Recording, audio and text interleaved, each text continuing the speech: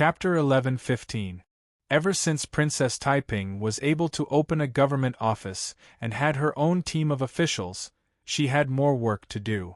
Previously, she had spent most of her energy taking care of her family's stores and land. Although she had always been concerned about court politics, she would only occasionally come out and participate. Most of the time, she spent her energy secretly gathering talents to accumulate strength for the restoration of the Tang dynasty. Now that Princess Taiping had the right to participate in politics, she had to report to her on everything from court politics to taxes, water conservancy, construction, and military affairs. As a result, she had to spend at least half of her time every day to understand and pay attention to state affairs. In the afternoon, after Princess Taiping had finished her official business, she returned to the rear residence from the Silver Imperial Hall, which was like a small imperial court. She wearily lay down on the couch, and was taking a short nap when she suddenly remembered something and hastily turned over and sat up. Recently, the court had frequently issued new policies, and more work had been sent to her desk. Princess Taiping was busy with these affairs, so she had not asked about her children's studies for a few days. Although she had received countless rewards over the years and now had tens of thousands of households, so her children did not have to worry about food and clothing, which parent did not want their children to have real talent and learning. Now that she had the right to speak in the court, and seeing that her eldest and second sons were about to come of age, she planned to arrange for them to be officials when they were a little older. She did not want them to only receive salaries, so she was stricter with them than before. "Come, where is Chongjian?" Princess Taiping did not get off the couch. Instead, she sat up and asked the maid in the room. The first thing she asked about was her most beloved second son, Shui Chongjian. "Princess, Second Langjun went hunting in Mount Zhongnan with several young princes from the Prince of Xiang's estate," Princess Taiping said. Oh, and the curve of her face softened. Her second son did not like literature, but he had a martial spirit and liked to play with spears and sticks since he was a child. Ever since he came to Chang'an, because of the relaxed political environment, he quickly became close to the sons of the Prince of Xiang, Li Dan. Now he was especially close to Sanlang Longji, which Princess Taiping was happy to see. Taiping asked again, "Where is Chongshuan? Is he studying in the manor?" The maidservant hesitated for a moment, but still braced herself and answered truthfully, "Eldest Langjun also went out. He said he wanted to attend Duke Yan's banquet." Once Taiping heard this, he furrowed his brows. Duke Yenguo was one of the meritorious contributors to the founding of the country. He was now the fifth-generation duke, but he had not inherited any of the bravery and martial prowess of his ancestors. All day long, he would gather with a group of debauches in the capital, fighting cocks and running dogs. Taiping disliked his son associating with this group of people the most. He had already warned him many times, but this son of his did not make any progress and always hung out with them. Taiping almost immediately wanted to send someone to bring him back, but his son was already grown up. He could not use this kind of simple and crude method.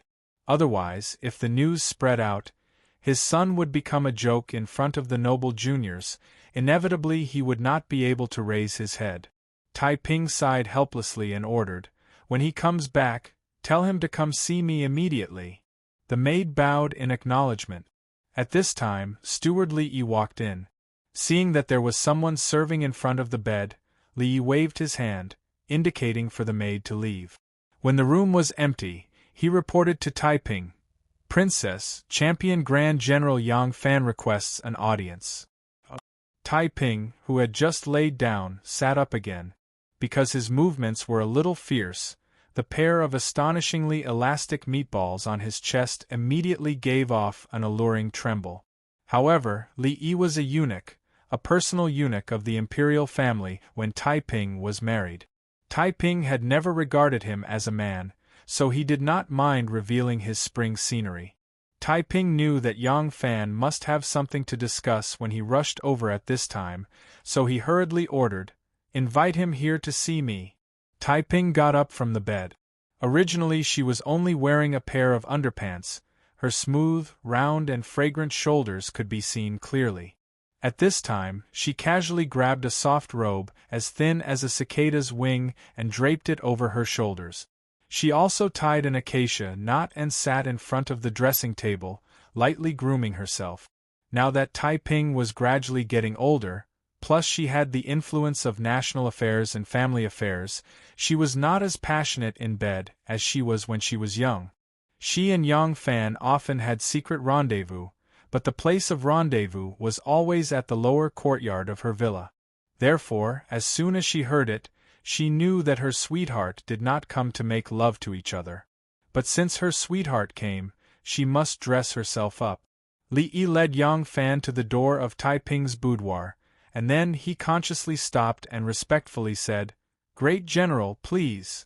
Yang Fan was very courteous toward this chief eunuch by Taiping's side. He nodded to him and expressed his thanks before stepping into the room.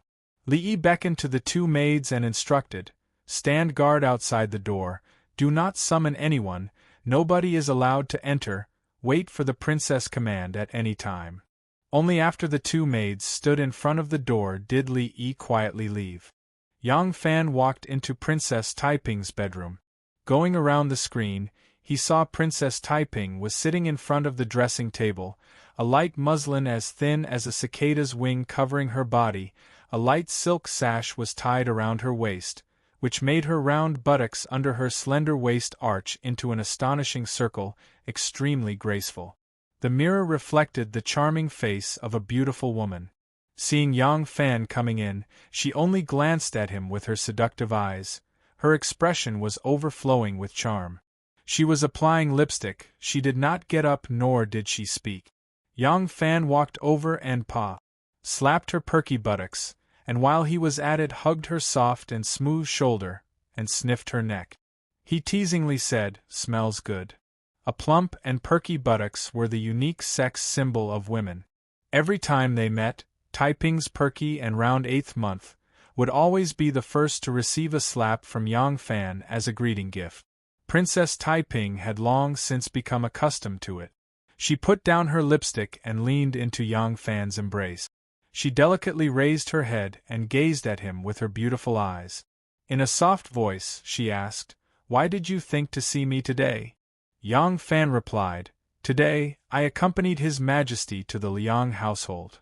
Princess Taiping's black brows instantly furrowed, and she resentfully said, "The Emperor and the Liang household are getting closer and closer. I just don't understand." Back then, Wu Sanxi tried to put him to death time and time again.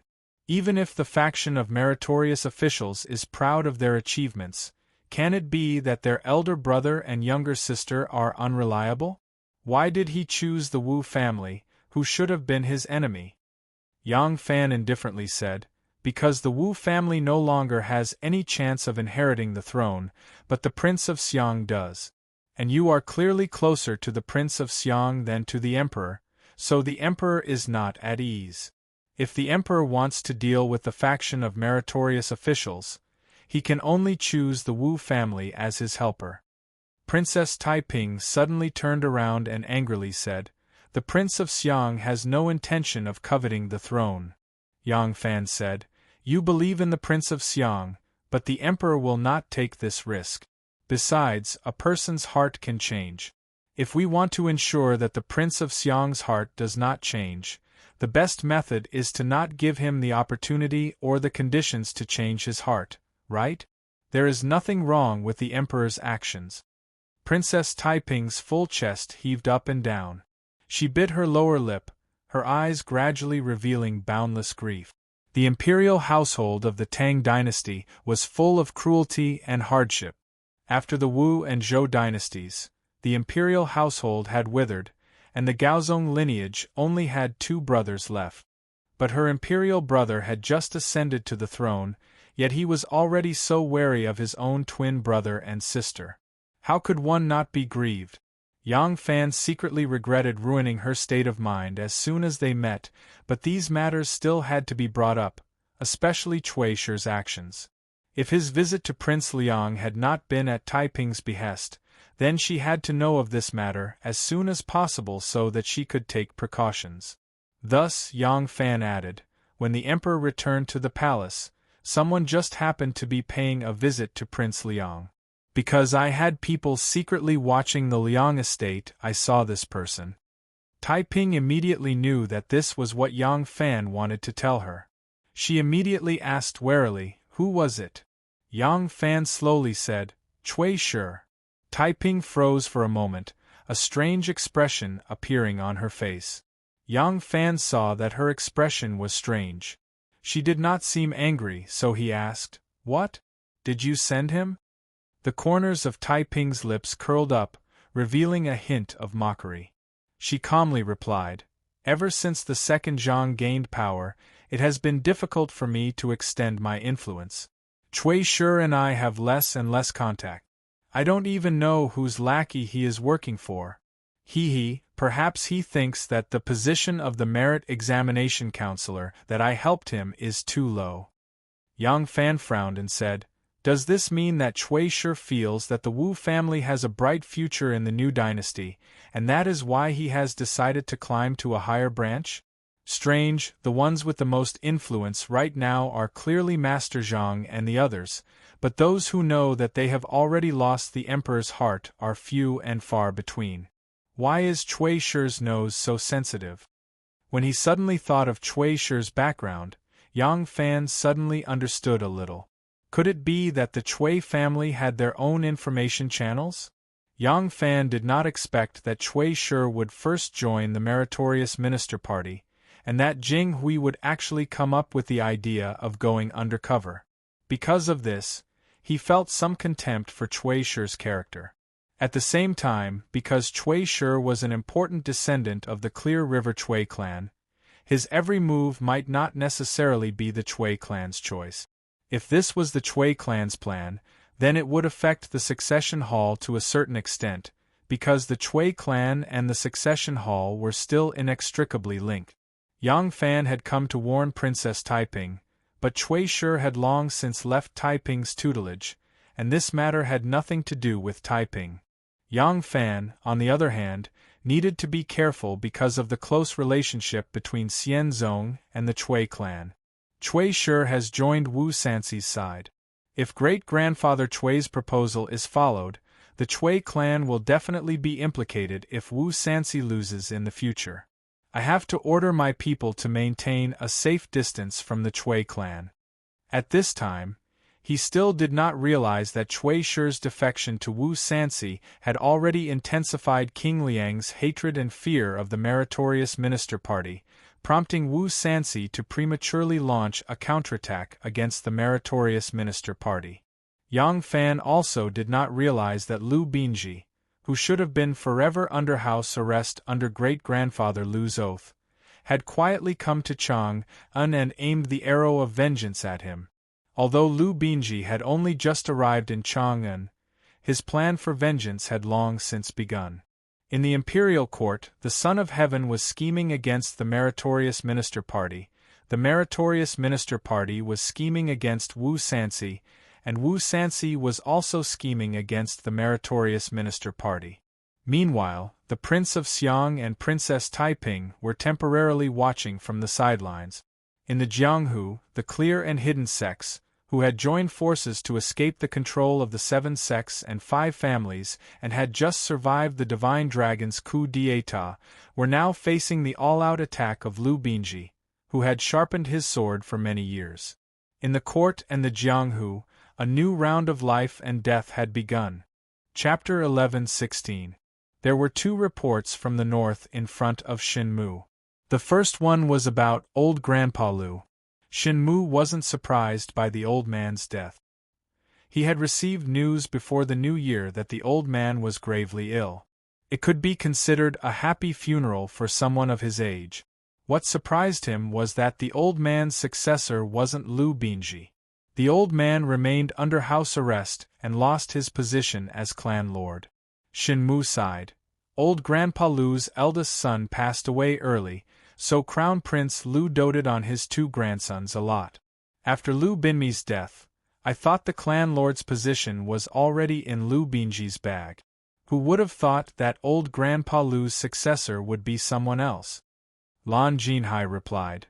Lu Binji greatly damaged the Lu family's vitality, so old Grandpa Lu had to give his clansmen an explanation. After all, no matter how much he liked Lu Binji, he had to consider the entire Lu family.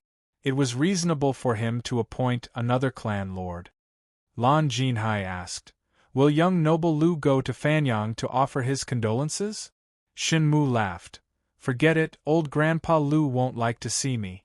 Pick an elder from the clan to go in my place." Shin Mu and young noble Jiang had a fierce battle. It was him who dragged down this heaven's proud son of the Lu family. In the end, Yang Fan caught up and kicked young noble Jiang off the pedestal. All of this stemmed from Shin Mu's betrayal of young noble Jiang. Following that, Shin Mu and Yang Fan worked together to put on a good show. They schemed against the 7 aristocratic families and broke away from the control of the 7 aristocratic families. Hence, he and the Lu family could be said to have a deep grudge. There was really no need for him to pay his respects because the person the Lu family hated the most was Yang Fan, followed by him. Lan Jinhai said, "Lu Binmi is a smart and capable person. He's also the one who founded the Succession Hall and has a deep foundation and many henchmen there. Moreover, he's also the heir to the Lu clan. It's easy to imagine the results if he were to take over as the clan lord in the future. Even if the 7 aristocratic families don't allow him to control the Lu clan as the clan lord, he can arrange for a trusted aide to manage the Succession Hall. At that time, with the Lu clan's power and the Succession Hall, the Lu clan will become the first among the 7 sects and 5 families. As long as this situation doesn't change, the Lu clan can sit in this position. This is a result the other aristocratic families do not want to see. So, young noble Jiang's fight against young noble Lu was not without the support and cooperation of the other aristocratic families. But young noble Jiang was the bad guy. Shin Mu smiled and said, "Are you fighting for me? No matter what, I'm the one who benefits the most. Besides, by overthrowing young Master Lu, didn't I also conveniently break away from the control of the 7 great clans? Just based on this, I'm not wrongly accused as a villain." Shin Mu smiled as he picked up the second secret report. Looking closely, he couldn't help but furrow his brow. This secret report was about Xian Zong. Shin Mu carefully read the secret report and then Mu Shin of the report. Shin looked. Lan Jinhai took the secret report and read it carefully. He couldn't help but frown and say, "The obvious sex power is infiltrating the north? Didn't Yang Fan say they chose the east and south and didn't compete with the hidden sect?" Shin Mu muttered, "They say they are in 2 places, but it is not like 2 kingdoms with clear boundaries. Maybe this is the obvious sect's normal operation, but the boundaries are blurred," Lan Jinhai said. "Young noble, their people have already appeared in Zhua Commandery. If this is just the blurred boundaries, do we have to wait until they expand their power to the North Sea, to the barren land of Su Wu before they invade us?" Shin Mu was silent. Lan Jinhai had a vigilant expression and said, "Young noble, Chang'an belongs to the west and is within the hidden sect's sphere of influence. But their power in Chang'an is even stronger than ours. Yang Fan has great power in the officials, and this is where the obvious sect has the advantage. We can put this aside for now. However, the Yang clan owns many businesses in the east and west cities. Through these expansion and infiltration, they have an important position in Chang'an. The Yang clan owns many estates in the Qi province and is the #1 landowner in Shiqi. Through these, they have many connections with the local clans in Guanzhong. Furthermore, the local tyrant of the Guanzhong region, the Guanlong aristocratic family, has a relationship with Yang Fan. There is also the water transport. The water transport goes from the west to the east. The east is the head and the west is the tail. Their power moved to the east and seized control of the water transport.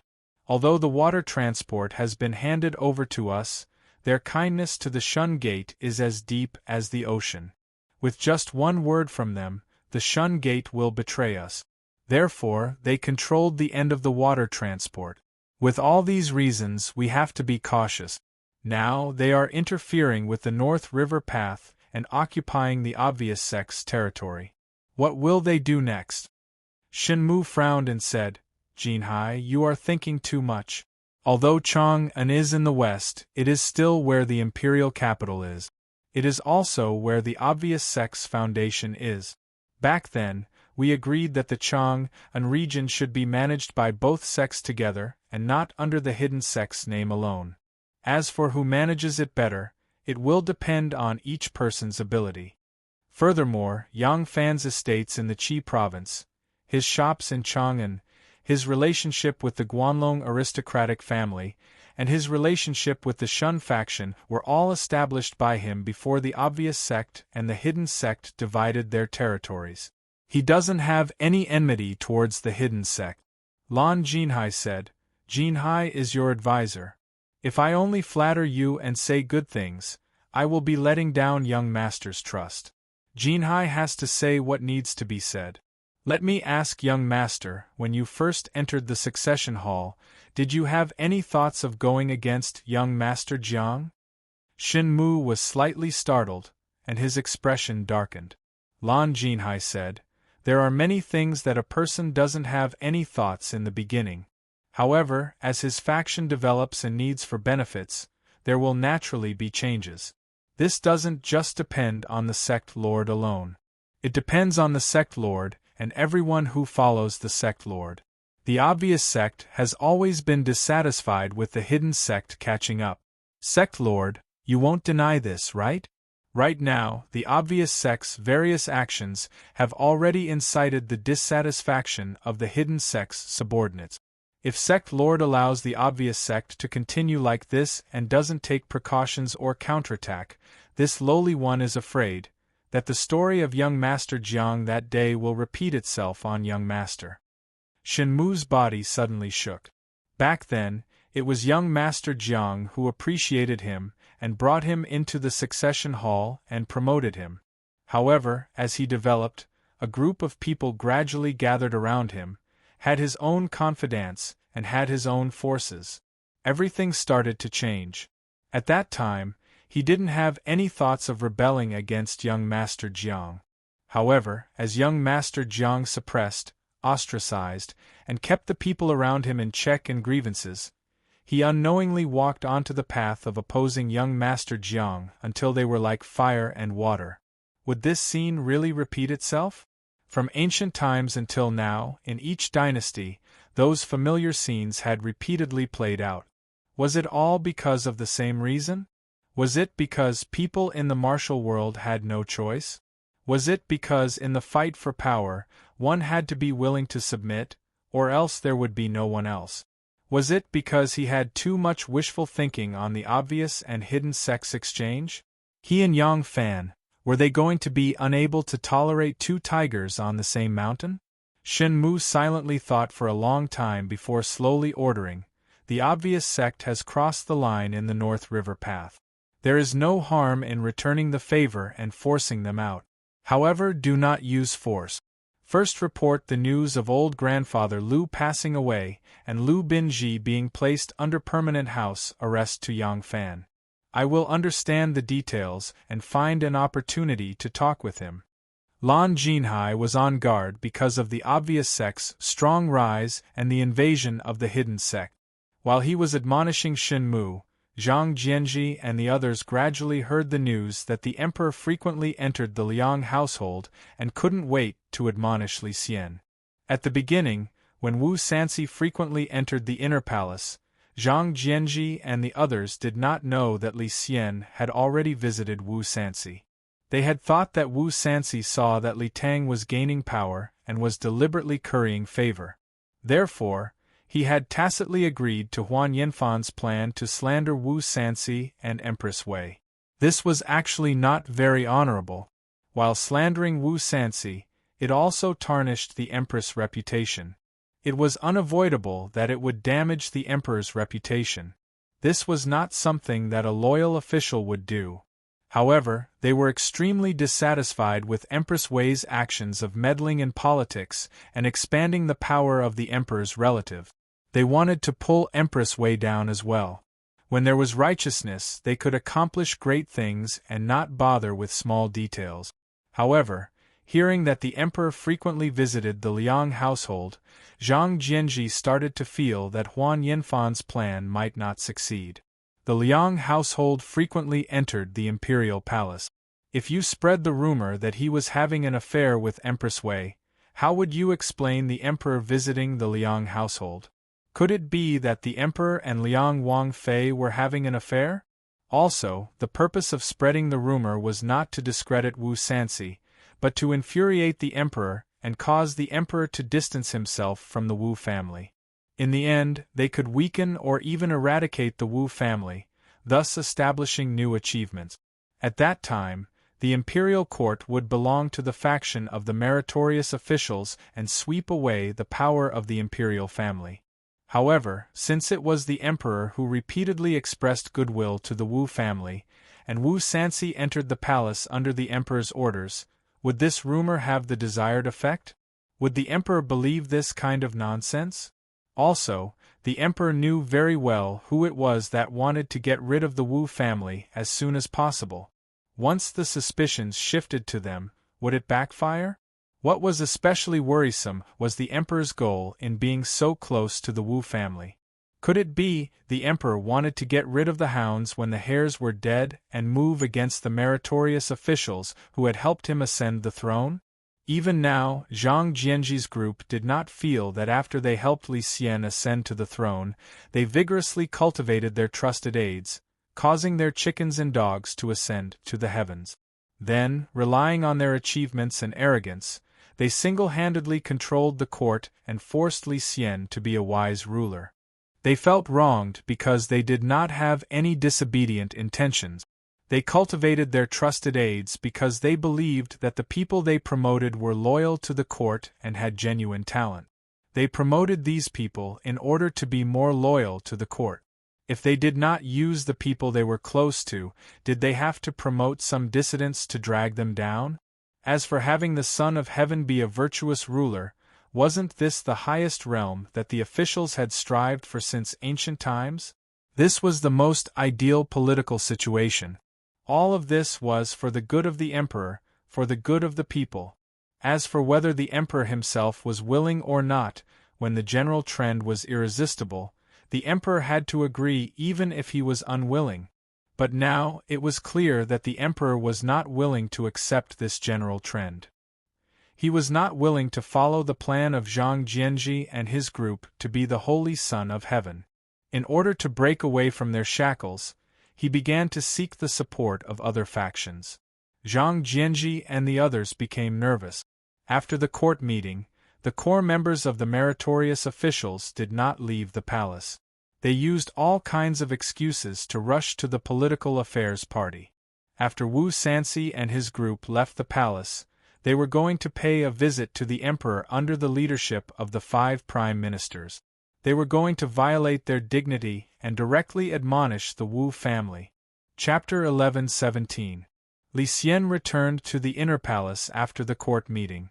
Empress Wei happened to be going to the court pavilion to watch polo. Li Xian was very happy and changed into a set of arrow sleeves to go with the empress. Although his health was not good, he especially liked to watch polo and polo. Occasionally going down the court to practice was a very satisfying thing. Li Xian had just finished changing when the chamberlain Xiao Hai hurriedly ran in. Panting slightly, he reported, "Sage, Zhang Jianji, Huan Yanfan, Cui Xianhui, Jing Hui, Yuan Shuji, the 5 prime ministers have come with many ministers to request an audience." Li Xian was taken aback. These prime ministers were all very domineering in front of him. If any one of them came alone, he wouldn't dare to refuse to see them, much less all 5 of them. From the tone of their words, it seemed that not only were there 5 prime ministers, there were also ministers accompanying them. Li Xian didn't know what they wanted to make things difficult for him, and he immediately felt apprehensive. Empress Wei glanced at him and said, "All the prime ministers have come. Husband should go see them." Li Xian said, "And then Zhen will go see them." Empress Wei heard his tone and said with a smile, "The prime ministers are all husband's officials and are famous for their loyalty. They will not make things difficult for husband. If there is something difficult to decide, there is no harm in husband vaguely agreeing and discussing it later. If husband is really worried, Jie will go with husband and listen from behind the tent." Li Xian's expression brightened. Of course Zhen knows that Master Zhang and the others are loyal to the affairs of the state. However, they are too eager and often make Zhen feel overbearing. Ha ha, Zhen does not want to chill the hearts of the loyal officials and cannot speak harshly. "It is best if wife is willing to go with me. After seeing the officials, you and I will go to the court pavilion together." The imperial palace was the most mysterious and sacred place in the world, but it was also because of this that the officials liked to buy eyes and ears inside the palace. They made the imperial palace like a sieve. Every big or small matter, there would always be someone who would know in the shortest time possible. Li Xian and his wife did not trust the maids and chamberlains that much, so their words were unavoidably a bit hypocritical. Li Xian changed his clothes and went to the front hall. Empress Wei took 2 personal maids and quietly snuck behind the screen. The 2 maids brought over a brocade stool and invited the Empress to sit. Inside the front hall, upon seeing Li Xian, all the officials bowed in greeting.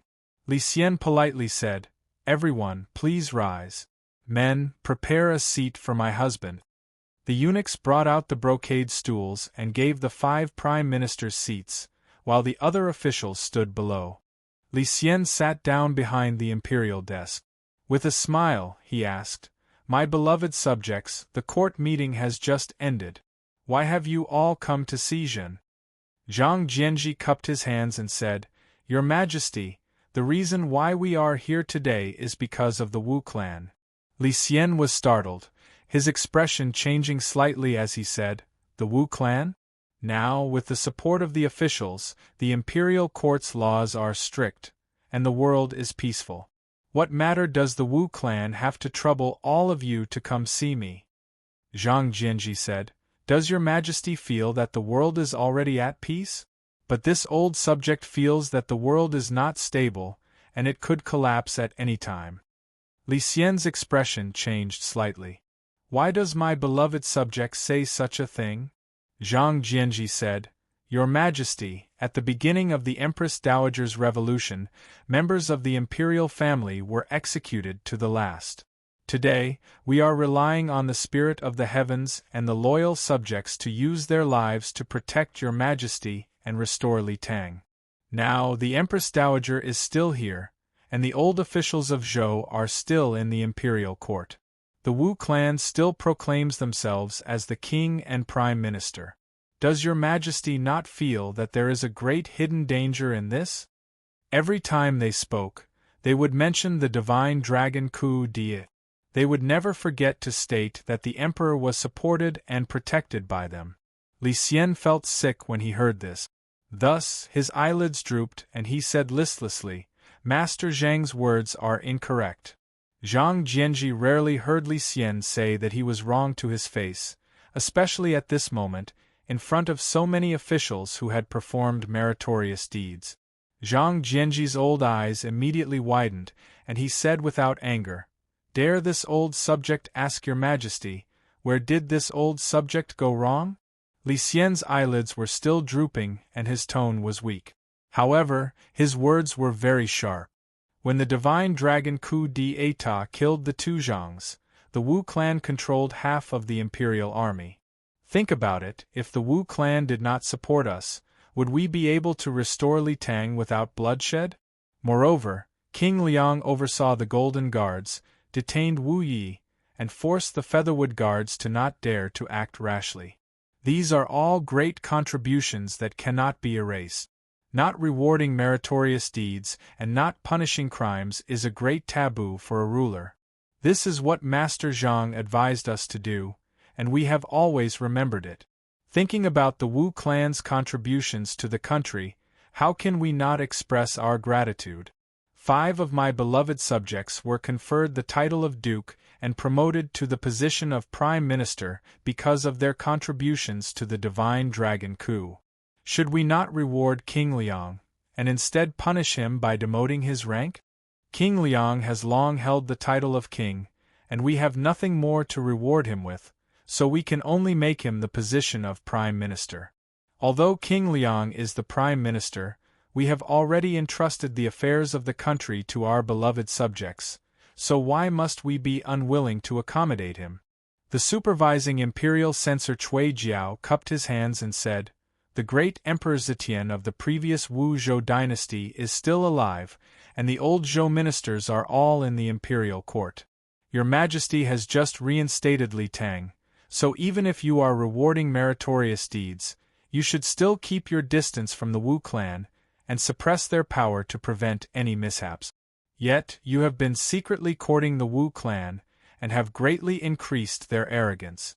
What does this have to do with rewarding meritorious deeds?" Li Xian felt even more vexed and thought resentfully, "Where were all of you when Emperor Zetian was still on the throne? Who built a hut and lived in seclusion, and became a great loyal subject who did not eat Zhou's salary? You keep talking about the old Zhou ministers, but who are the old Zhou ministers? Aren't they all your political enemies?" But he only dared to keep these words to himself, and so he said perfunctorily, "Beloved subject Cui, King Liang is my relative by marriage, and my beloved daughter is King Liang's daughter-in-law.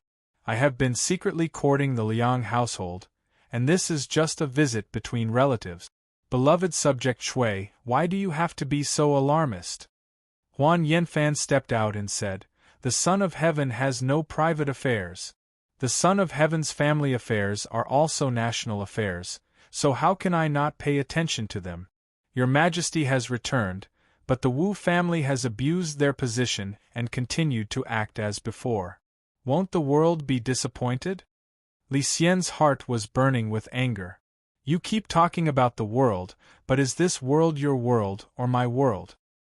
He suppressed his anger and said in a deep voice, "The Wu family is not guilty, but has performed meritorious deeds. I cannot not punish them for teaching." Zhang Jianji suddenly stood up and said, "We are loyal and devoted, and all our thoughts and concerns are for your Majesty. Although my honest words are unpleasant to the ear, I hope that your Majesty will accept them." Huan Yanfan, Jing Hui, and the others all stood up and cupped their fists together, saying, "We hope that your Majesty will accept our honest words." Seeing this, Li Xian couldn't help but panic. At this time, a few light knocks came from the screen behind him, and Li Xian calmed down a little when he heard it. He quickly comforted them, saying, "I know all of your loyalty, but as the Son of Heaven, I cannot send troops without a good reason. My beloved subjects, let me think about it carefully before making a decision." Seeing that the Emperor's tone had softened, Jing Hui immediately took a step forward and continued, saying, "Indecisiveness will only lead to chaos. Since your Majesty has the heart to eliminate the traitor, you should act immediately. This subject asks your Majesty to issue an edict. This subject is willing to raise a 3-foot sword and act as your Majesty's vanguard to behead this traitor." Li Xian was sweating profusely, but he could only say, "My beloved subjects, let me think about it carefully before making a decision." Seeing this, Yang Yuanyan also wanted to step forward to admonish the Emperor. No matter what, as long as he obtained the imperial edict today, it would be worth it even if he angered the Emperor. However, Zhang Jianji had already stepped forward before him. Zhang Jianji was the leader of the party of meritorious officials. Since he had stepped forward, Yang Yuanyan stopped in his tracks. Zhang Jianji did not step forward to continue forcing the Emperor.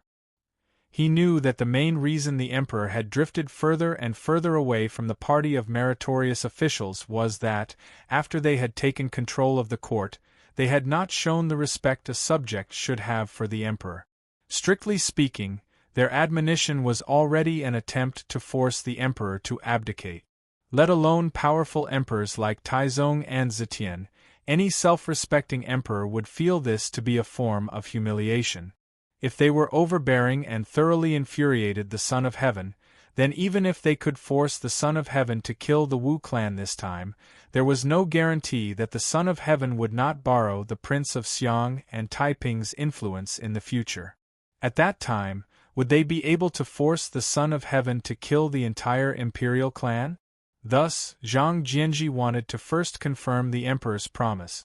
As long as the emperor agreed, it would just allow the Wu clan to be arrogant for a few more days. It would have no effect on the overall situation. The party of meritorious officials was like the sun at noon, so the Wu clan would not dare to take the risk out of desperation. Thus, Zhang Jianji bowed his head and said, "Your Majesty has accepted my sincere advice and agreed to kill the Wu clan. Your Majesty is truly a wise sovereign. This old subject remembers that Your Majesty was once conferred the title of King of Valor by Emperor Xian.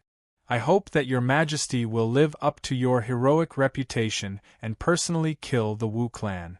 With the might of the Son of Heaven, these subjects are willing to follow the Son of Heaven's lead." Li Xian breathed a sigh of relief and hurriedly agreed, "Good. Once we have finished our preparations, we will definitely execute the treacherous officials. At that time, we will need to borrow the strength of all the subjects." Behind the screen, Empress Wei whispered a few words to a maid. The maid repeatedly nodded her head and flew off. When the maid left the palace and hurried to the Liang household, Wu Sanxi was receiving an official. There were no walls in the world that could keep the wind out. The news that the emperor was frequently visiting the Liang household had recently spread. A few ministers who had seen the wind and had been pushed aside and marginalized by the party of meritorious officials had begun to draw closer to Wu Sanxi. In order to quickly expand his influence in the court, Wu Sanxi did not discriminate between good and bad, accepting all who came. For example, the official who had come to visit him today was a corrupt official who had fled his post due to corruption. This person was the Xingqiang that Lu Binji had mentioned. Xingqiang originally had the Fanyang Lu clan as his backing. However, the Fanyang Lu clan had not appeared for 3 years and Xingqiang had lost his backer. He had turned to Second Zhang. In the end, he had just entered Second Zhang's tutelage and hadn't received any tangible benefits before Second Zhang was killed. It was also fortunate that he hadn't received any benefits from Second Zhang. Zhang Jianji and the others believed that his relationship with Second Zhang was not close. Moreover, he had become a scholar at the age of 17 and was a famous talent in the north. As a result, they gave him a way out, demoting him from the central government and sending him to Shuzhou to serve as an official in the army. Lu Binji sent people to Shuzhou to befriend him, luring him into the red light alleys, drinking and gambling. Xingqiang felt that he had no future and was dispirited. With just a bit of seduction, he took the bait. In a few days, he had lost all of his family's wealth. Then, under the instigation of his bad friend, he took bribes and embezzled public funds, falling into Lu Binji's trap. Then, his bad friend sent people to report him. When the provincial governor of Shuzhou heard the news, he was furious and ordered people to interrogate Xingqiang. At this time, his bad friend appeared again to warn him, saying that he had some relationship with the Liang household and urging him to flee Shuzhou to seek refuge with King Liang, who was recruiting talents. Xingqiang had nowhere to go, so he fled back to Chang and with this bad friend. Using Cui Shi's connections, he brought him to see King Liang. If a worker wants to do a good job, he must first sharpen his tools. If Lu Binji wanted to defeat Yang Fan, who had Xian Zong in his hands, he must first have a suitable weapon. King Liang's Wu Sanxi was the weapon he chose. The situation in this world just happened to be like a surging great river, and the various powers were the bright and dark currents, tributaries and undercurrents, cold and warm current. Once they collided with each other, it would form a devouring vortex. With the arrival of Jing Chang, a man-eating vortex quietly formed. Chapter 11:18. As soon as Jing Quan saw Wu Sanxi, he kowtowed and wailed loudly. Wu Sanxi had been sitting behind his desk, waiting for Jing Quan to kowtow to him. He hadn't expected him to cry so loudly. Wu Sanxi immediately understood. This Hebei scholar, who had become a grand scholar at the age of 17, was truly unfortunate. His career had been filled with so many obstacles simply because he had not chosen a wise ruler.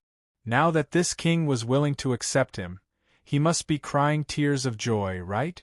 As soon as Wu Sanxi thought of this, Jing Quan threw his head back and laughed loudly. Wu Sanxi was secretly pleased with himself.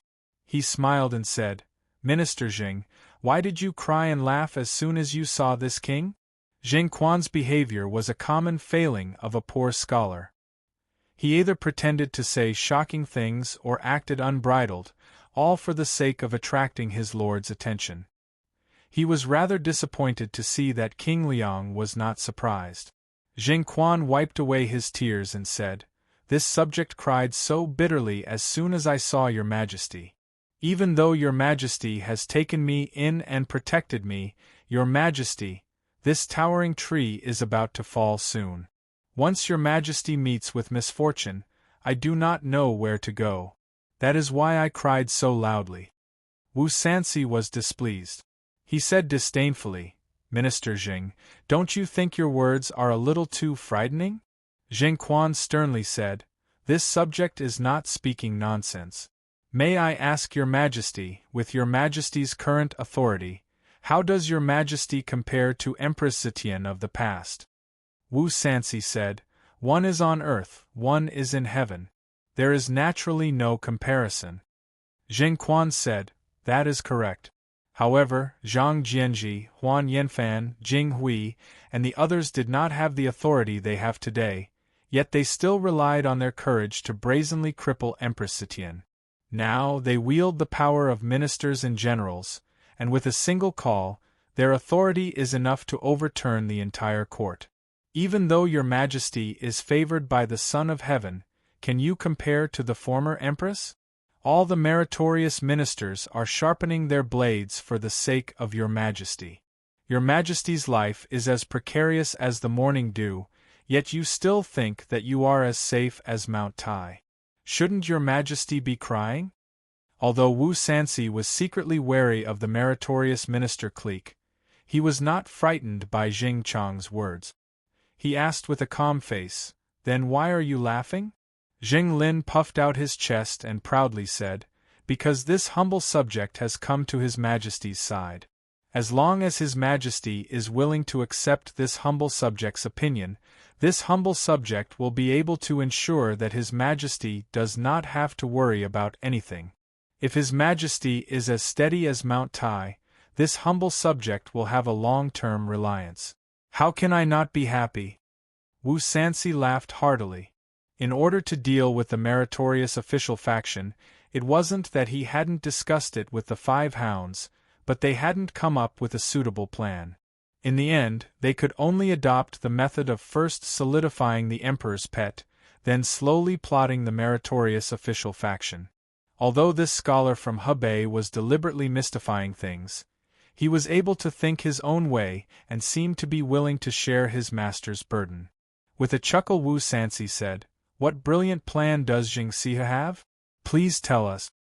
While Zheng Lin was on his way to Wu Sanxi's side, his bad friend, who was rumored to have some relationship with the Liang household, had told him about Wu Sanxi's current situation. If Zheng Lin wanted to join King Liang and obtain an important position, he naturally had to cater to King Liang's preferences. As such, he had truly put in a lot of effort into how to change King Liang's situation. In the end, his bad friend's unintentional words inspired him to come up with a brilliant plan. It would serve as a proof of his allegiance to King Liang, a greeting gift. As a result, Zheng Lin said confidently, "This matter is of great importance. I ask that His Highness dismiss the attendant." Wu Sanxi waved his hand, and the attendants immediately withdrew. Cui Shi smiled slightly and made to leave as well. Zheng Lin hadn't obtained Wu Sanxi's favor yet, but he had already become King Liang's trusted aide. How could he dare offend this person? He hurriedly said, "Officer Cui, please wait a moment. I hope that you can join us in our discussion." By this time, the little palace maid who had left the palace on Empress Wei's orders had already arrived at the Liang household on a donkey cart. When faced with the powerful Empress Zetian, Zhang Jianji had staked everything on a single throw and succeeded in dragging the Empress down from her high horse.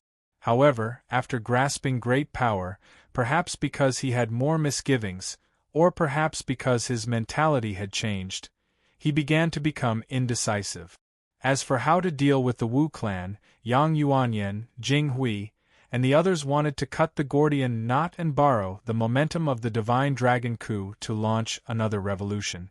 However, as the highest leader of the faction of meritorious officials, Zhang Jianji firmly opposed this idea. He wanted to wait for the emperor's decree. Even though they could still take action with their current strength without this imperial decree, the titles of heaven-raising hero, Duke of Zhou, and other great hats had been placed on his head. He treasured his reputation more than ever. He did not want to be criticized by others because of his character and conduct. Of course, he made this choice not only because he cherished his reputation, but also because of his powerful self-confidence. He firmly believed that even though the emperor was somewhat dissatisfied with the domineering behavior of some meritorious officials, the emperor could only rely on them. He firmly believed that the emperor could not abandon, nor could he abandon, these meritorious officials who had helped him ascend to the throne. Without them, it would be difficult for government decrees and imperial edicts to leave the palace gates. Thus, even though the emperor was in a difficult position, he could only choose them and shed tears to behead the horse. With the imperial decree in hand, he could openly execute these officials. However, after learning that they had sharpened their blades, Wu Sanxi moved even faster than they had. This was especially the case after he received Jing Ji's proposal and the palace maid's message that danger was imminent. Wu Sanxi immediately decided to act. If Wu Sanxi wanted to act, he would also need the emperor's support. Otherwise, he would be a traitor, and the Prince of Xiang's party and Taiping party would not let go of this opportunity. While the faction of meritorious officials and the faction of the Liang king were both wounded, the sandpiper and clam would fight and the fisherman would reap the benefits. However, even though Li Xian himself was indecisive, he had a virtuous wife. This virtuous wife of his strongly approved of Wu Sanxi's decisions, and Li Xian always listened to this virtuous wife's words. Thus, the coup d'état personally led by Emperor Li Xian began once more. This year was still the first year of the Divine Dragon.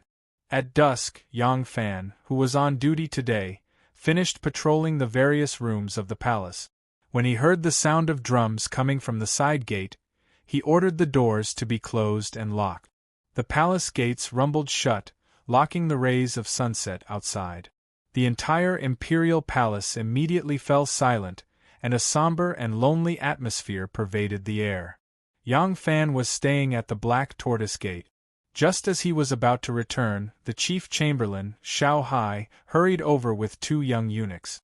Upon seeing Yang Fan, they bowed and said, "Great General, this servant has been able to find you. His Majesty is waiting at the Immortal Residence Hall to summon Great General." Yang Fan was somewhat startled. He ordered Ren Wei and the others to return to the Black Tortoise Gate first, while he and Xiao Hai walked toward the Immortal Residence Hall. Xiao Hai was Wan Er's trusted aide, so her relationship with Yang Fan was naturally not unfamiliar. Yang Fan stepped forward, leaving the 2 eunuchs 6 or 7 steps behind.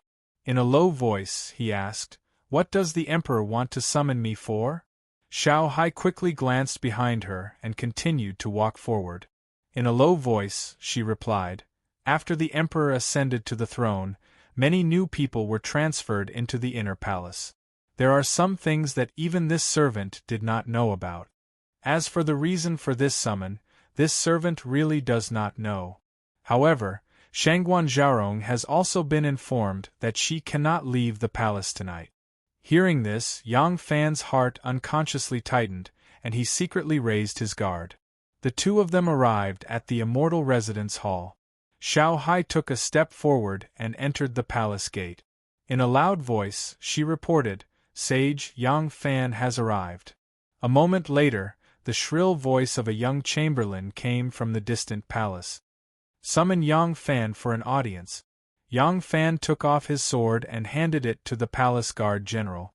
Stepping into the hall, he saw Li Xian standing behind the imperial desk, holding a brush and splashing ink. For a moment it was impossible to see what he was writing. Looking as far as the eye could see, it seemed to be a landscape. Yang Fan was somewhat surprised. The emperor seemed to be in a leisurely and carefree mood, as if nothing major had happened. Li Xian placed the brush on top of the brush and raised his head to look at Yang Fan. With a smile, he said, "The Grand General has arrived. Come, give him a seat." Yang Fan hurriedly bowed. "In front of your Imperial Majesty, how could there be a seat for this subject?" Li Xian left the desk and smiled. "Beloved subject, there is no need to be courteous. You are our great benefactor. Without beloved subject, there would not be us today. Quickly sit down." "Yes. This subject thanks your Imperial Majesty." Yang Fan agreed, but he still didn't dare to sit down. Only when Li Xian sat down behind the desk did he lower his body, only resting half of his buttocks on the wooden stool that Li Xian had personally carried over. This posture was also very particular. In order for a subordinate to express their reverence and reverence to their superior, there would be some rules and regulations regarding their words and actions when interacting. For example, sitting like this was to express their reverence to their superior. He didn't know what the emperor was planning in summoning him today, so Yang Fan naturally had to be more cautious. Seeing him sit down in a well-behaved and cautious manner, Li Xian smiled with satisfaction. Yang Fan pretended to be respectful as he sat down. Suddenly, he heard an extremely faint sound of breathing. Yang Fan was inwardly startled. Focusing his attention, he discovered that there seemed to be several extremely faint sounds of breathing behind the giant pillars and on the roof beams. If it weren't for his extraordinary hearing, it would have been difficult for him to detect them. Yang Fan's back couldn't help but tense up. Li Xian smiled and asked, "How is the formation of the 10,000 cavalry under my beloved subject's command?" Yang Fan secretly exerted strength in his feet. If there was a change, he could leap up like an eagle at any time. However, in order to express his respect, his sitting posture was originally rather tense, so others wouldn't be able to see anything strange. Hearing the emperor's question, Yang Fan hurriedly bowed and said, "After this subject received the imperial edict, I didn't dare to be negligent. I specially selected elites from the ordinary soldiers of the northern and southern offices and also recruited warriors from the innocent commoners of Chang'an. Right now, the 10,000 cavalry has been fully staffed and is currently undergoing training." Li Xian nodded his head and said, "Good. You are a meritorious minister who supported me and once saved my life. I have absolute trust in you. This time, we allowed you to expand the 1,000 cavalry to 10,000 in hopes that my beloved subject will be able to wield even more power. Only then will you be able to better serve us." Yang Fan put on a grateful expression and said, "Your Imperial Majesty has shown me such great love. How can you not let me sacrifice my life for you? I will do everything in my power to fulfill my loyalty and pledge my life to repay your Imperial Majesty's kindness in recognizing and employing me." Li Xian waved his hand and sighed, saying, "My beloved subject first saved me, and now you have the merit of supporting me. I have already wronged my beloved subject by receiving only a few gifts. How can there be any gratitude? It's just that, although we are the Son of Heaven, we cannot keep our word. Even if we have the heart to reward my beloved subject, we still have to look at other people's expressions. We can only sigh helplessly. Yang Fan had indeed fallen into the trap. He said with a mixture of shock and anger, "Your Imperial Majesty is the ruler of the 9-5 realms. Your words are the law. Who dares to disobey you? Aren't they all rebels and traitors?" Chapter 11:19. Li Xian shook his head. Rebellious officials and traitors? That is a bit too serious. However, it is true that there are people who make false statements about state affairs for their own selfish motive. Li Xian glanced at Yang Fan and continued, "At the beginning of our reign, we rewarded people based on their contributions. Based on your great contributions, we felt that it was only natural for you to be conferred the title of Duke. However, some people said that you and Zhang Erzhang were close." Yang Fan hurriedly rose to confess, "Your Majesty, this subject." Li Xian pressed his hand down and said, "My beloved subject, please sit down. We have never doubted your loyalty. Speaking of which, when Zhang Erzhang was in power, who did not feign civility and sincerity, not to mention you, even we had to concede some ground in front of them. In the end, when it was time to discuss rewards, one of the officials said that it was enough to give you the title of County Earl. We felt that such a small reward would disappoint the meritorious officials. Thus, we stood against the opinions of the masses and promoted you to the title of Grand General and a Marquis. We also increased the number of cavalry to 10,000. This can be considered our compensation to you." When it was time to discuss rewards, there were officials who suggested it. Who was this official? The matter of rewards was single-handedly controlled by Zhang Jianji, Heng Yanfan, and the others. We stood against the opinions of the masses? Who were the people who suggested this? By saying this, the emperor was clearly trying to drive a wedge between Yang Fan and the faction of meritorious officials. Yang Fan was very clear about Li Xian's intentions. Although Li Xian's words were a bit provocative, what he said was true. With Wanner in the palace, Yang Fan was very clear about the contents of the memorial that Zhang Jianji and the others had carefully chosen their words to present. These people did not even forget to list their own teachers on the list of meritorious officials. However, they forgot that Yang Fan, a key figure, was at the bottom of the list. This was a fact. Yang Fan hurriedly rose to express his thanks. "Your Majesty's great kindness to me makes me extremely fearful and extremely grateful," Li Xian said. "Based on my beloved subject's contributions, I have no qualms accepting it. Beloved subject, there is no need to stand on ceremony. It is a pity that not everyone is as loyal to the state as you. Some people are arrogant because of their achievements and don't know when to stop. They form cliques for personal gain and deceive His Majesty. Compared to you, I am greatly disappointed." At this time, how could Yang Fan not understand the emperor's intentions? The emperor was going to move against the party of meritorious officials. Yang Fan's heart trembled, but he put on an expression of righteous indignation and said, "This subject receives the salary of the royal family and is loyal to Li Tang's country. If your Majesty has any orders, this subject will not hesitate to go through water and tread on fire." Li Xian abruptly stood up. Placing his hands on the table, he leaned forward slightly and said with a stern expression, "If we want you to lead troops to kill them, would you be willing to obey our decree?" Following Li Xian's shout, the curtains behind him suddenly fluttered, as if an invisible killing intent was about to tear apart the indigo curtains. Yang Fan's eyes narrowed, and he said resolutely, "Your Majesty's orders will be followed, and I am willing to die for your Majesty." Li Xian laughed heartily and happily said, "Good. We did not misjudge you, Yang Fan. You are truly our loyal subject."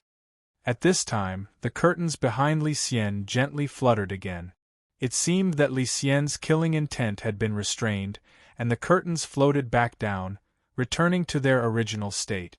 There was clearly a row of imperial guards behind the curtains, but from beginning to end, Yang Fan had not heard any breathing coming from behind the curtains. It was clear that the imperial guards behind the curtains were a level higher in martial arts than those hidden elsewhere. After Li Xian ascended to the throne, he had completely reorganized the plum blossom guards that Empress Cetian had left behind. A group of female imperial guards who had performed great meritorious deeds were pardoned by him, allowed to leave the palace to marry, and bestowed with houses and land. Gao Ying, Lan Yiqing, and the others who had performed the most meritorious deeds were generously granted titles of nobility. Once they were married, they would immediately have titles of nobility. If the emperor wanted to recruit a group of skilled martial artists to serve him, it was naturally as easy as turning over his hand. After learning civil and martial arts, they would sell themselves to the imperial family.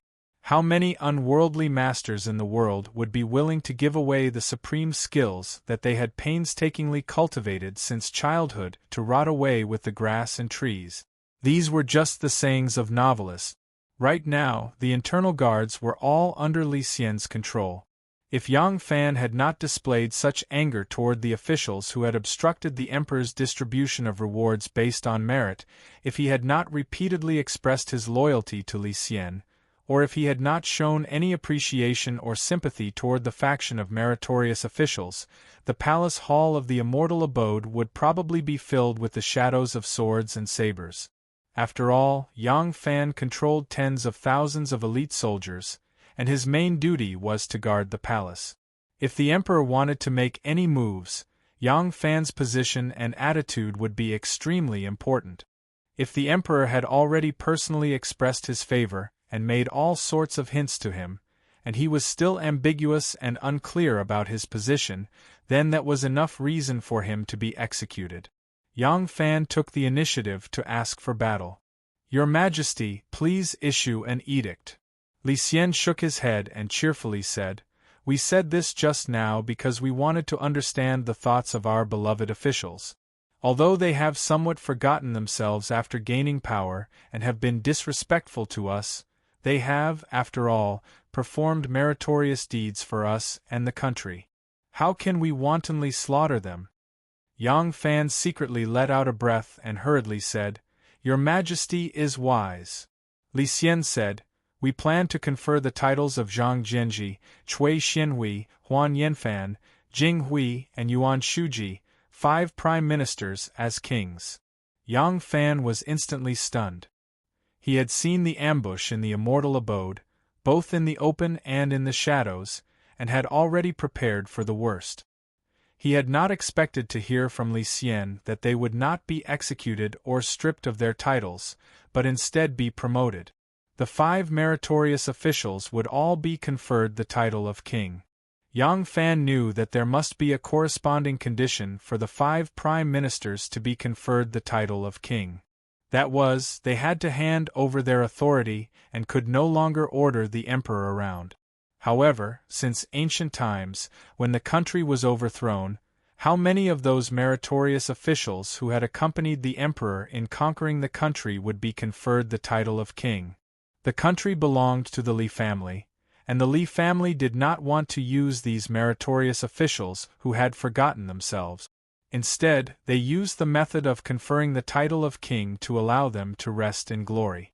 From this, it seemed that compared to the wise rulers who had killed the cunning hares and cooked the hounds once they were dead, the current emperor could be considered extremely kind. Yang Fan couldn't help but praise, "Your Majesty is benevolent." If his previous words of "Your Majesty is wise" were said to be bootlicking, then these words were said with sincerity. Li Xian sighed. Although they are arrogant and conceited, they have, after all, performed meritorious deeds for the country. We cannot bear to be too harsh on them. I bestow upon them the title of king and let them inherit it. Their children and grandchildren will enjoy glory, splendor, wealth, and rank together with the country. We will also bestow upon them an alchemy iron voucher. If they do not commit heinous crimes, they will be spared from death 10 times. Doing this can be considered doing them justice. Having obtained Yang Fan's promise of complete loyalty, Li Xian's mood improved greatly. He cheerfully continued, During the court conference tomorrow, we will immediately issue an edict to confer the title of king on these 5 meritorious officials. However, we may not necessarily allow them to understand our painstaking efforts. Once they cling to power and rank and resist the edict in court, it will be hard to avoid disaster and chaos. Thus, it is better for beloved official to make early preparations. As Li Xian spoke, he raised his hand and clapped it 3 times. The curtains parted and a person suddenly walked out. Yang Fan focused his eyes and saw that it was Wu Sansi. Yang Fan was startled.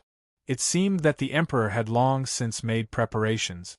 Although Wu Sansi himself did not command troops, many of the Wu family's nephews and nephews were commanders of troops. As the emperor, it was only right and proper for Li Xian to dismiss the ministers. With the Wu family's military support, it was enough to ensure that the edict would be carried out. If it weren't for the fact that the Black Tortoise Gate under Yang Fan's control was too important and that the mobilization of 1,000 cavalry would inevitably arouse the vigilance of the ministers, Li Xian could only try to rope him in. Otherwise, even he would have been kept in the dark.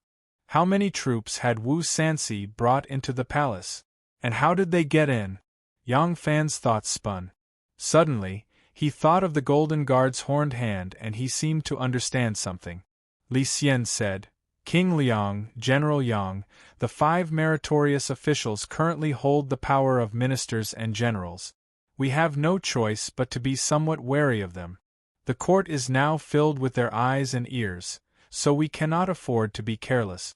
Thus, we will only let the 2 of you know of this important matter. No one else will know.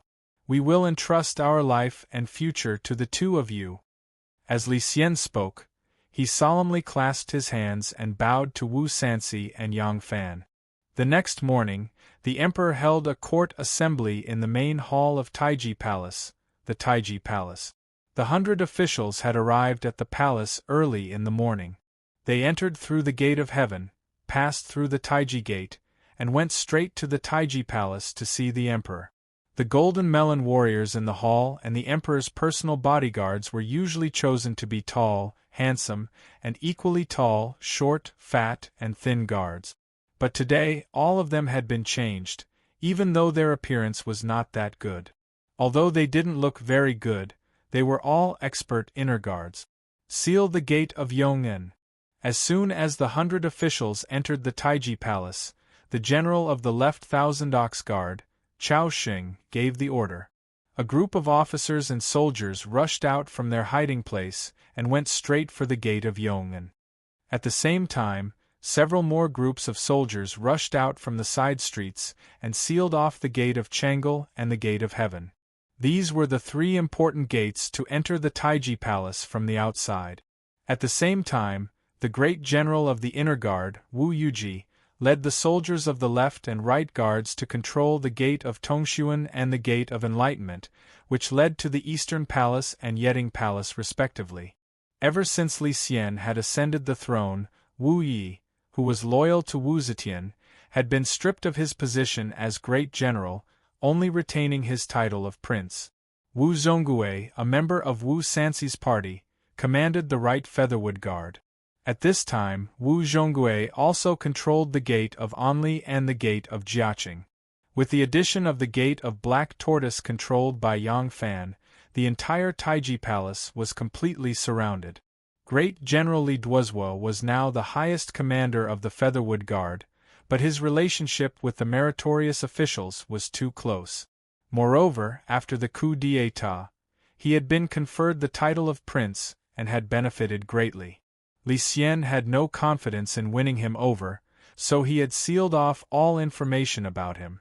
As a result, Li Duozuo was completely unaware of this sudden change. As for the main roads within the Taiji Palace, they were under the control of the Jin Wu guards led by a fully armored Wu Yizong. There was a sentry every 5 steps and a sentry every 10. The security was tight. These elite Jin Wu guards had been secretly transferred into the palace under the pretext of changing the guards of the Big Horn Hand. In the Golden Hall, the officials were listening, completely unaware of what was happening outside. The 3 chimes of the bell signified the arrival of the emperor. Li Xian, wearing a silk headdress, a jade belt, and a brocade robe, turned around the jade screen and sat on the throne. Empress Wei also ascended the hall at the same time, stopping behind the hanging curtain and taking a seat. 4 armored palace hall generals stood at the corners of the hall. The Jin Wu guards, holding large yellow banners, stood inside and outside the hall. The court meeting had begun. The civil and military officials lined up in the hall. The Jin Wu guards, holding large yellow banners, stood inside and outside the hall. The court meeting had begun. A young eunuch quietly came out from behind the jade screen and whispered a few words into Empress Wei's ear. When Empress Wei heard this, her bright eyes passed through the beaded curtain and coldly landed on the hundreds of officials who were bowing to the ground. The corners of her lips curled up, revealing a dainty and cold smile. Chapter 11:20. The eunuch in front of the emperor had just finished announcing that there was a report when Zhang Jianji flashed out of the ranks. Holding his scepter, he said to Li Xian, "Your Majesty, ever since Empress Wu came into power, there have been many killings and numerous unjust jails.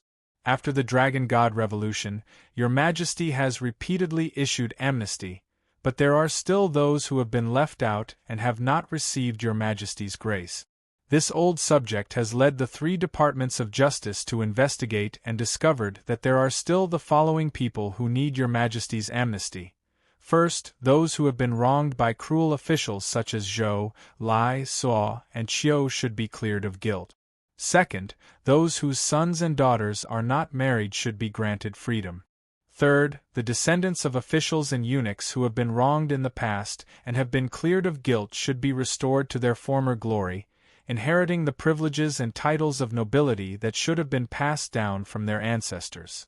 Fourth, the families of the Meng, Empress Wang, and the Xiao, consort Xiao Shu, should be restored to their former surnames. I ask for Your Majesty's gracious approval." Li Xian indifferently glanced at him. In the past, Zhang Jianji's words would not have aroused any special associations in him. However, when a person felt ill will toward another person, he would involuntarily try to fathom the other person's motives. Furthermore, he would not think in a noble direction.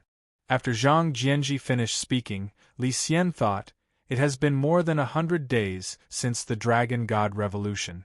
This Prime Minister, who calls himself the Duke of Zhou, has presided over the court. In terms of the national economy, the people's livelihood, foreign affairs, and military affairs, he has not made a single contribution. Every day, the reports that come before the emperor are about who else should be rewarded and who else should be cleared of guilt. Is this something that a prime minister should do?"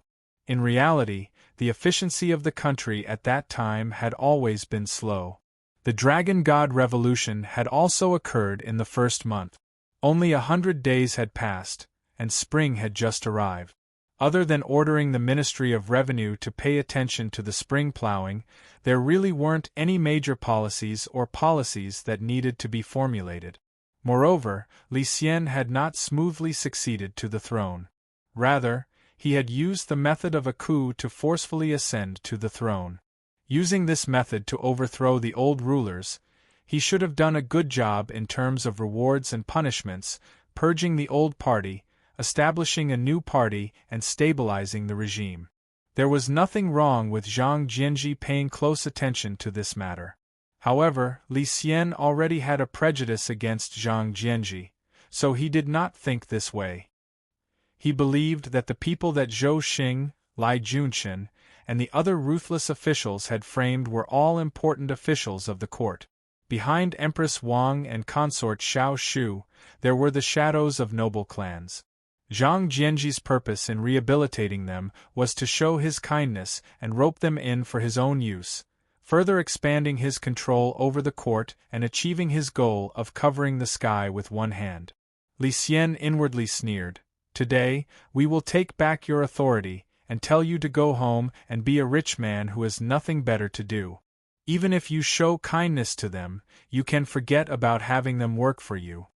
Li Xian calmly responded, My beloved subject's words are correct. Approved.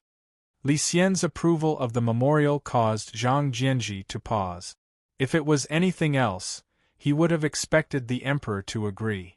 However, demoting the families of Empress Wang and consort Xiao Shu to the surname Mang and consort Xiao Xiong was the decree of Wu Zetian.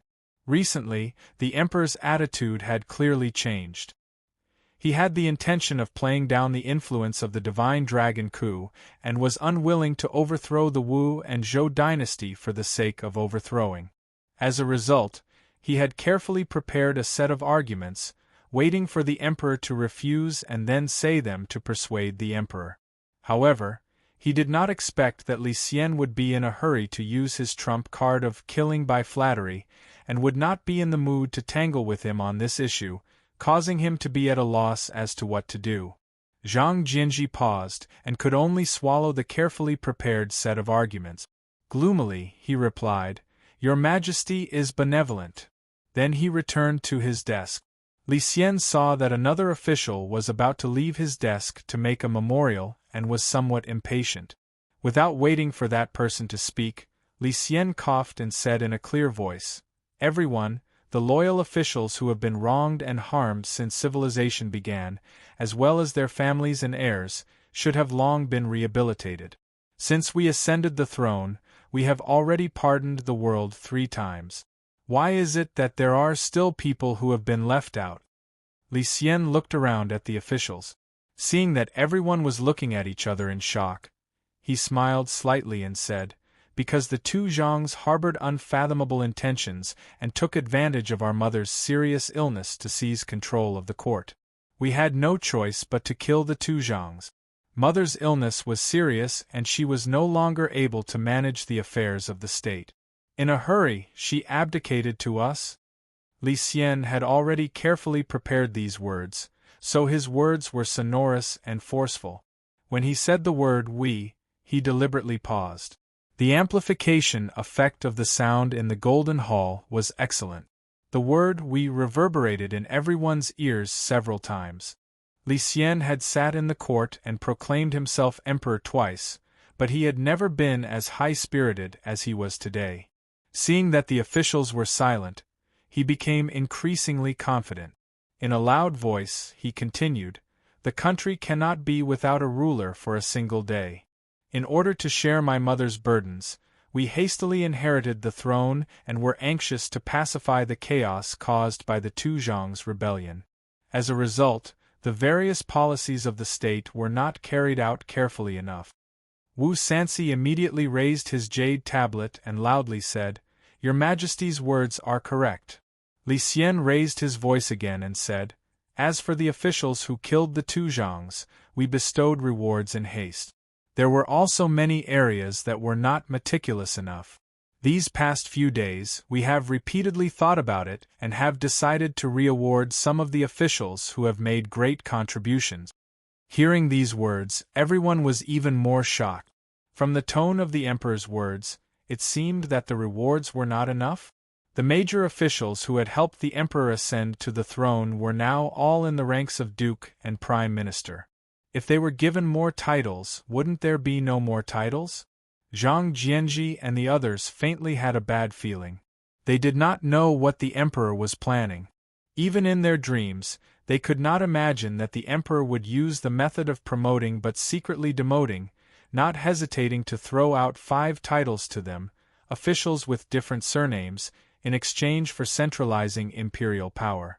However, the emperor had not communicated this matter to them at all. This was enough to raise their vigilance. Speaking to this point, Li Xian's body leaned back in the imperial chair. His hands rested on the dragon-shaped armrest. In a clear voice, he announced, "Shangguan Zhaorong, announced the imperial edict." Hearing these words, there was another uproar in the hall. The emperor had even drafted the imperial edict? To directly announce the edict, he had not gone through the hall of governmental affairs at all. Ever since Li Xian had ascended to the throne, other than half-covertly granting titles to a few members of the imperial family, he had never been so dictatorial. A beautiful and slender figure flashed out from behind the 9-dragon jade screen. As soon as she appeared, she cast a concerned glance at Yang Fan, who was standing among the martial officials. Last night, Wan had also stayed in the palace and drafted the imperial edict all night. Although the imperial edict did not mention Yang Fan had some connections with the faction of meritorious officials. Wan did not know if her Langjun would be implicated and had been worried for a long time. After Yang Fan had expressed his loyalty to Li Xian last night, he had been inseparable from Wu Sanxi. There was also a group of internal guards following them like shadows. He had no chance to see Wan so he had been worried for a long time. Seeing Yang Fan give her a reassuring gaze, Wan finally relaxed. She stood in front of the imperial palace, followed by a palace maid carrying a yellow silk tray. Wan-er's gaze swept over the gathered officials. She extended her hand, took an imperial edict, and slowly unfurled it. This Shangguan Zhaorong was an official in the palace and had an estate outside the palace. She enjoyed the salary of an imperial concubine, but she held the position of minister.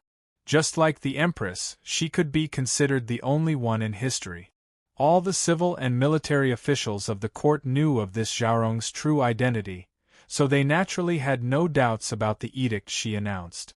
Wan-er's first imperial edict was directed at the Prince of Xiang's estate. The Prince of Xiang himself had already been made the Prince of Xiang of the Kingdom.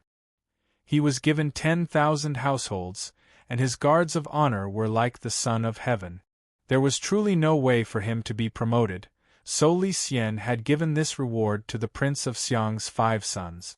Li Chengqi was made the left Zanshan official, given the title of Bright Minister of Silver and Blue official, and given 300 households. Li Chengyi was made the Assistant Minister of Agriculture, given the title of Bright Minister of Silver and Blue official, and given 200 households. Li Longji, Li Longfan, and the other 2 sons were given land, established a government office, established a staff, and officially became the commanders of a county. The Prince of Xiang's eldest and second sons had not been given land because the Prince of Xiang was still alive. As a son, he needed someone to show filial piety to him, so he could not give all 5 sons land. However, now that 3 sons of the Prince of Xiang's estate were given land, they immediately controlled 3 counties. This was truly a substantial benefit. When the imperial edict was announced, the gathered officials were rather baffled. Li Xian had always been on guard against this brother of his, who had also been emperor and crown prince. This matter could not be concealed. Now that he was suddenly bestowing a favor, could it be that the Son of Heaven had changed his personality? After this imperial edict was announced, Shangguan Wan picked up the second imperial edict. Because she was standing above the Pill Emperor, the gathered officials could not see if there was another imperial edict on the tray, so they could only patiently listen. This second imperial edict was a favor bestowed on Princess Taiping. After marrying Xueshao, Princess Taiping had 2 sons and 2 daughters. After marrying Wu Yuji, because she had an affair with Yang Fan, she allowed Wu Yuji to take as many concubines as he wanted. Wu Yuji now had 2 sons and 2 daughters, all under the name of Princess Taiping. As a result, Princess Taiping now had 4 sons. Of the 4 sons, except for one who was young, the other 3 were all conferred 3rd-rank titles. The second son, Xue Chongjian, was conferred the title of Duke of Ying, the Minister of Rights, and the title of Bright Minister of Silver and Blue official. The reason why Li Xian was so generous to Princess Taiping's second son was that Princess Taiping's eldest son was going to inherit Wu Yuji's throne in the future. Conferring him the title of Duke was not a substantial benefit. As for Princess Taiping's daughters, under the imperial edict, they were all conferred the title of County Princess. This title of County Princess was a title that only the daughters of princes could obtain. Originally, the daughters of princesses did not have this privilege. Clearly, the emperor regarded Princess Taiping as an imperial prince. As soon as this imperial edict was announced, The original commotion in the hall immediately turned into an uproar. Titles of nobility, official positions, and fiefs were thrown out as if they were free. The emperor suddenly became a boy of wealth. Was he crazy?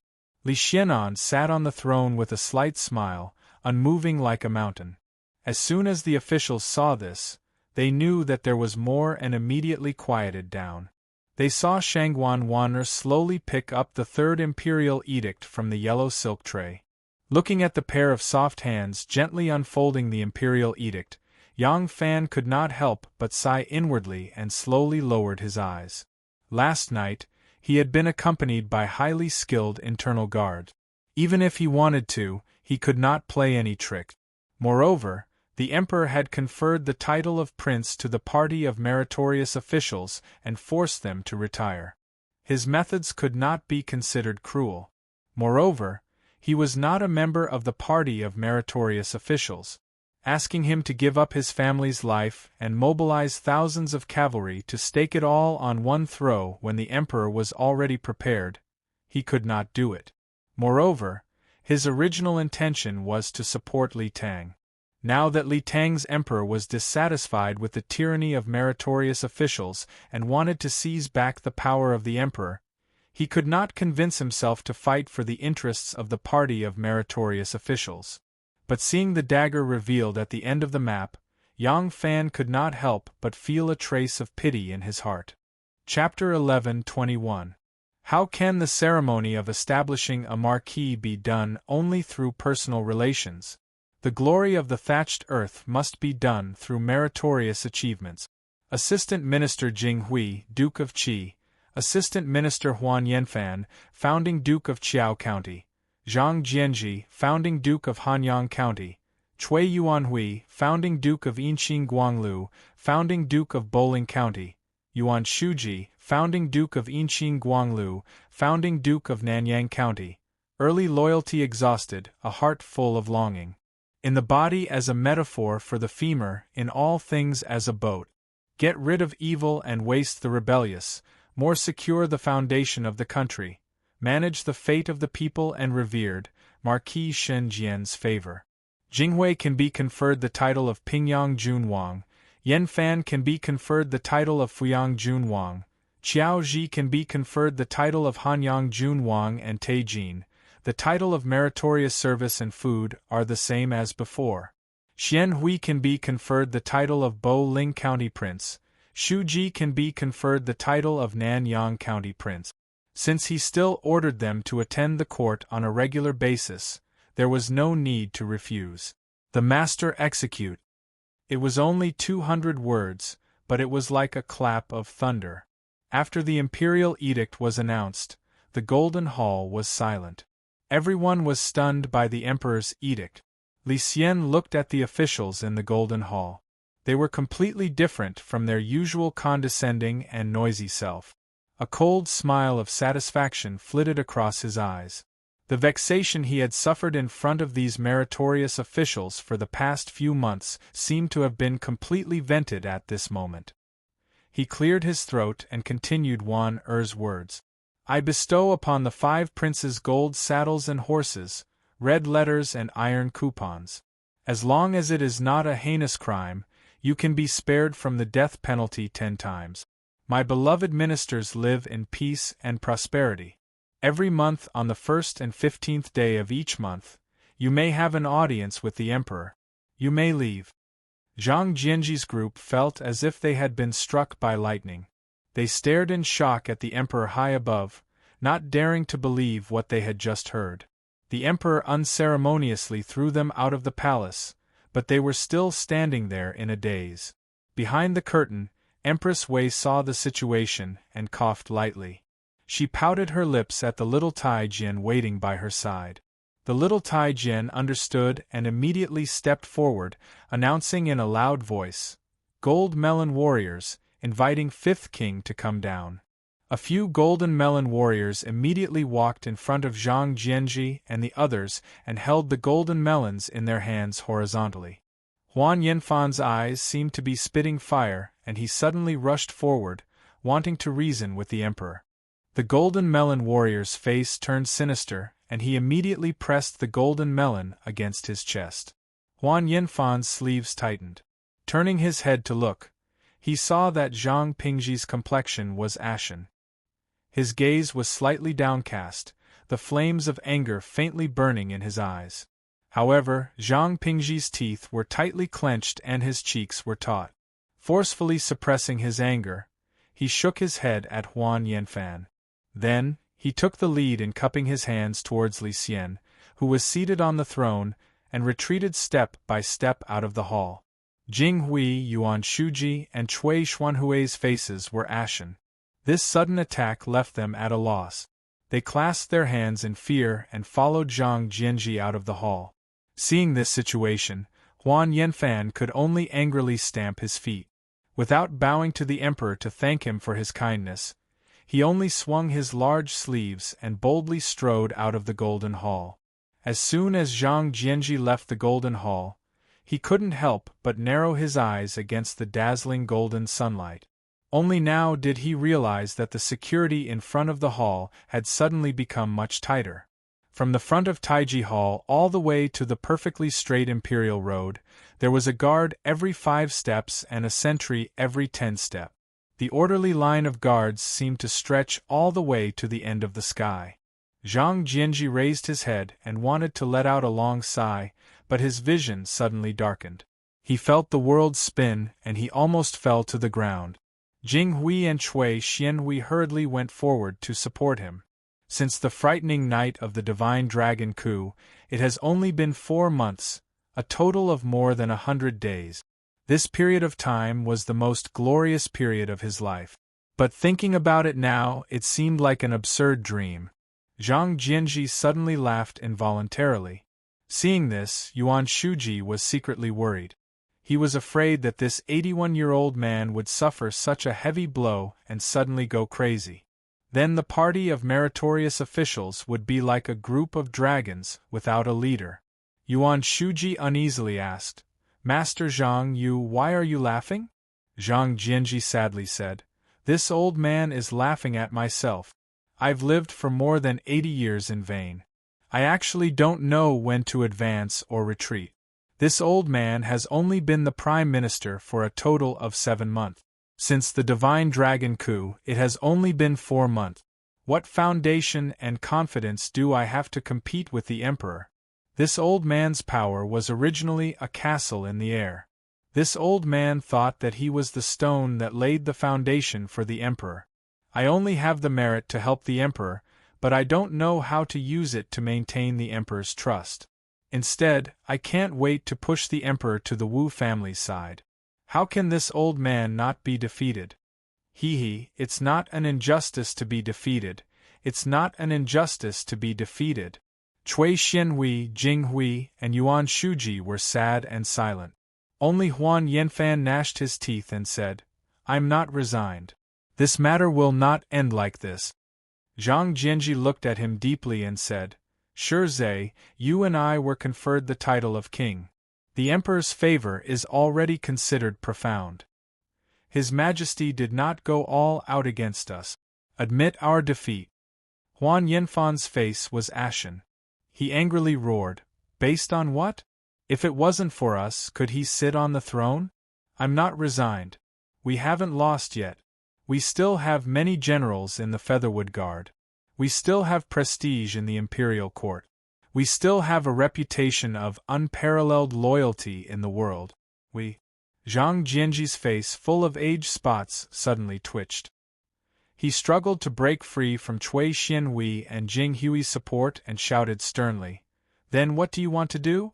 Could it be that because the Emperor doesn't value you, you want to start a rebellion and change the Emperor?" Huan Yanfan was rendered speechless by Zhang Jianji's questioning. At this time, Wu Yizong led a group of Imperial Guards of Wu Jin in from outside the Taiji Gate. Huan Yanfan looked over and couldn't help but reveal an expression of shock. He saw Li Zhan, Xue Sixing, Yang Yuanyan, and the others dejectedly following behind Wu Yizong. Wu Yizong walked in front of them and clasped his hands. He said in a strange tone, "5 husbands? This prince said it wrong. It should be the 5 princes. Haha, why are the 5 princes in the mood to stand in front of the Taiji Palace and bask in the sun? Huan Yanfan ignored him and anxiously asked Yang Yuanyan and the others. You guys, what's going on? Li Zhan said, as if he had lost his parents. His Majesty has decreed that we are to be relieved of our military posts and given other orders. When Huan Yanfan heard this, it was as if he had been punched in the face by an invisible giant. He staggered back a few steps, his face ashen. Wu Yizong laughed strangely and said to Li Zhan and the others, Everyone, let's go quickly. Don't let His Majesty wait for too long. Li Zhan and the others silently cupped their fists at Zhang Jianji and the others. With a long sigh, they followed Wu Yizong into the Golden Palace. At this time, they saw Cui Shi hurriedly walk out of the Golden Palace and pass by Wu Yizong's shoulder to run toward them. Behind him were a dozen or so vigorous internal guards. Could it be that His Majesty has changed his mind? Zhang Jianji's old eyes suddenly lit up. Cui Shi walked in front of Zhang Jianji and cupped his hands. 5 princes. This lowly official will accompany the 5 princes to the Political Affairs Hall to hand over the Prime Minister's seal and records to King Liang. The light in Zhang Jianji's eyes quickly dimmed. Cui Xianhui, on the other hand, said in bewilderment, Cui Shi? Aren't you the Minister-Counselor of the Ministry of Appointments? What right does a mere Minister-Counselor like you have to oversee the handover of the Prime Minister? Cui Shi bowed toward him with a face full of smiles. Prince, you may not know this, but thanks to His Majesty's favor, this lowly official has just been appointed by His Majesty to be both the Hall of Secretariat and the Assistant Minister of the Ministry of War. Jing Hui was suddenly enlightened. With an angry roar, he pounced forward. His 5 fingers spread out and fiercely grabbed at Cui Shi's throat. In a hoarse voice he roared, Scoundrel, so it was you. So it was you who sold us out. An arm suddenly appeared in front of Jing Hui and forcibly blocked him. Although it was only an arm, it seemed to be cast from iron. It stood firmly in place, and the furious Jing Hui was unable to move it in the slightest. This was a warrior in his 40s with a cold expression. With a disdainful shake of his arm, Jing Hui was thrown backward. Huan Yanfan and Yuan Shuji hurriedly supported Jing Hui and glared at Cui Shi. Cui Shi took a step back and dusted off his clothes. Prince, please conduct yourself with dignity. Jing Hui was so angry that his entire body was shaking. He pointed at him and said in a trembling voice, You scoundrel! Cui Shi rolled his eyes in disdain. I don't listen to you, my dear husband, but to the current emperor. Do you think I am loyal or treacherous? Humph. His Majesty did not punish an arrogant and conceited person like you who doesn't distinguish between superiors and subordinate. Instead, he conferred you the title of Prince of Glory. The heavens are truly gracious, yet you still don't know how to be grateful. This is the ambition of a wolf. Cui Shi's face was dark. The handover is complete. This lowly official still has other matters to attend to. 5 princes, please leave. Huan Yanfan still didn't know that Jing Hui had sent Cui Shi to King Liang as a spy. He asked Jing Hui in confusion, Zhong Yi, why are you like this? Tears streamed down Jing Hui's old face. He raised his head to the sky and sobbed bitterly. I was blind. I was the one who harmed you all. Although Zhang Jianji was old, he was not muddle-headed. He had already somewhat understood what was going on, but he couldn't be bothered to pay attention to the details. Zhang Jianji let out a long sigh and said to Jing Hui and Huan Yanfan, Let's go. Let's not talk about this anymore. Cui Shi was proud of himself, but the 5 princes' footsteps were heavy. Zhang Shuji and the others were depressed, as if they had aged 10 years in an instant. Only Huang Yanfan was still unwilling to retire from politics and end his political career, which was full of vigor and vigor. As they walked, Huan Yanfan suddenly thought of a certain person.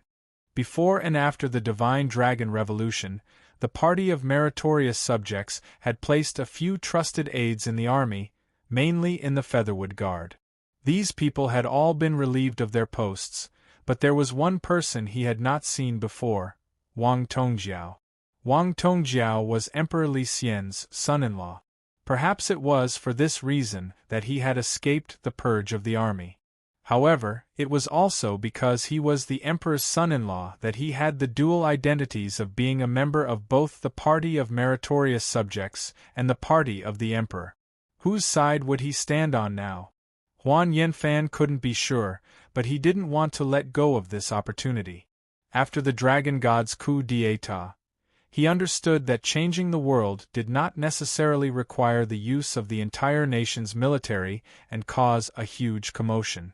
Sometimes, in the heart of the central region, only a small armed force of 100 or so people was needed to change the fate of the country without suffering any serious injuries. A glimmer of hope suddenly rose in Huan Yanfan's heart. No matter what, he had to try. The rewards in the Golden Hall had not finished yet. Wan Er picked up the fourth imperial edict. This time, it was to reward the Empress family. Under the resolute opposition of Zhang Jianji and the others, after Li Xian ascended to the throne, he only bestowed the title of prince to his deceased father-in-law. Now that Zhang Jianji and the others had been kicked aside, Li Xian immediately bestowed the title of Junwang upon his 4 brother-in-law, who had been exiled to Lingnan by the local barbarian tribal chieftains. He also bestowed upon Empress Wei's eldest brother-in-law, Lu Song, the title of Chancellor of the Kingdom, and his second brother-in-law, Feng Taihe, the title of Taichong Shaoqing. Empress Wei's cousin, Wei Wen, was bestowed the title of Minister of Rights and the additional title of Duke of Lu. His cousin, Wei Su, was bestowed the title of General of the Left Yulin and the additional title of Duke of Chao. The meritorious party fell, but the power gap they left behind was quickly taken up by the Queen's party. The art of a monarch could be summed up in 4 words: art of balance. Now, Li Xian possessed the King of Liang's party and cultivated the Queen's party. On this day, a new political structure was formally formed. The King of Liang's party and the Queen's party were one faction, while the King of Xiang's party and the Taiping's party were the other. The 2 factions kept each other in check. To Li Xian, he had achieved his goal. But would the meritorious party be willing to decline like this? Would the King of Xiang's party and the Taiping's party be willing to allow the Queen's party to rise? Dragons were gods who moved clouds and summoned rain. The storms of the first year of the divine dragon were foreordained to continue. Chapter 11:22. Yang Fan stayed in the imperial palace for 3 days before he was allowed to return home. In reality, Li Xian had no need to be so nervous. He was the emperor. It was the emperor's right to use whoever he wanted and whoever he didn't. Moreover, he hadn't used any drastic methods to seize back his power. Instead, he had generously bestowed upon the 5 meritorious ministers the title of prince. Under these circumstances, it was impossible for Zhang Jianji and the others to retaliate against the emperor. Even if Li Xian hadn't purged Li Zhan and the others from the Featherwood Guard, those people wouldn't brazenly start a rebellion just because the emperor had bestowed upon the 5 meritorious ministers the title of prince and deprived them of their political power. Anyone with a brain wouldn't do such a thing. If they did, they would become traitors and truly lose all standing and reputation. Moreover, no one would pledge allegiance to them or respond to them. Even the most radical of them, Huan Yanfan, only dared to say a few excessive words of complaint in his anger. However, Li Xian had just gone through the divine dragon coup and was inevitably a bit frightened, which was why he was so serious. In the past 3 days, he had already carried out an extremely thorough overhaul of the Central Confidential Department controlled by the Meritorious Subjects Party. He had also stationed a strong unit of the 1,000 Ox Guards and the Left Guard in Yeting Palace. Only then did he remove the highest state of alert.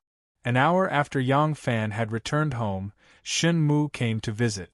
He had just spent some time with his wife, concubines, and children when Shin Mu came to visit. Yang Fan invited Shin Mu into his small study and recounted to him what had happened in the court over the past 2 days. Although Shin Mu already understood the results of these matters, there were many details that Yang Fan couldn't possibly understand, so he listened with great interest. After Yang Fan finished speaking, Shin Mu laughed. Haha, the Emperor's intentions are actually very clear. He doesn't want the meritorious minister's faction to order him around. He's had enough of being a puppet. However, the methods he used were very clever. He didn't execute the meritorious ministers or demote them, but bestowed upon them the title of prince. If Zhang Jianji and the others didn't crave power and position, this reward would have been the result they had sought. That would have been a happy ending for both the ruler and his subject. Think about it, risking their heads to help the crown prince ascend to the throne. In exchange, they wouldn't have just a lifetime of glory and splendor, but generations to come. As long as the Tang dynasty was not destroyed, their descendants would always be under the protection of the country. Was such a reward not considered grand? The common people of the world will only think that the emperor knows how to repay kindness, and will reward meritorious service. They will not be able to find the slightest bit of fault. If the party of meritorious officials still wants to stir up trouble, the hearts of the people of the world will not stand on their side. Yang Fan said, "The hearts of the people in the world are all empty.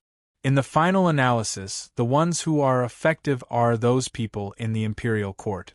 The emperor enfeoffed the Prince of Xiang with 5 sons, and also enfeoffed the children of Princess Taiping. Relying on this enormous favor, the Prince of Xiang's party and the Taiping party were able to hold back their troops at this critical juncture. Moreover, the emperor used this peaceful method to strip Zhang Jianji and the others of their military authority and preserve their glory, splendor, wealth, and rank. He also did not provoke the Prince of Xiang and Princess Taiping, forcing them to react violently. This was the crux to how the emperor was able to smoothly dismiss the 5 great ministers. Shin Mu sighed and said, "That's right. However, King Liang does not have this kind of scheming mind. He has an expert helping him." Yang Fan said, "This expert should be Cui Shi. Based on what I know, he has already thrown himself under King Liang's banner. I would not be surprised if he was the one who came up with this plan." Shin Mu muttered to himself for a moment, then slowly said, "Perhaps it was him, or perhaps it was Jing Xian." Yang Fan's eyebrows rose. "Jing Xian? Who is this person?" Shin Mu waved his hand. "It doesn't matter who it was. They can only offer their suggestions, and in the end, King Liang will have to adopt and carry them out. Otherwise, their dragon-slaying skills will be completely useless. The Wu clan is now even more powerful than when it was Empress Zetian, and the Prince of Xiang's faction is rapidly rising. In my opinion, the world will become even more chaotic." Yang Fan's eyes narrowed. "You are saying?" Shin Mu said, "The Prince of Xiang and Taiping will not sit by and watch as they rise, nor will they allow the Prince of Xiang and Taiping to stand in their way. Just wait and see. There will definitely be even more storms in the imperial court." Yang Fan frowned. "Of course we are standing on Li Tang's side." Shin Mu smiled. "Only when Empress Zetian was there a division between Li Tang and Wu Zhou. Now, who isn't Li Tang? Whether it's the Prince of Xiang's faction, the Prince of Xiang's faction, or the Prince of Xiang's faction, who isn't a subject of Li Tang? The one who rules the world is the Emperor surnamed Li." Yang Fan's thoughts had been exposed, and he somewhat embarrassedly laughed. "Don't worry. Public affairs are public affairs, and private affairs are private affairs. I will not drag my brothers along with me just because of my relationship with Taiping. However, if a conflict arises between the Prince of Xiang's faction and the Prince of Liang's faction and the Prince of Xiang's faction, we will definitely stand on the side of Prince of Xiang and Taiping. Is that correct?" Shin Mu replied, "Correct. Behind us are the noble clans, and even though the noble clans and the imperial household have been fighting for so many years, the relationship between us is getting more and more complicated. Putting aside everything else, the Emperor and the Prince of Xiang both have children who are connected by marriage to the noble clans. This has doomed the relationship between us to be deeply entangled. But the Wu clan is different. Shen Mu slowly said. In the past, although Emperors Taizong and Gaozong intentionally suppressed the noble clans to elevate their imperial authority, their methods were still gentle. The Wu and Zhou were very different, so the noble clans and Wu Zhou had an inextricable hatred. Cui Shi's decision to throw himself under Wu Sanxi's tutelage was truly somewhat blinded by greed. Yang Fan warily asked, "You're saying that this is very likely Cui Shi's personal idea, and not old grandfather Cui's?" Shen Mu replied, "It's very possible. Thus, I will have someone leak some news to old grandfather Cui. If this is not old grandfather Cui's idea, perhaps we can force Cui Shi to leave Wu Sanxi. At the very least, we won't have him follow Wu Sanxi so wholeheartedly." Yang Fan slowly released a breath of turbid air. Whether or not Cui Shi leaves Wu Sanxi is no longer important to King Liang's faction. King Liang's faction alone is enough to stir up a storm in the court, let alone the fact that they have colluded with the Empress. Shen Mu's eyes darted around. Ever since Empress Zetian became the Empress Dowager, she has set her sights on the throne. From then on, the Wu clan became one of the most important forces in the court. After so many years, they have grown so deeply rooted that no one can easily topple them. Now, even Empress Zetian has fallen, but the Wu clan still stands tall in the court, and the military power they hold is still impenetrable. To tell the truth, the meritorious faction is a bit too arrogant. They think that they have fallen for King Liang's scheme, but they don't know that the one who wants to throw them off the throne the most is actually the Emperor. If the Emperor throws them off the throne and allows them to freely decide how to deal with the Wu clan, they won't be able to deal with the Wu clan. If that happens, their fate will be even more miserable than it is now. Perhaps the rise of the future faction is a good thing? Yang Fan asked, "What do you mean by that?" Shen Mu replied, "Once the Empress rises, they will definitely meddle in the military. They are allies of King Liang's faction, so they won't be so wary of them. Perhaps the matter of weakening and dividing the military power of King Liang's faction will fall on them." Yang Fan said, "The Empress and King Liang's faction are colluding with each other.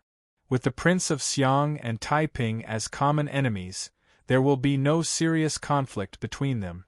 Even if the Wu clan gives a portion of their military power to the Empress, what benefit will it bring us?"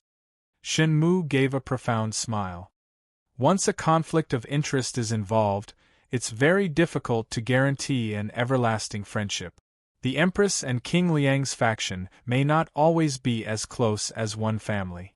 They and Prince Xiang and Taiping may not always be so clearly separated.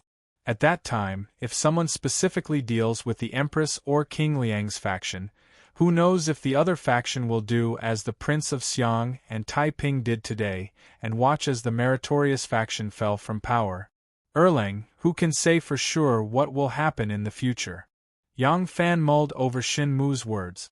The more he thought about them, the more profound they seemed to be, and he couldn't help but fall into a daze. Shen Mu slowly stood up and gave Yang Fan a meaningful glance. "It's time for me to go. Today, I came to visit you and understand some unknown situations. Secondly, I have something to tell you." Yang Fan came back to his senses and hurriedly said, "Oh? Ki." Shen Mu said, "The people of your Xian prefecture had some disagreements with my subordinates in the Zhuo prefecture region. In order to ensure that it wasn't my people who started this on purpose, I already did some research. After confirming that it wasn't our fault, I came to find you. I hope that you can ask about it." Yang Fan frowned and asked in astonishment, "You're talking about Zhuo prefecture? I already said that since your hidden sect has already made arrangements in the west and north, I will definitely not interfere. How did my people end up in Zhuo prefecture?" Shin Mu had been staring intently at Yang Fan's gaze.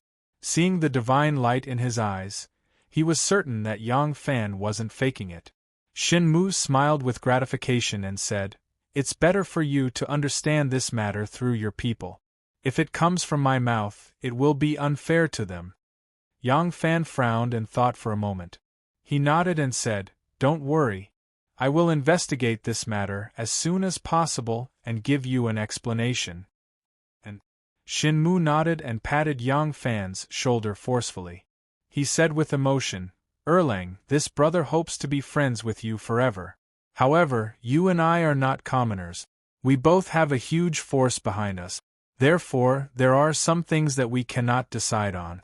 I hope that the Xian Prefecture and the hidden sect can follow our plan and maintain a close relationship that relies on each other instead of being enemies. However, in order to achieve this, the precondition is not to harm the other party's benefits. It is best if it can be mutually beneficial." Shin Mu left.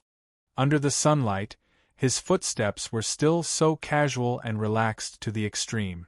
However, Yang Fan's heart was slightly heavy because of the words he said before he left. Shin Mu sat in the carriage and rolled up the curtains. He smiled and waved at Yang Fan before leaving. Yang Fan had a gloomy expression as he called Ren Wei over and instructed with a heavy expression, "Immediately send someone to investigate what happened between our people and the Xian sect in Zhuo Prefecture. Remember, I don't want any of that nonsense. I only want the truth. Don't hide anything." "Yes." Chapter 11:23.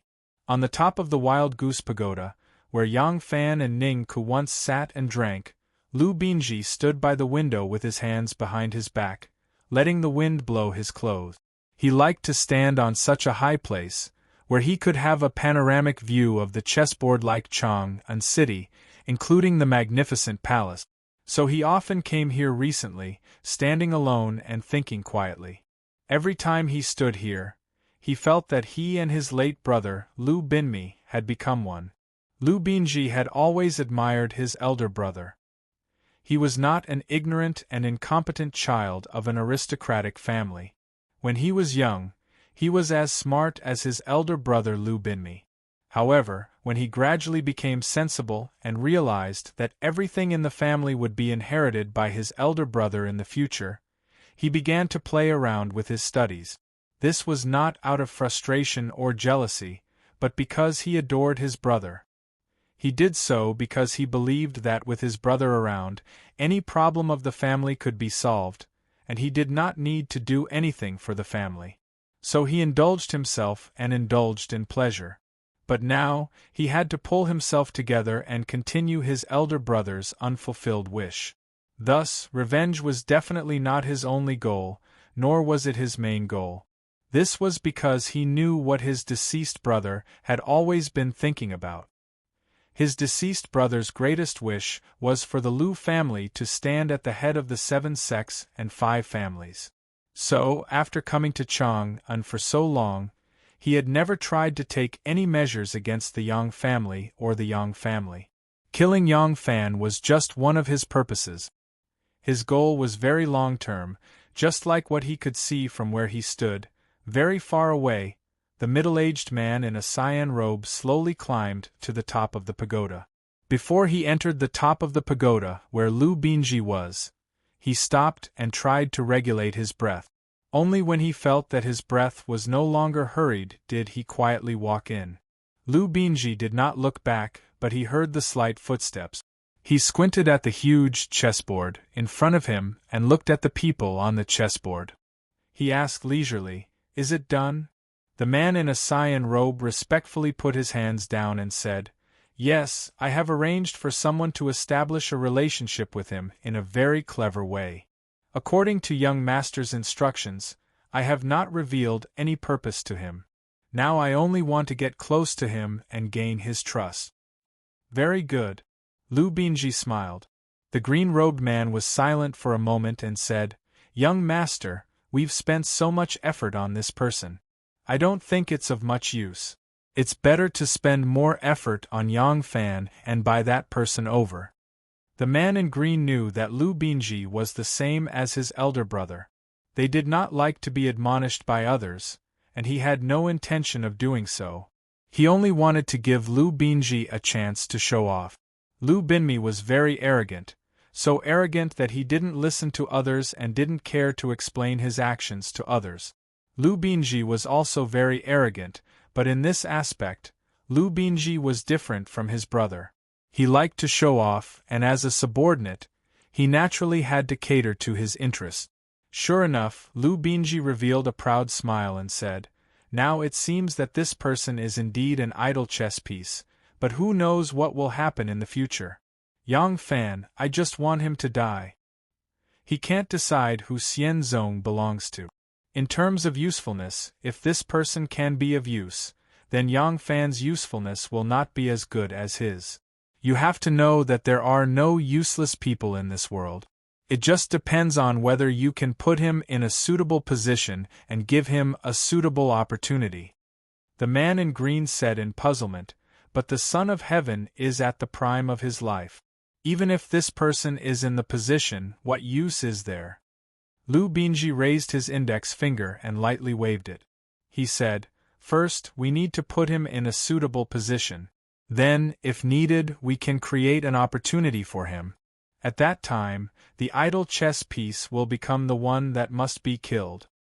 The man in green lowered his head and said, "Yes, I understand. Then we are getting close to Wu Sansi for this goal, right? Only half of the reason is because of this." Lu Binji thought for a moment and then said, "I will not put all my eggs in the same basket. Wu Sansi looks like a sturdy basket, but in the end, he is still a basket." On the 5th day after the court conference, it was time for the emperor to lead the civil and military officials and imperial relatives to visit Emperor Zetian every 10 days. Li Xian led the imperial relatives, noble officials, and officials of third rank and above to the Shangyang Palace where Wu Zetian lived. Ever since Wu Zetian had been driven off the throne, even though her treatment had not been reduced, the mental blow had caused serious harm to her. Her hair had fallen even thinner, and her face was so haggard that people could not bear to look at it. But each time the emperor led the civil and military officials to see her, no matter if she was uncomfortable or not, she would struggle.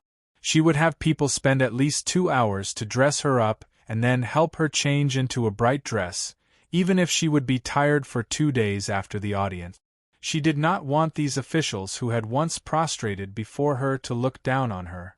She did not want them to pity her, look down on her, or laugh at her. Right now, the only thing she had left was her dignity. The only thing she could use to protect it was also the only thing she had left. When the eunuch loudly announced the audience of the emperor and the officials, Wu Zetian was already sitting upright on the couch.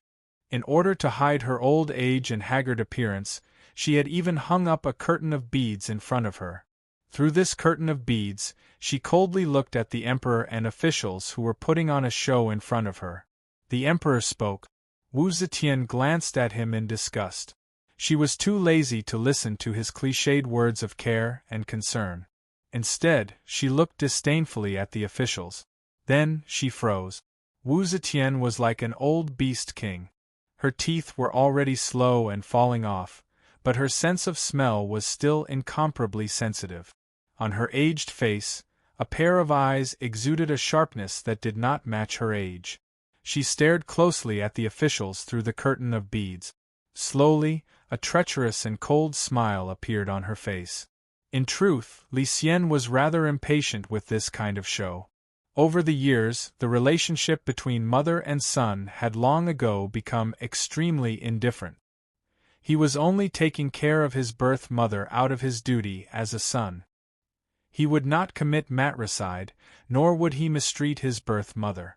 However, it was truly impossible for him to display his love and respect for his mother. But he still had to display the appearance of a filial son, because he was the emperor, a role model for the people of the world. This show had to be performed not only for the officials, but for the people of the world. Li Xian had a warm smile on his face as he patiently inquired about his mother's diet, rest, and other aspects of her life. Wu Zetian would always respond with muffled grunt. From start to finish, she did not say a single word to him.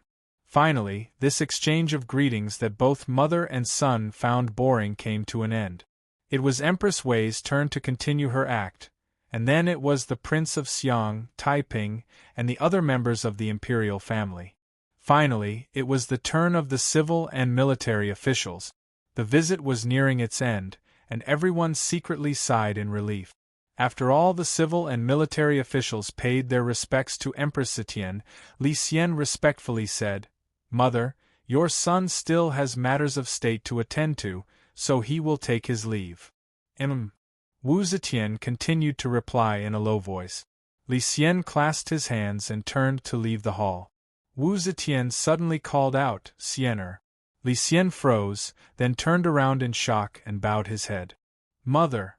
Wu Zetian fell silent for a few moments, then said in a hoarse and powerless voice, "Xianer, have Lingue stay and talk with mother." Li Xian gave Princess Taiping a strange look, then exchanged a glance with Empress Wei and Wu Shi. Only then did he reluctantly say, "Yes, then. Taiping, stay and talk with mother." Princess Taiping was also very surprised, but she quickly calmed down and nodded to Li Xian. Everyone retreated outside like the tide, leaving only Princess Taiping standing in the hall. "Mother!" Princess Taiping bowed to Wu Zetian. Wu Zetian said, "Come, Lingue, let us mother and son take a walk in the garden." Princess Taiping hurriedly lifted the hanging curtain. After Wu Zetian was dressed up, her facial features became hazy behind the curtain.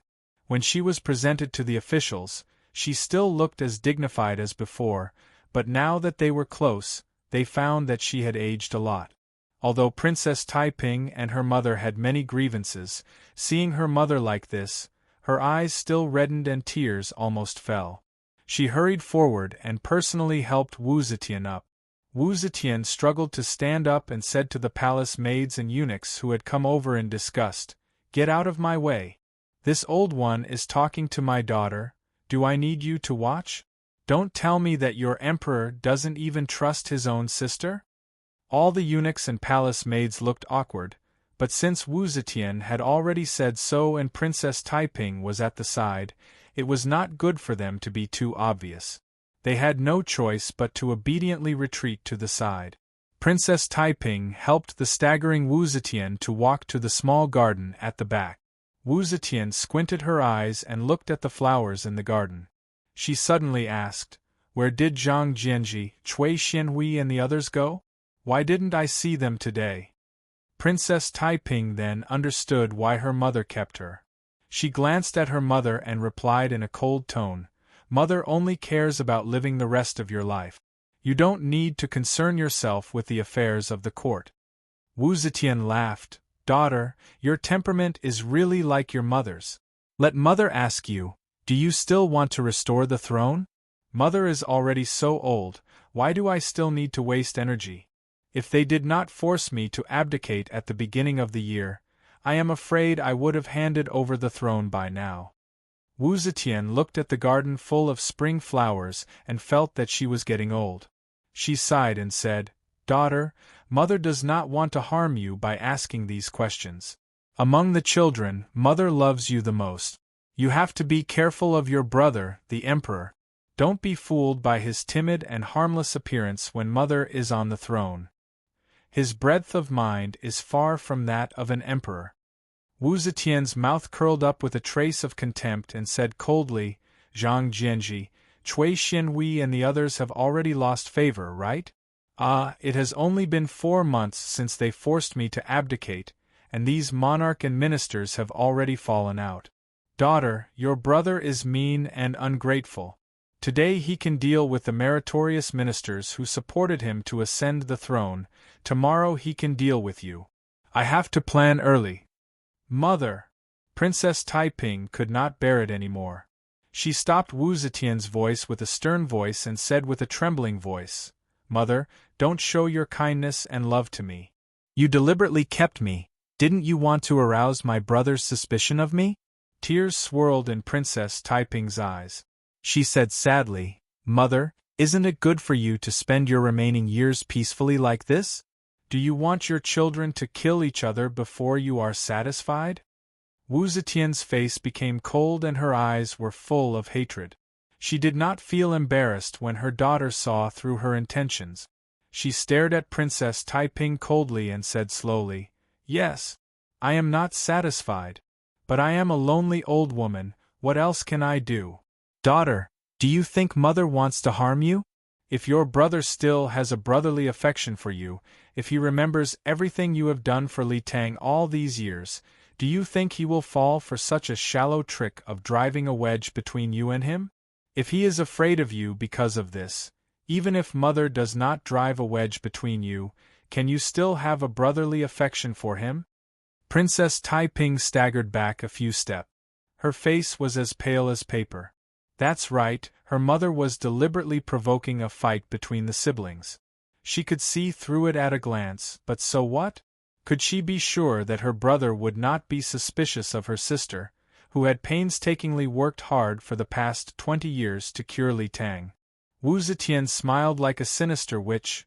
"Daughter, Mother dares to bet that when you leave Shangyang Palace, your good brother must be waiting for you outside. You might as well tell him the conversation between us mother and daughter. Do you think he will believe you? This son, Mother, has long seen through him." "Ha ha ha!" Wu Zetian raised her pale as snow head and laughed wildly. When Princess Taiping walked out of Shangyang Palace with heavy footsteps, she saw Li Xian very attentively greeting her. He could not wait to ask, "Little sister, what did Mother say to you? Quickly tell brother. If Mother needs anything, brother can send someone to deliver it." Princess Taiping looked at her brother, who was trying hard to hide his strange gaze and unnatural expression. A chill hit her heart. Chapter 11:24. Southwest of Chang'an was the Kunming Pool. The name had the word pool in it, and it seemed very small, but in reality, it was the size of 4 West Lakes. It had been excavated and expanded on the foundations of the ancient spirit pool in order to train the navy of the Kunming Kingdom. After hundreds of years, it had become a magnificent sight in Chang'an. The blue waves rippled, and the sky and water blended into one. On the largest island in the Kunming Pool, thousands of lanterns filled the sky like stars, making the entire island look like a paradise on earth. Wu Sanxi had held a grand banquet here.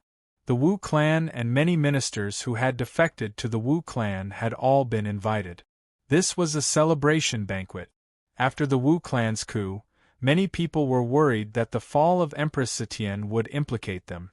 Now that they were finally at ease, Wu Sanxi needed a gathering like this to rally the people and boost their morale. Deep into the night, the clamor on the island finally quieted down.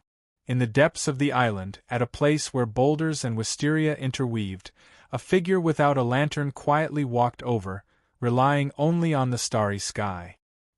He walked and stopped at the boulder, looked around, and called out in a low voice, "Princess, princess?" Slap! His shoulder suddenly suffered a palm strike, causing him to jump in fright. He hurriedly turned his head and saw the wonderful figure holding a small lantern, standing there with a smile on her face. Her entire body was bathed in a hazy halo of light, and she wore a colorful dress, making her look like an immortal concubine. This immortal imperial concubine was Enlu, and the man who had sneaked over was Cui Shi.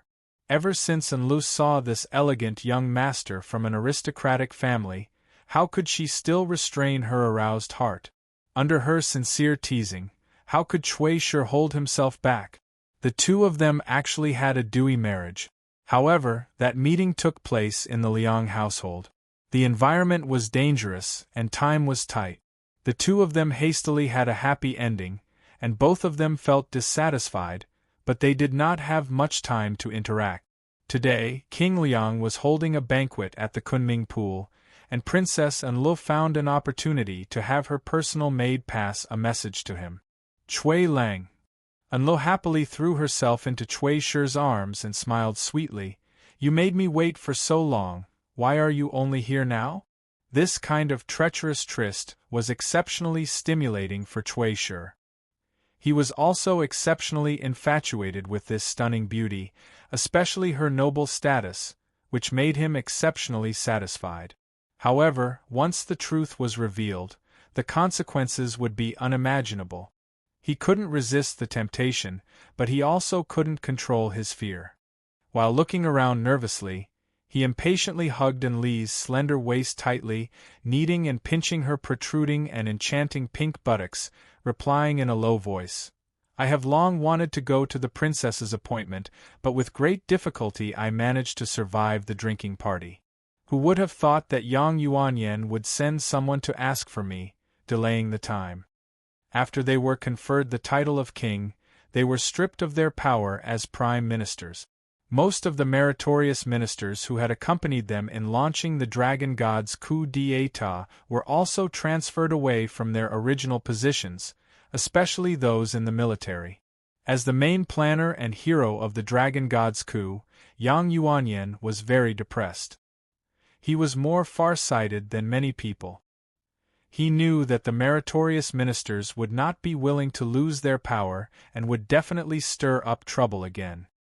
He also knew that Wu Sanxi would not give up just like that. He would definitely find another opportunity until the meritorious minister's party was completely destroyed. The Son of Heaven was the incarnation of a dragon. The Son of Heaven's temperament was also as capricious as a dragon. Overturning the clouds and overturning the rain would only take a single thought from him. The Son of Heaven had no control over whether he would fall out of favor or not. Thus, he had to eliminate his political enemies and not give them a chance to stage a comeback. Just like what Zhang Jianji thought when he suddenly woke up in front of the Primal Chaos Palace, their power was basically a castle in the air. This was very different from the Wu clan's solid foundation. Thus, Yang Yuanyan determined that the meritorious minister's party was like a short-lived comet. Since their glory days were over, they would not return. Now, the only thing Yang Yuanyan could do was to protect himself. Thus, he submitted a resignation letter, saying that he had already seen through the world of mortals and wanted to become a monk. Now that the 5 meritorious ministers were conferred the title of king, there was no lack of knowledgeable commoners discussing this. If Yang Yuanyan were to shave his hair and become a monk, wouldn't that confirm their suspicions? Thus, Li Xian immediately rejected Yang Yuanyan's resignation letter and sent someone to express his condolences and urge him to stay. The emperor did not allow him to resign. Yang Yuanyan was at his wits' end. He wanted to return, but he could not. What could he do? After thinking it over, he finally thought of Wu Sanxi. Right now, only His Imperial Highness, Prince Liang, who was greatly favored by the emperor, could he successfully become a monk. However, he and Wu Sanxi were political enemies. If he showed weakness in front of Wu Sanxi, his reputation would be ruined. Moreover, what if Wu Sanxi did not want him to resign and instead wanted him to work for himself? Could he rely on his political enemy for the sake of his family's life and commit an act that would go down in history? It was under this dilemma that he thought of Cui Shi.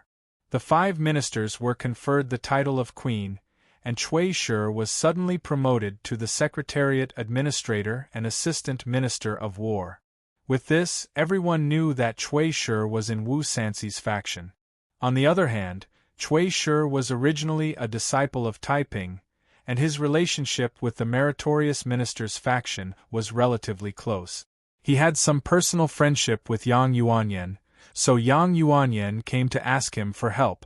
Taking advantage of today's grand banquet, Yang Yuanyan first asked a colleague who had some personal friendship with him. This colleague belonged to Prince Liang's faction, but he did not have the right to speak directly with Prince Liang. He asked this colleague to tell Cui Shi his feelings, hoping that Cui Shi would remember their old friendship and speak on his behalf. Cui Shi had delayed their rendezvous because of this.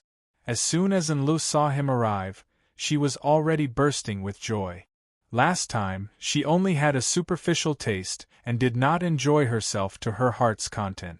Now that this handsome man was right in front of her, she wanted nothing more than to have a good time with him. How could she have the leisure to listen to his complaints? Enlu tugged on his sleeve and said with a mixture of shyness and joy, "Chui Lang, come quickly." Chui Shi nervously said, "Princess, no one will come here, right? Has Prince Consort not sensed that Princess has left?"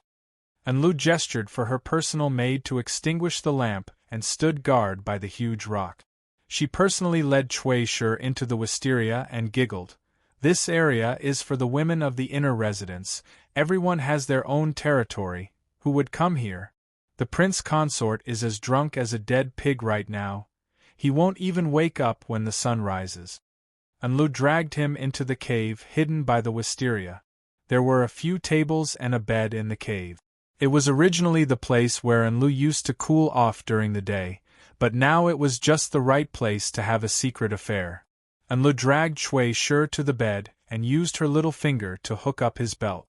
She coquettishly said, "The night of spring is too short, Chui Lang, why don't you get on the horse?" Chui Shi's mind was instantly intoxicated. Once his lust was aroused, his fear and nervousness were all thrown out of the 9 heavens. He kissed Enli's snow-white and fragrant neck and hurriedly undressed himself. A moment later, a wave of decadent sounds rang out in the cave, mixed with Princess Enli's continuous voice. "Good man, it's so comfortable. I want Father Emperor to bestow the Kunming Pool to me, to use this paradise as a place to have a rendezvous with you." In the second section of An-E Lane, there was a house with 3 courtyards. In this area adjacent to the palace and the Eastern Market, where land was expensive, the price of such a house was not low. But this house was usually empty, only guarded by a few old servants. The people nearby did not know who this house belonged to. However, the people who lived in this area were either rich or noble families. Although they did not know their identities, the neighbors knew that this family was certainly not an ordinary person. The rich and powerful lived in the big courtyards. The neighbors valued personal privacy very much, so no one asked about it. This house was actually Princess Taiping's property, specially used for rendezvous with her lover. The two of them had their own official duties and families, so normally they would only rendezvous here once every 10 days. Tonight was the date of their rendezvous. Although Princess Taiping and Yang Fan were not husband and wife, they had been a real husband and wife for a long time. They understood each other's preferences and needs the best. This round of love was lingering, like water and milk, and it was hearty. At the beginning of the sexual intercourse, Princess Taiping's eyes were soft and her face was flushed. She was lazy and unwilling to get up to take a bath, so she turned around in her favorite position, pressing her 2 unusually plump and soft jade-like thighs against her lover's body, enjoying his tenderness. Yang Fan wrapped his arms around Princess Taiping's body, kissed her smooth and round shoulder, and said softly beside her ear, "Ling Yue, do you have something on your mind?" Princess Taiping's back stiffened, and she hurriedly said, "Nonsense, what's on my mind?" Yang Fan tightened his arms around her extremely round and soft waist, which still didn't have a trace of excess fat, and said softly, "You're the person who's sleeping beside me. Do you think I can't tell if you have something on your mind? Tonight you are so crazy, as if you want to vent all your worries, which is not like the usual you." Princess Taiping suddenly turned around and buried her burning cheeks in Yang Fan's embrace and said softly, "That is because I have not been intimate with you for a long time. Don't you like it?" Yang Fan said, "I like it, but—" He gently lifted Taiping's chin, looked at her directly, and said seriously, "Tell me, what happened?" Taiping lowered her eyes and evaded, said, "Really nothing." Before she finished her sentence, she suddenly broke down, and tears gushed out like a spring. She hugged Yang Fan tightly and cried, "Lang Jun, why do you say? Why is my mother not like my mother, and my brother not like my brother? Could it be that being born in the royal family, there is really no kinship to speak of?"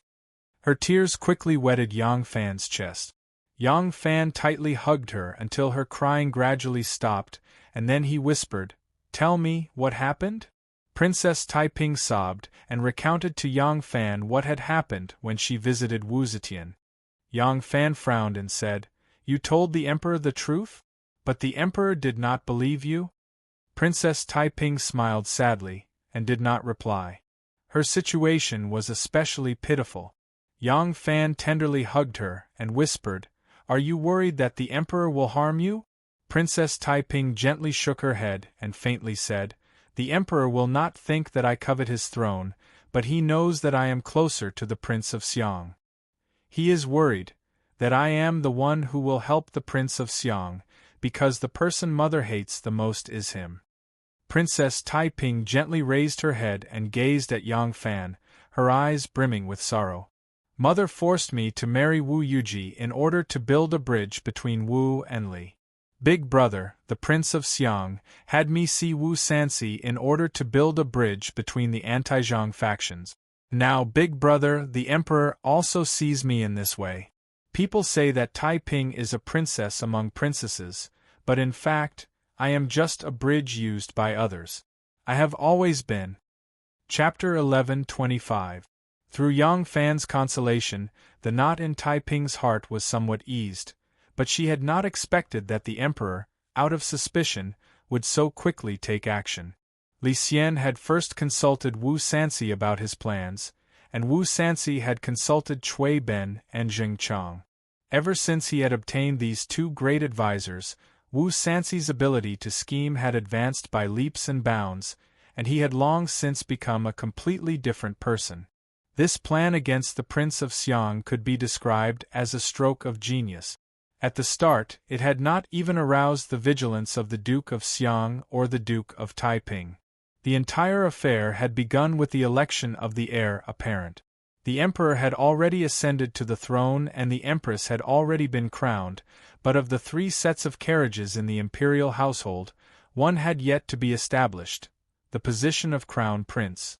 Thus, Wu Sanxi had Cui Ben instruct an imperial censor, who was just about to join the Wu clan, to submit a memorial urging the Son of Heaven to appoint a crown prince. Originally, Li Xian had 4 sons, of which only Li Zhongruan was the son of the first wife, so he was the natural candidate for the crown prince position. Alas, Li Zhongruan had been caned to death by his grandmother, Wu Zetian, just because he had spoken a few words behind Zhang Erzhang's back. After Li Zhongruan's death, Li Xian still had 3 sons, Li Zhongfu, Li Zhongjuan, and Li Zhongmao. These 3 sons were all born of imperial concubines, not the flesh and blood of the empress, the Wei clan. The future heir apparent of the country would be one of these 3 princes. None of these 3 princes were Empress Wei's own sons, so Empress Wei didn't really care who she chose. But of these 3 princes, she disliked Li Zhongfu the most. Li Zhongfu was older than Li Zhongruan by a year, and was the eldest son of a concubine. When Li Xian was forced off the throne and placed under house arrest in Fangzhou, Li Zhongfu was already a naughty child, and had memories of his birth mother. For this reason, he had never been very close to Empress Wei. Now that the heir apparent was about to be appointed, Empress Wei was naturally unwilling to have Li Zhongfu be the crown prince. But these 3 princes were all concubine sons, so there was no distinction between the first and the third. Logically speaking, the crown prince should be chosen according to seniority. If this was the case, then the crown prince would assuredly be Li Zhongfu, so Empress Wei intervened. Empress Wei now had her own faction. Although her faction had only just been established and was not as powerful as the Liang faction, the Xiang faction, or the Peace faction, she still had a group of people she could use. Empress Wei instructed one of them to impeach Li Zhongfu, saying that the reason the crown heir Li Zhongruan had been killed was because Li Zhongfu coveted the position of crown heir and purposely revealed what Li Zhongruan had said to Emperor Zetian, causing Li Zhongruan to be beaten to death. The only people involved in this matter were Li Zhongruan, Li Xianhui, Wu Yanji, and Zhang Changzong. These people were all dead, so there was no way to testify. How could Li Zhongfu defend himself? He kowtowed to the imperial court to defend himself, but no matter how he argued, he could not come up with a clear explanation. At this time, another minister submitted a memorial, arguing that if Li Zhongfu became the crown prince, once he ascended to the throne, he would very likely reverse the verdict of the second Zhang and bring disaster to the country. This was because Li Zhongfu's princess was Zhang Yiji's niece. When Li Zhongfu heard this, his lungs almost exploded with rage. How could he have the right to choose his own concubine? Back then, it had been Empress Wei's idea to have him take Zhang Yiji's niece as his wife. Empress Wei had wanted to use this to draw closer to the second Zhang and solidify her husband's power and position. Now, this had become a crime that prevented Li Zhongfu from becoming the crown prince. Li Zhongfu knew that all of this was Empress Wei's doing, but he did not dare to say anything. In the imperial court, the hundreds of officials argued over this matter several times. In the end, Li Xianxian acted on his own and judged Li Zhongfu to be greatly responsible for Li Zhongruan's death. As a result, he was demoted to Junzhou, in modern Hubei near Fangzhou, to be the provincial governor, causing him to completely lose his right to the throne. Li Zhongfu hatefully resigned from the palace and dejectedly went to Junzhou to take up his post. His right to the throne had been stripped away, leaving only Li Zhongjuan and Li Zhongmao, the two princes. According to the order of seniority, Li Zhongjuan should have been made the crown prince. Li Zhongjuan was courageous and had a rough personality. He was a man of few schemes and short-sighted. Empress Wei believed that he was easy to control, so she did not try to obstruct him. But the already stirred officials of the court had different opinions. Some people believed that Li Zhongjuan was too brave and too tactless and would not be a competent emperor. They suggested that the fourth prince, Li Zhongmao, should be made heir apparent. Li Zhongmao was young and intelligent, had a gentle personality, and treated his teachers with modesty and courtesy. In the eyes of the ministers, he was a suitable candidate for the throne. Thus, one faction insisted on establishing the eldest while the other insisted on establishing the virtuous, and the two factions argued in the imperial court. But they had no idea that the situation had developed to this stage because Emperor Li Xian had intentionally guided it. The emperor's goal had never been to establish the heir apparent, but to deal with the Prince of Xiang. Now, the time had come for the dagger to be revealed.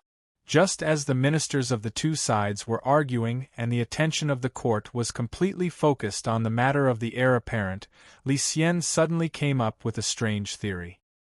He believed that neither of his two sons had the talent to be the ruler of a country, so he wanted to make the Prince of Xiang his imperial younger brother.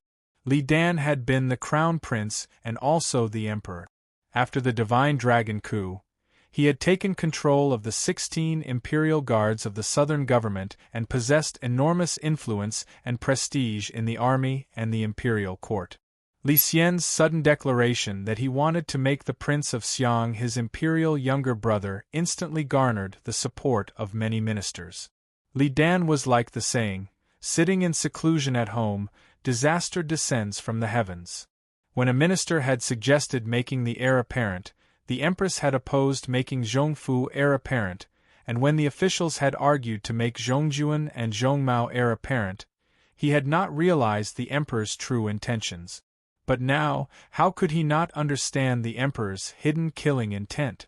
If he dared to agree to become the emperor's younger brother today, hand over his military power, and move to the Eastern Palace in accordance with the rule of the Crown Prince does not meddle in politics, he might die a sudden death. Rather than this, it was better to hand over his military power as soon as possible so that the emperor could rest assured. Thus, Li Dan did not even bother to change into his court robes before rushing to the throne room like a wisp of smoke. No matter what, he was unwilling to become the emperor's younger brother. The two brothers pushed back and forth, and some of the ministers who had not yet seen through the emperor's intentions were moved. In the end, the Prince of Xiang was forced into a corner by his older brother the emperor and simply handed over the commander's seal that he used to control the 16 imperial guards of the southern government. "Didn't you want to force me to become the emperor's younger brother? Fine, I don't even want my current position. I'll go back and be a free and unfettered prince. That should be fine, right?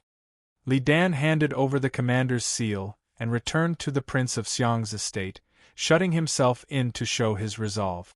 Li Xian had also put on a show until the end, issuing 3 decrees in a row to summon the Prince of Xiang to court to discuss choosing the heir apparent, but the Prince of Xiang refused. Only then did Li Xian give in and make Li Zhongjuan the crown prince. It was only now that many of the ministers who had been fighting in the throne room for the sake of the position of crown prince, their faces flushed with anger, realized the truth. It turned out that they had all been played by the emperor. The emperor was advancing in order to retreat. Li Xian could also see that the expressions of the officials were not quite right. He was embarrassed to the point where he could not keep his face. In order to cover up his embarrassment, he and Wu Sanxi held a secret discussion. After obtaining Wu Sanxi's approval, he began to issue an edict to demote the titles of nobility.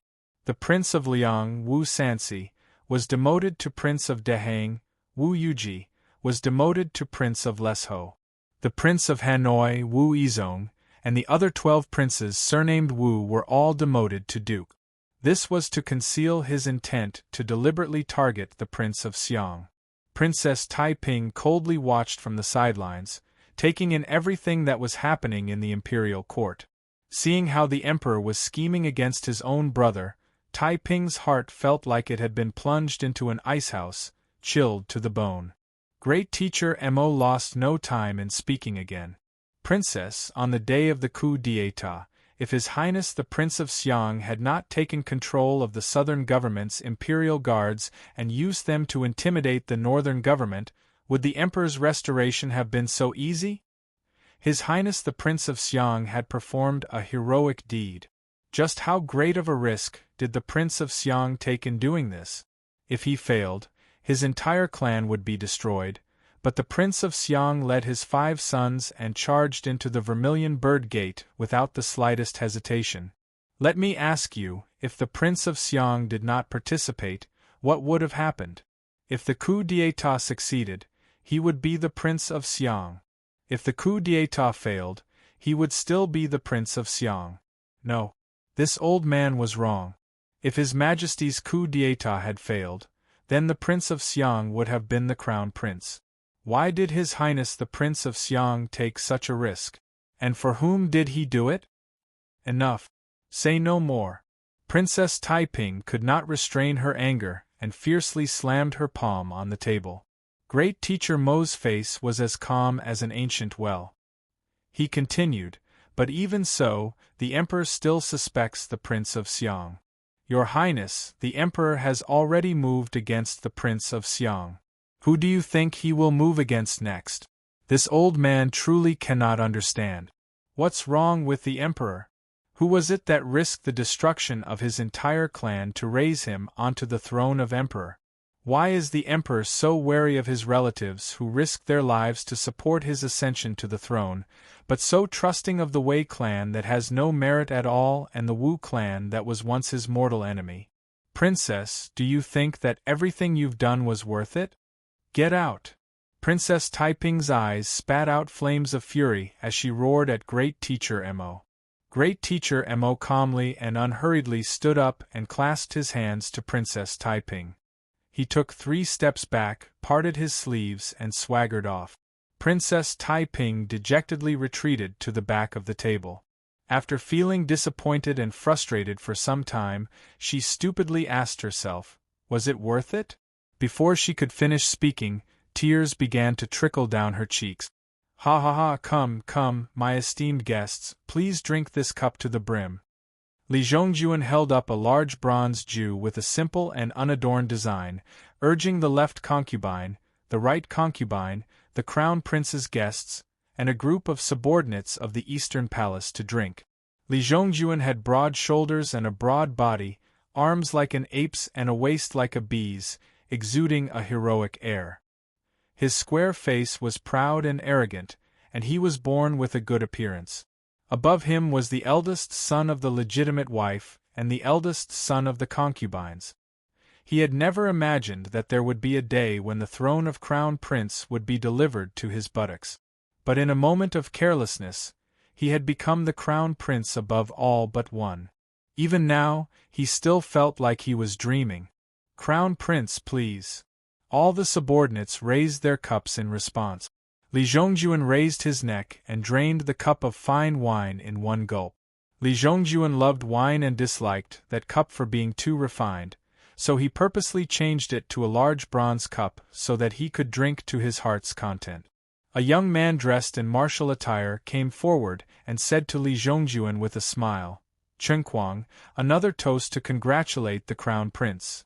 As soon as Li Zhongjuan saw him, he immediately moved to the side and patted the mat, saying to the man, "Come, come, come, Chenquang, sit with me. Us brothers will drink a few more cups." The man smiled and did not decline, saying, "Thank you, Crown Prince." He walked around the wine table and sat with Li Zhongjuan at the same table.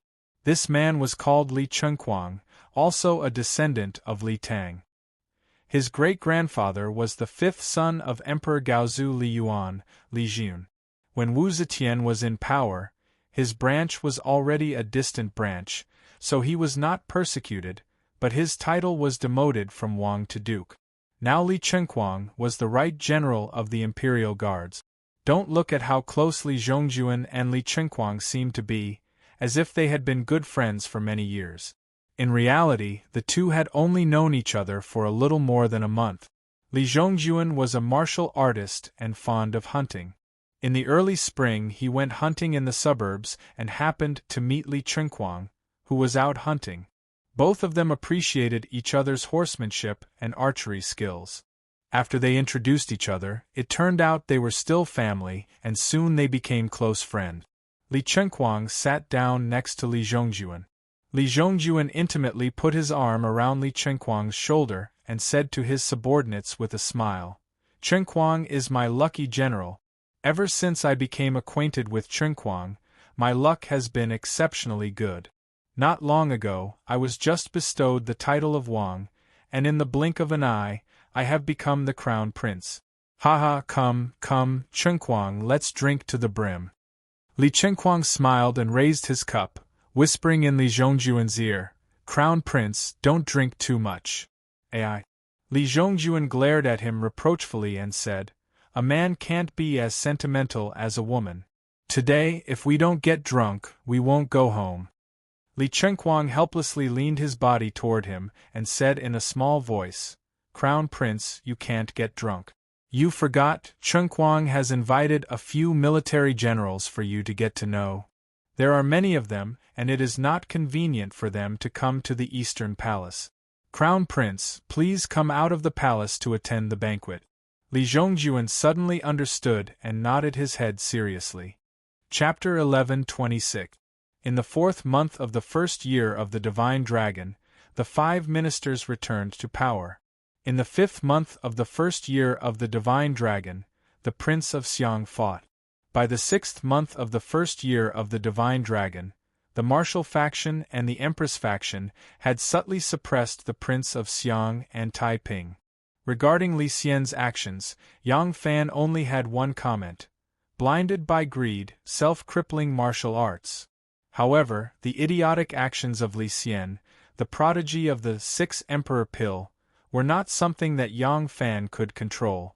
In this kind of situation, he could only put on a layer of protection for himself and preserve his strength to deal with the unpredictable situation in the future. At this time, the Xian Sex people in Zhuo State had sent a travel-worn representative to the capital and entered the Yang residence on a day of heavy rain. Originally, Ren Wei had followed Yang Fan's orders and requested that the Xian Sex people in Zhuo State submit a detailed report. However, the people in Zhuo State seemed to feel that they could not explain it clearly in words, so they sent someone to the capital to report. Thunder rumbled, and after a flash of lightning, a loud thunder shook the windows. Yang Fan, who was sitting in the room, was as unmoving as a mountain. He continued to quietly listen to the people from Zhuo State chattering to him. "Sect Patriarch, the hidden sect is actually complaining first?" he said angrily, The hidden sect is insatiable and overbearing. What qualifications do they have to complain?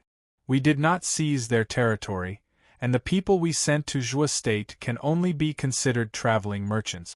It is not like they are going to Jua State to do business. Do they have to act as if they are facing a great enemy? Yang Fan forcefully knocked on the table and said in a deep voice, I only want to know why our people extended their hands to Jua State. That person smiled bitterly and said, Sect Patriarch, merchants move hastily and pursue profits far and near. How can they be limited to one place? Even if the Tang dynasty, Tubo, and Turkic Khaganate belong to two different countries and are separated by thousands of li with weapons, they cannot stop merchants from coming and going. If our Xian sect is to disappear from the western and northern provinces, it is not only giving up our benefits in the western and northern provinces, it also means that we are abandoning many businesses in the eastern and southern provinces. No one will be willing to do business with us or accept our control. The losses are unimaginable. Yang Fan frowned and asked, Are the people going to Zhuozhou our trusted men? The man shook his head and said, No, even their head shopkeeper doesn't know about the existence of the succession hall. We control and influence them because of our powerful financial resources. Because of this, we don't have enough reason to stop them from going to Zhuozhou. How can we explain this matter to them?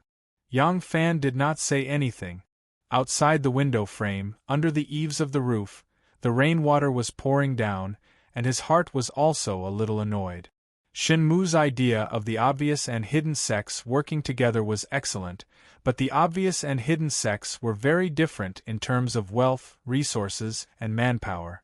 This meant that they had to run their own businesses and could not rely on each other's strength. As a result, it was inevitable that there would be conflicts in the fight for resources. They had clearly underestimated this before. The person from the Zhuo prefecture spoke resentfully, Sect Patriarch, why is it that the hidden sect doesn't have much influence in the eastern and southern prefectures? Why are they generously giving us those places now? Because the eastern and southern prefectures are near the sea, and their trade isn't as developed as the western and northern prefectures. Those who are virtuous live there. Isn't it the same for the pugilistic world? Are we just going to hand over such huge benefits to others? Yang Fan said slowly, the obvious and hidden sects exist for different purposes. What is the purpose of doing business for profits? Do not neglect the essentials and pursue trifles. Money is indispensable to us, but it will never be the most important thing. In the eastern and southern prefectures, we mainly focus on sea trade.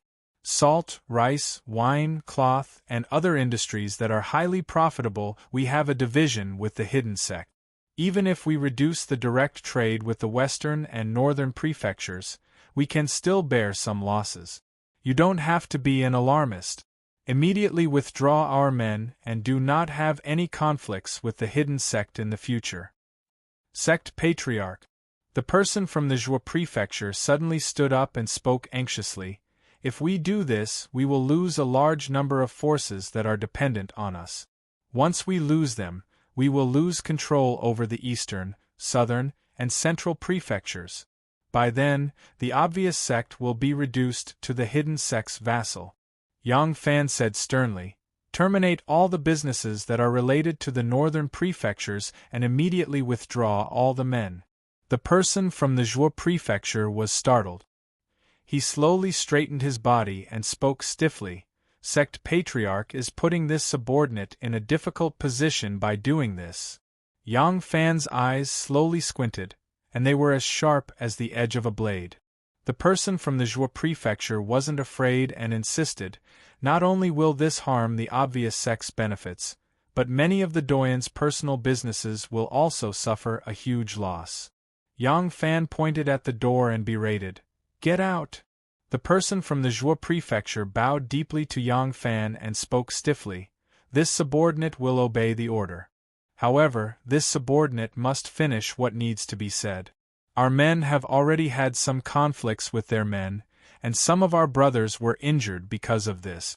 although both sides of the conflict were only external members, and they didn't even know of the existence of the succession hall, it was hard to say that the hidden sect didn't instigate this intentionally.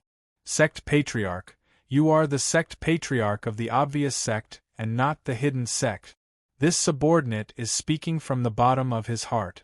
Sect Patriarch, please understand. After he finished speaking, he bowed deeply to Yang Fan and slowly retreated. Once the door was opened, the sound of rain poured into the study, accompanied by a wave of damp vapor. He walked out like this into the rain, allowing the heavy rain to pour on his body. His back remained straight until he was completely out of the curtain of water. The door slowly closed. Yang Fan's brows furrowed tightly. He felt a deep sense of anxiousness. The matter was much more complicated than he had imagined. His official status restricted his actions, and he had spent too much energy in the court. Therefore, it was hard for him to be as focused as Shen Mu in managing the affairs of the obvious sect. The result was that his control was far inferior to Shen Mu's control of the hidden sect. At the beginning, due to that cold and cruel purge, he had intimidated a large number of the obvious sect's upper echelon and traded for a few years of peace. But now, it seemed that there were people who wanted to make trouble again. Yang Fan even suspected that the friction between the obvious sect and the hidden sect had been deliberately planned by people with ulterior motive. He felt that there seemed to be an invisible black hand slowly grasping at him. Yang Fan mobilized all the forces that he believed to be reliable and began to prepare for a rainy day. At the same time, he felt that it was necessary to have a good talk with Shen Mu and find a method that both sides could accept to resolve the conflict of interest between the two sides. But when he rushed to the Shen Fu, he was informed by the Shen Fu's steward that Shen Mu had gone to the western regions and would only return in around 10 days. Yang Fan could only return empty-handed. In this period of time, Dou Qinhuang had also returned to the capital. In the memorial that the Prince of Xianglidan had sent, the first name on the list of those who had contributed to the mutiny was Dou Qinhuang. Dou Qinhuang's niece was the Prince of Xianglidan's concubine, and his son was engaged to Princess Taiping's eldest daughter. Li Dan naturally wanted to bring him back to the political affairs hall and use him as a powerful ally. Alas, Dou Qinhuang had been bedridden at the time, so he had come late and missed the best opportunity. The Prince of Xianglidan had already handed over his military authority and closed his doors to become a free prince, so he could no longer provide Dou Qinhuang with any assistance. On his way back, Dou Qinhuang had heard of the recent events in the capital. Given his official career and experience, he naturally understood what this meant. As a result, when he arrived in the capital, he did not even dare to pay a visit to the Prince of Xiang. He immediately obediently handed over a decree and requested an audience with the Son of Heaven. Li Xian very coldly met him, appointed him to the position of right servant, and then sent him out of the palace. Dou Qinhuang left the imperial palace in a daze. Why did Dou Qinhuang have such a reaction? This had to be explained by the Tang dynasty's system of prime ministers.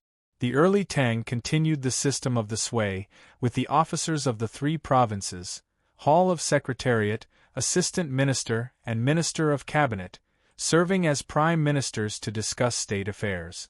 Later on, because Taizong Li Shimin had once served as Minister of Cabinet, when he became emperor, no official dared to serve as Minister of Cabinet, so the position of Minister of Cabinet was left empty.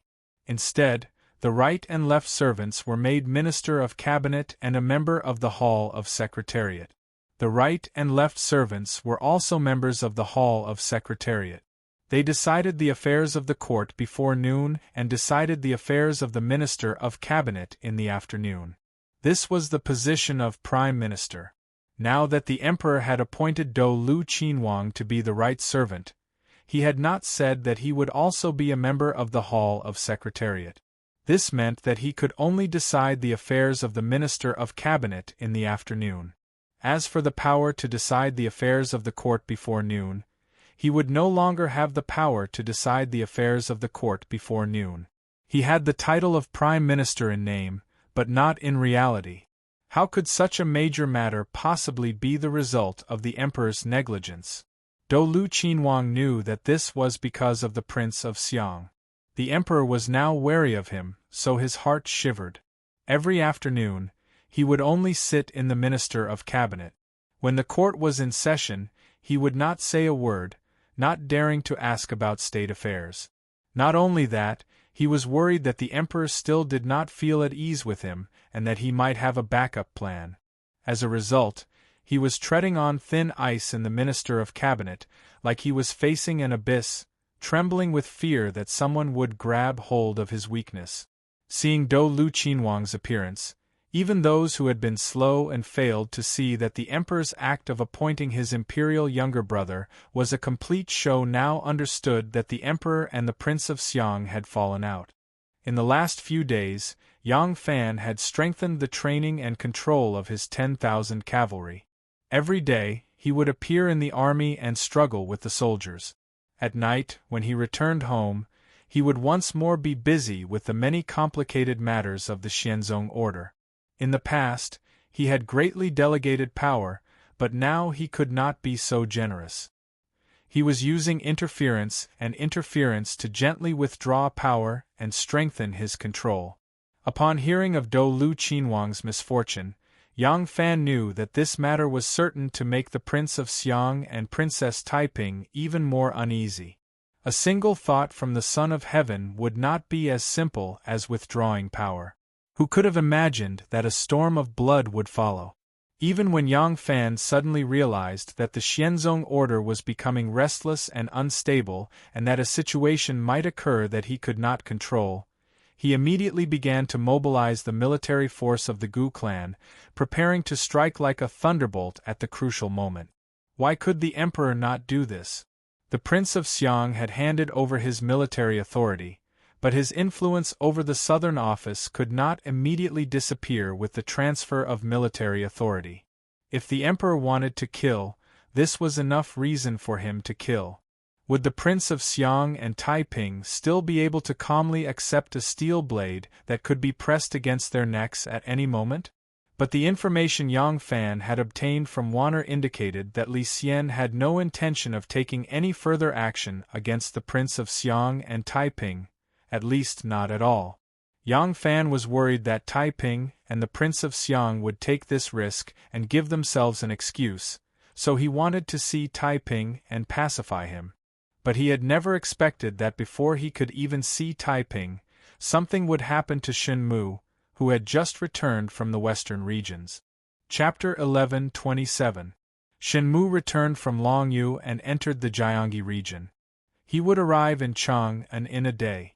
Shen Mu went to Longyu to pay a visit to old great-grandfather Li. Although Shen Mu and Yang Fan had set up a trap for the 7 aristocratic families and took the opportunity to get rid of the aristocratic families' control, the succession hall was born from the 7 aristocratic families.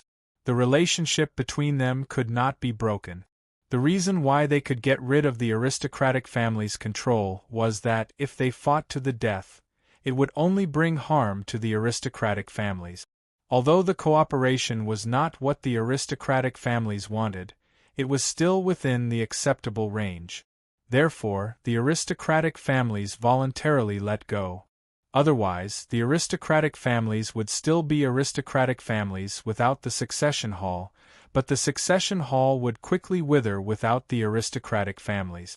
At least at the current stage, the succession hall did not have the ability to maintain such great power without the cooperation of the aristocratic families. Aristocratic families like the 7 sects and 5 families had been operating for hundreds of years. Their roots had long been deeply rooted in the middle and lower levels, and their branches and leaves extended to the middle and upper levels, forming a towering tree. Their power was vast and secretive, penetrating all levels of society. Under the combination of vertical and horizontal, the relationship between them could be said to be complicated. Every aristocratic family had people serving in the imperial court, but they did not necessarily have important positions in the imperial court. These children serving in the imperial court actually played the role of a bridge between the aristocratic families and the big shots of the imperial court. The aristocratic families rarely took the risk to push their children to the top. They often set their sights on hundreds or thousands of years in the future. Why would they care about a moment of glory? For example, the Longxi Li family only had a few children in important positions in the imperial court. They had no real power in their hands. Therefore, no matter which side they stood on, once they lost in the imperial court, they would at most lose their positions. There would not be a bloody ending. On the local level, especially in the Longxi region where the Longxi Li family was based, a large number of middle and lower-level officials in the prefectures and counties, as well as local people with real power, were controlled by the children of the Li family. They were far away from the political whirlpool of the imperial court and did not have to worry about being involved in the imperial court's power struggle. Moreover, they had considerable power, and thus had a certain amount of influence to control the direction of the political situation. Their influence on the court is imperceptible, and it is pushed in secret ways that you cannot notice. You cannot see it meddling, but it is already pushing or enticing you to develop according to their intentions without you knowing it. For example, when Empress Wei opposed the appointment of Li Zhongfu as crown prince, the result was that Li Zhongfu was demoted to a region and Li Zhongjuan became crown prince. Moreover, using this dispute, the emperor forced the Prince of Xiang to hand over his military authority. In the eyes of the common people, this was just a political struggle between the officials of the court, completely unrelated to anyone else. But if you knew that Li Chengquang, who was on very good terms with Crown Prince Li Zhongjuan, had long since been bribed by Lu Bingji, if you knew that Empress Wei's most trusted chief eunuchs and palace maids had all received lavish gifts from Lu Bingji, if you knew that Wu Sanxi's right and left arms, Cui Shi and Jing Chang, were also Lu Bingji's people, would you still believe that the only people who played a role in this matter were the emperor, Prince Liang, and Empress Wei? Lu Bingji was like this, the noble clans were like this, and Shen Mu and Yang Fan were also like this. Most of their methods of manipulating the political situation were like this. Although they possessed enormous power, they did not have the efficiency of the imperial court, so their methods of exerting influence were slow and secretive, and they would not let you see it clearly. Only a person as stupid as a pig would display this kind of power before the emperor for a moment of prestige. Thus, even though the noble clans had suffered a small loss, Shen Mu did not underestimate the power of the noble clans. With such a massive change in the structure of the court, he urgently needed to unify the opinions of the noble clans. Moreover, putting aside their cooperative relationship, Grand Duke Li was Qiqi's grandfather, so this marriage still had to be arranged. The current Longyu was not as turbulent as it was 10 years ago, so Shen Mu did not use the same extravagance as when he went to Longyu with Yang Fan. Instead, there were scouts in a 10-mile radius. Even so, it was still heavily guarded, and it was difficult to get close. Shen Mu did not have the impressive martial arts of Yang Fan. If compared to someone who had practiced martial arts, he would be too weak to stand up to a gust of wind. Thus, he was very concerned about his safety, especially in a place like Longyu where the situation was treacherous and complicated. But no one could always maintain a tense state of mind. No one could eat, sleep, bathe, or take a stroll and not relax at all times. When Shen Mu entered the capital region, they naturally let down their guard. Especially when they arrived at this small town, which was only a day's journey from Chang'an. This small town was the main route for travelers and merchants going to and from the western regions, so there were many guests coming from both north and south. The people here were simple and honest. It was rare to see people swindling and cheating customers in this town. If someone wanted to make money with a black heart, his shop would not be open for long. The people in the town would spread his bad name even before the tourists knew it. Every time Shen Mu went to the western regions, he would stay in this town. Today, he could even accurately call out the names of some people in this town. Thus, when he arrived at the town that evening, he still stayed here. Here, he was as comfortable as if he was in his own backyard. Before dinner, Shin Mu took a bath and took a walk on the streets with 2 guards. The golden sunset, the deep green trees, the narrow alleys, the yellow dirt roads, the simple shops by the roadside that exuded an alluring fragrance, the hawkers by the street, the barbarians from the western regions leading their camels, and the elderly with walking sticks, all of these gathered to form a special atmosphere. It was peaceful and lively, warm, lazy, and leisurely, making people involuntarily relax, their steps becoming lazier, and their posture more leisurely. Shin Mu's body was tired from the long journey. He immersed his body and mind in this slow rhythm that was full of smoke and fire, enjoying this rare leisure. But he would never have thought that danger and murderous intent would arise at this time, from this atmosphere. The camel bells rang out, and a few barbarians from the western regions with fur coats draped over their shoulders slowly walked over, leading tall camels.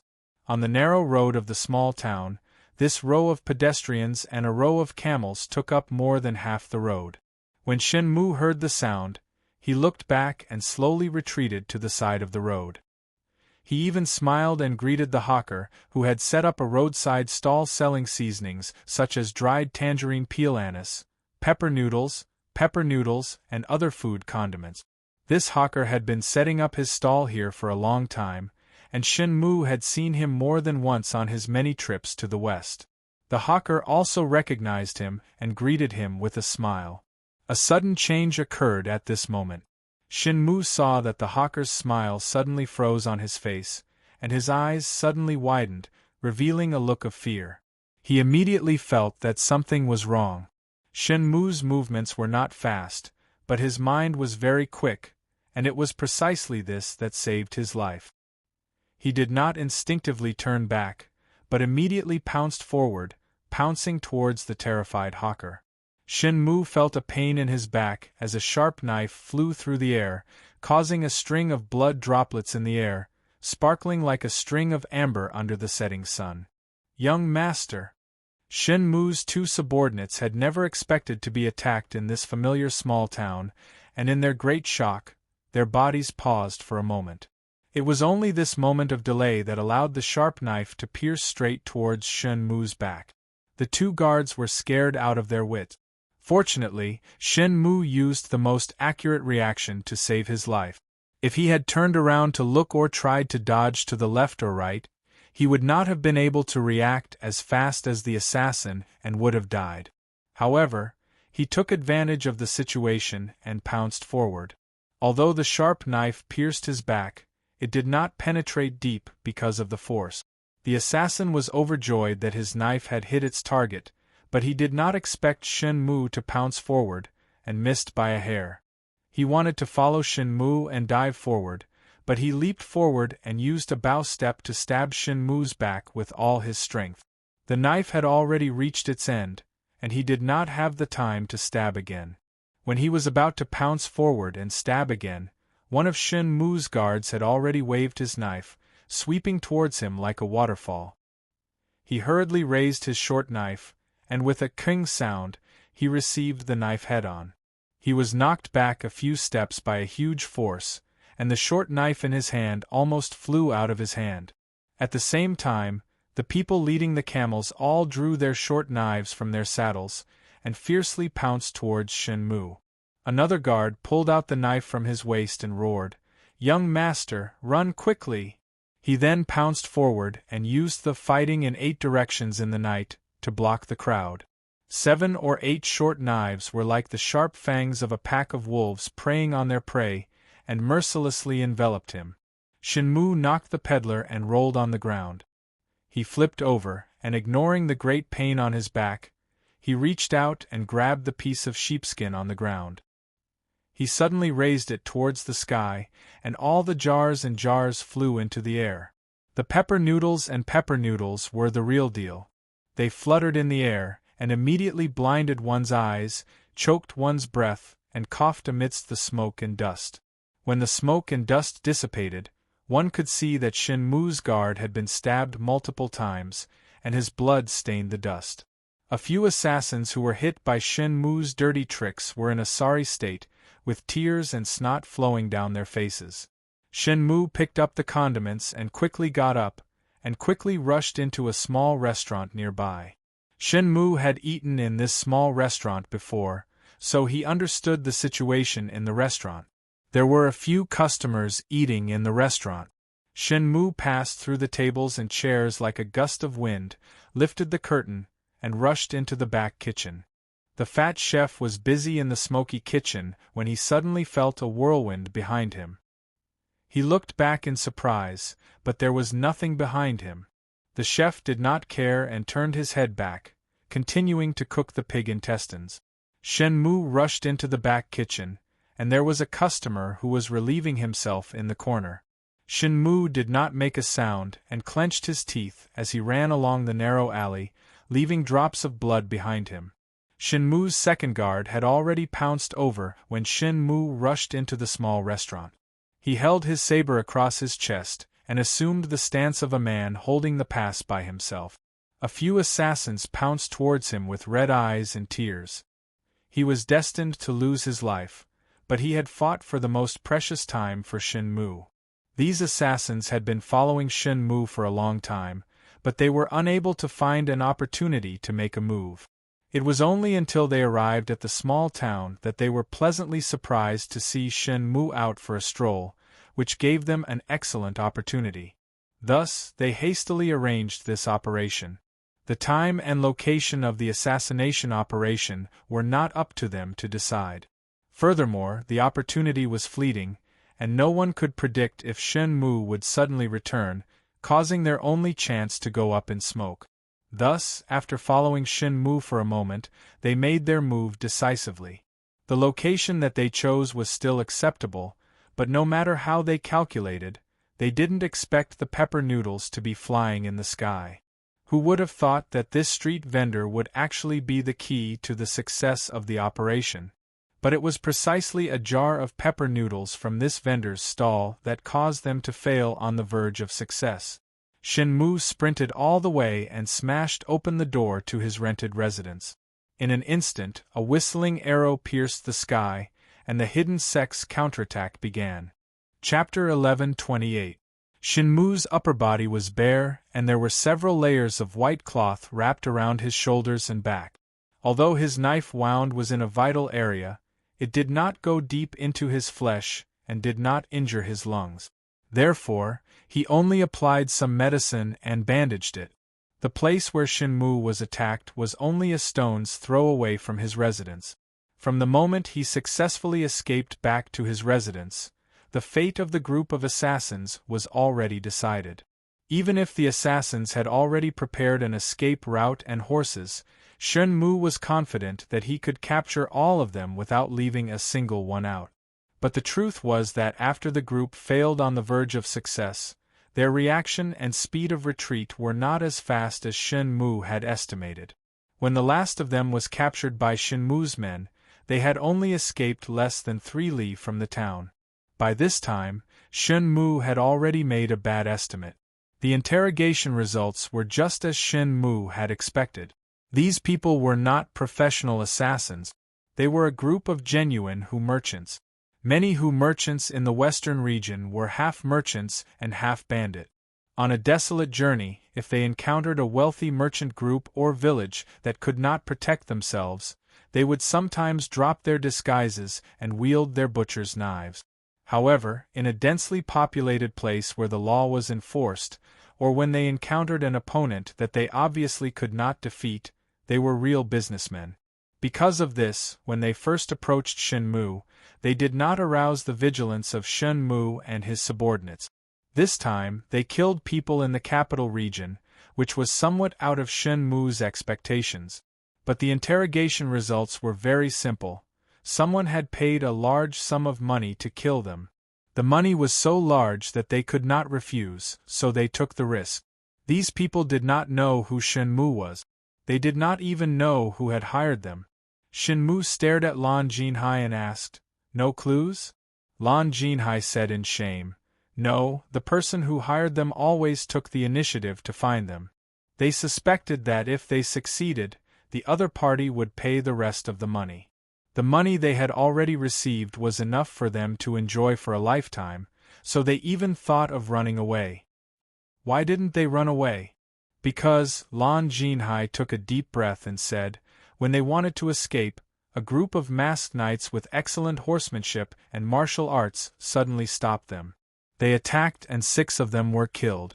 The rest could only obediently return to fulfill their promise. Shin Mu said, so mysterious? Then the person in charge of contacting them must also be masked? Yes. Shin Mu pondered for a moment and slowly said, in other words, we only know that the person who hired the hitman is very rich? Lan Jinhai said, of course it's not just that. We also know that the person who hired the assassin has a much stronger martial power than the perpetrator, but they are not willing to do it themselves. We also know that the person who hired the assassins has very good eyes and ears. They were able to find out that this caravan wasn't very well behaved and had the ability to control them. Shin Mu revealed a deep smile and said, that's right. In this case, we can narrow down the search for them by a lot. Shin Mu stood up slowly and said in a deep voice, get rid of them. We'll return to Chang'an tonight. Yang Fan knew nothing about Shin Mu's ambush. On the evening that Shin Mu was ambushed, he had already rushed to the private residence where he and Princess Taiping had met. He told Princess Taiping everything he knew about the situation in the palace from Wan comforting her. Ling Yue, the emperor truly does intend to take back his military authority, but he has no intention of taking any further action against you and the Prince of Xiang. You can tell the Prince of Xiang that there is no need to be too alarmed. Princess Taiping was quiet for a few moments, then whispered, after Dolu Qinhuang returns to the capital, he will become the first person in the Tang dynasty to be a servant who is not the prime minister. What do you think the emperor is doing? Perhaps, as you say, he has no intention of dealing with us right now, but who can guarantee that he won't have any intention of dealing with us in the future? Who can guarantee that the Empress and Prince Liang won't kick us while we're down? Yang Fan worriedly asked, then what do you want to do? Could it be? Princess Taiping faintly smiled and calmly said the word that Yang Fan had not said, rebel? She shook her head and gloomily said, he won't. He is a member of the Li clan, my and the Prince of Xiang's elder brother. To rebel against him is to send troops without justification. No one will respond, even if there is a chance of success. Princess Taiping slowly raised her head and gazed at Yang Fan. Do you think that the Prince of Xiang and I will harm our brother? The Empress currently living in seclusion in Shangyang Palace was their mother. Was their relationship any weaker than that of their brother? Yang Fan truly had no place to comment on this sort of family matter, so he could only keep his mouth shut. Princess Taiping slowly and powerfully shook her head. He won't. No matter how he treats us, we are still brothers of the same mother. He can be heartless, but we cannot be unjust. Princess Taiping slowly turned her head and gazed at a cluster of purple and blue flowers blooming in front of the window.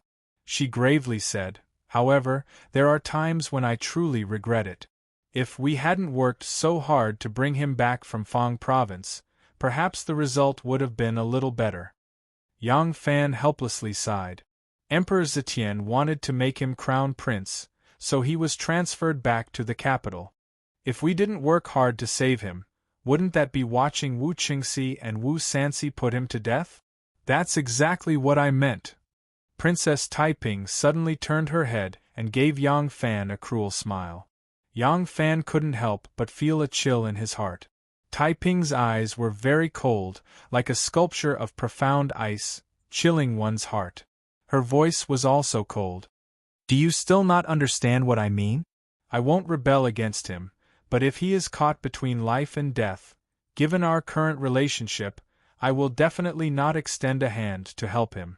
Right now, he and I are only brother and sister. We no longer have any brotherly feelings. Taiping's words were brimming with hatred, cold and murderous. Yang Fan did not want to continue on this topic of siblings, so he changed the subject. I actually have an idea about the matter of Do Lu. It can resolve his predicament, and it will also be of benefit to you and the Prince of Xiang. Oh? Princess Taiping slightly raised her charming eyebrows. She was somewhat non-committal. Yang Fan leaned close to her ear and whispered a few words. Princess Taiping's eyes suddenly went wide as she asked in surprise, "Doing this, what's the benefit?" Yang Fan spread out his hands and bitterly smiled. Ling Yue, given your intelligence, how could you not think of the benefit of doing this? Don't let your grievance and anger cloud your mind. This way you can. Princess Taiping's eyes suddenly flashed like lanterns as she said in understanding, "Ah, I understand. Not bad, not bad. This truly is a good idea that kills two birds with one stone." The morning court session was held on the 15th day of the 7th month. When the emperor had conferred the titles of princes to the 5 ministers, he had said that they could go to the palace to have an audience with the emperor at the next court session. Zhang Jianji and the other princes had arrived at the Meridian Gate early in the morning, dressed neatly in purple robes and jade belts. However, in the past, the appearance of any one of them would cause many ministers to pounce on them like flies. Now, these people were avoiding them like the plague. Wherever they appeared, it was like an invisible wall had suddenly appeared around them. The ministers who had also been dealt with came forward to greet them, but they did not converse with them. In the current situation, they naturally had to be a little more cautious. When the morning court session began, because they were princes, they had to stand at the head of the class. The 5 of them entered the hall together and stood in front of the head of the class, appearing even more awe-inspiring than before. But their backs gave off the bleakness of heroes at the end of their road. The nobles could only listen to politics and could not discuss politics easily. They stood in the group of nobles and did not say a word, completely playing the role of wooden dummies. Seeing the hundreds of officials who used to be intimidated by their majesty, who always had to listen to their expressions, now discussed the affairs of the state as if there was no one else present, one could imagine the disappointment in their hearts. The hundreds of officials' memorials naturally had to be led by the Prime Minister. The Prime Ministers had just finished talking about their own affairs when Dolu Qinhuang suddenly coughed and walked out of his office. When Dolu Qinhuang walked out of his office, the officials who wanted to present the memorials immediately stopped in their tracks. Even Wu Sanxi, Wei Yuanzhong, Yang Zixi, Wei Engshi and the other prime ministers who had just returned to their offices curiously gave him a salute. There was no other reason than that after Dolu Qinhuang returned to court, he knew that the emperor did not like him, so he pretended to be deaf and mute in the Shangshu department. He maintained the attitude that it was better to avoid trouble than trouble, and did his best not to get involved in anything. He was even more slippery than the famous ambiguous old crafty Su. In court, Dolu Qinhuang did not speak much, so when he suddenly walked out of his office today, the hundreds of officials were all surprised. They did not understand why this Pushdaran would suddenly act out of character. Just what kind of memorials did he have to present? Perhaps there really was some earth-shattering news.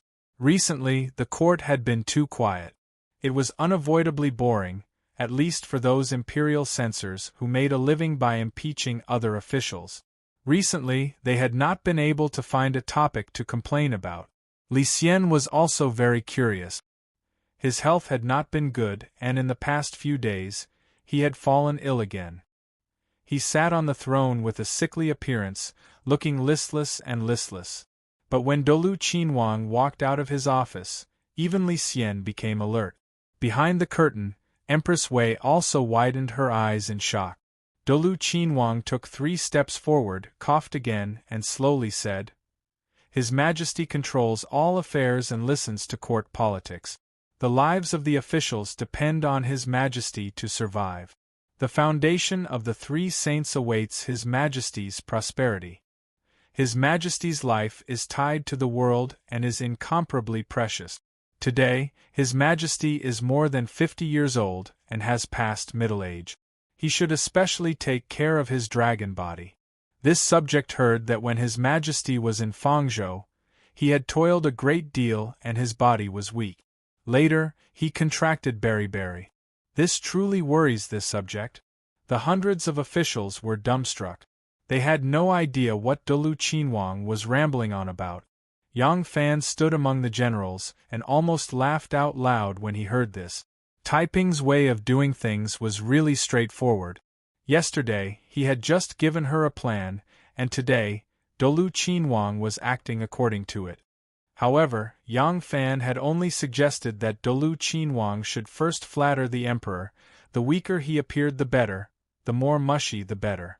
As for what topic to find, he did not mention it. There was no need for him to help think about these specific matters. Even he had not expected that such a genius like Dulu Qinhuang would be able to think of such a topic. Just look at him standing in the Golden Hall, holding a jade tablet and presenting a memorial, his face full of grief and hatred. Who would have thought that the topic he was discussing was Li Xian's beriberi? Some of the officials were already snickering. Dulu Qinhuang seemed to be completely unaware. With a deadpan expression, he said, "Recently, I heard that His Majesty's old illness has relapsed and he has lost his appetite. Every day, he only eats thin porridge. This subject is extremely frightened. His Majesty has received the orders of the saints and has been entrusted with the task of raising the ancestral temple and the country. How can he take his life lightly? This subject is extremely distressed. Fuqi, Your Majesty, will not go to court for 3 days. Invite a famous doctor to take care of your health and eat more delicious food to ensure your dragon body's health." Dulu Qinhuang's flattery landed on Li Xian's dragon buttock. Many of the officials had goosebumps, but Li Xian's dragon countenance was greatly pleased. Of course, he knew that Dulu Qinhuang was flattering him, and that his flattery was incomparably mushy. But even though he knew, he still felt happy. It was not because he heard the flattery, but because the flatterer had shown him enough respect and compliments. The first time Li Xian ascended to the throne, he had shown off his might to the officials. The officials had failed to defeat the emperor, so they had brought out the emperor's mother. In the end, the incomparably valiant Wu Zetian had directly kicked the emperor off the throne. The second time Li Xian became the emperor, another 5 officials who had performed meritorious deeds appeared. They considered themselves to be his benefactors, pointing fingers at him every day. Only now did he truly feel the joy of being the son of heaven. Yang Fan looked coldly at Li Xian's expression and thought, "You don't say, Dulu Qinhuang's flattery is just right. With this good beginning, it looks like his next plan will be able to be smoothly implemented." After the morning court, the emperor withdrew. The emperor and empress turned the jade screen, and the officials immediately dispersed. Zhang Jianji, Huan Yanfan, and the other 3 princes stood alone in the court. In the past, every time after the court session ended, the officials would come to greet them and respectfully lecture them were completely gone. The 5 of them looked at each other, sighed sadly, and silently walked out of the palace. As they passed the golden water bridge, Huan Yanfan suddenly saw Wang Tongjiao standing on the bridge. After the divine dragon coup d'état, Wang Tongjiao, as a major contributor, had received a series of rewards. Yunhui General, Right Thousand Bull General, Langya Commandery Duke, Fuma Commandant, Silver Blue Minister of Light, Minister of Light. This series of illustrious official positions had not been revoked with the dismay of Zhang Jianji and the other 4 princes, because he was the emperor's son-in-law. Seeing that the 5 princes were alone, Wang Tongjiao also felt desolate. He hurriedly solemnly cupped his fists and bowed, saying respectfully, "Greetings to the 5 princes." As a duke, Wang Tongjiao was only 1 rank lower than them, so he did not need to bow. Therefore, this bow was just a slight bow. Huan Yanfan, however, seemed to be overwhelmed by the favor and hurriedly went forward to help Wang Tongjiao up, saying repeatedly, "Fuma, there is no need to be so courteous." As their arms touched, Huan Yanfan quickly handed over a ball of paper from the bottom of his sleeve. Wang Tongjiao was slightly startled, and immediately took the ball of paper and tucked it into his sleeve. His expression only froze for a moment before returning to normal. The warriors standing on the Golden Water Bridge and the officials slowly walking on the bridge did not notice anything out of the ordinary. Standing in the distance, Yang Fan also witnessed the scene on the bridge. Of course, from a distance, it was even more impossible for him to see the secret between Huan Yanfan and Wang Tongjiao. However, Wang Tongjiao was originally part of the party of contributors, and their contact inevitably aroused Yang Fan's sensitive nerves. Huan Yanfan handed over the ball of paper and secretly let out a sigh of relief. He had finally gotten in touch with Wang Tongjiao. Huan Yanfan had long wanted to get in touch with Wang Tongjiao, who still held military power. However, Wang Tongjiao was the Fuma and lived in the princess's residence, and the princess's residence was filled with the emperor's dowry eunuchs and palace maids. Huan Yanfan did not dare to take this risk. Wang Tongjiao was his last hope, and he did not want any delays this time. Therefore, he had waited patiently until now for the opportunity to come. The ball of paper that Huan Yanfan handed to Wang Tongjiao did not have anything too important written on it. He still could not be sure of Wang Tongjiao's intentions. He was only inviting Wang Tongjiao for a secret meeting. He believed that Wang Tongjiao would definitely understand his intentions. As long as Wang Tongjiao was willing to come, it meant that Wang Tongjiao's heart was still on the side of the meritorious officials. Based on his understanding of Wang Tongjiao would definitely not betray his friends for glory. Huan Yanfan was not willing to live out the rest of his life, not willing to fall into decline and silence. The times create the hero, and the hero can also create the times. He wanted to take back everything that he had lost. This time, it would no longer be Zhang Jianji in charge, but him. Chapter 11:29. Huan Yanfan handed over the slip of paper, pretended to be calm, exchanged a few words with Wang Tongjiao, and then took his leave. Zhang Jianji and the others were in low spirits and did not want to chat, so they only politely nodded to Wang Tongjiao and left. Far away, under the palace walls, Yang Fan could not help but sigh softly as he watched them depart. To tell the truth, ever since the Dragon God's coup, putting aside the fact that the meritorious officials' party had been unfair to him when it came to rewards, Yang Fan did not approve of Zhang Jianji and the others' methods in other aspects. Not only did they wantonly cultivate their own party, they were arrogant and ignored the emperor, and they did not have any outstanding achievements in government affairs. Of the 5 prime ministers, Cui Xianhui was slightly better. As for Zhang Jianji, he had been a county magistrate until he was 65. After that, he was promoted to provincial governor of a province, and he was in a barren land with a powerful local clan. His achievements were nothing to write home about. Although he had shown decisiveness and shrewdness in the coup, especially his courage, as a prime minister, these were not the only things that qualified him. There was no need to talk about the others. Jing Hui, Huan Yanfan, and Yuan Shuji had not even been officials of a yamen before, but they had directly become prime ministers. Although they had made great contributions, did they have the ability to match a prime minister? Looking at all the decrees they had issued in the 4 months since they had taken charge of the court, other than some superficial articles about Juran teaching materials, banners, temples and regulations, there was nothing to write home about, and the purging of the Zhang faction. There was nothing to write home about in terms of the national economy and the people's livelihood. Simply put, they were too arrogant. Not only were their hearts arrogant, but their actions were arrogant as well. There were not many that could be put into practice. For the country, for the people, and for the Tang dynasty that had been ruled by Empress Zetian for nearly 20 years, there were few that could inspire people.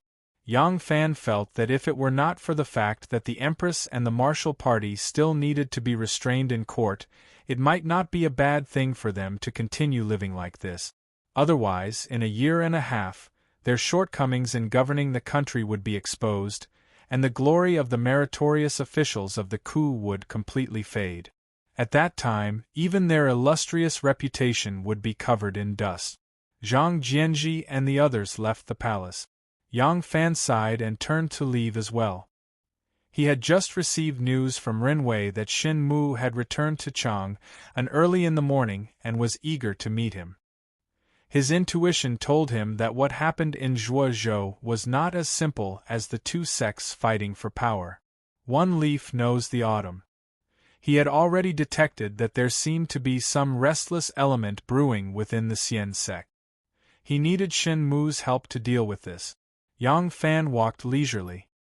He had just walked to the imperial road in front of the Eastern Palace when he suddenly saw a man wearing arrow sleeves, carrying a longbow and a quiver, with a few wild pheasants and hares on his shoulder, walking excitedly with big strides.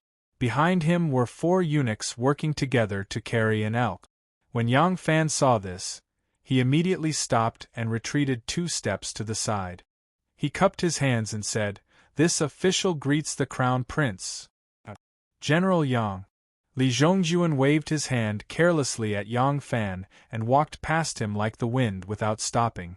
Through Li Chenquang's introduction, Li Zhongjuan had made a group of friends in the Yulin Royal Guards. Among them, there was no lack of Yang Fan's colleagues, comrades, and subordinate. When they had free time, they would go hunting together and become very close friends. Through these people, he had gained some understanding of Yang Fan and did not have any ill feelings towards Yang Fan.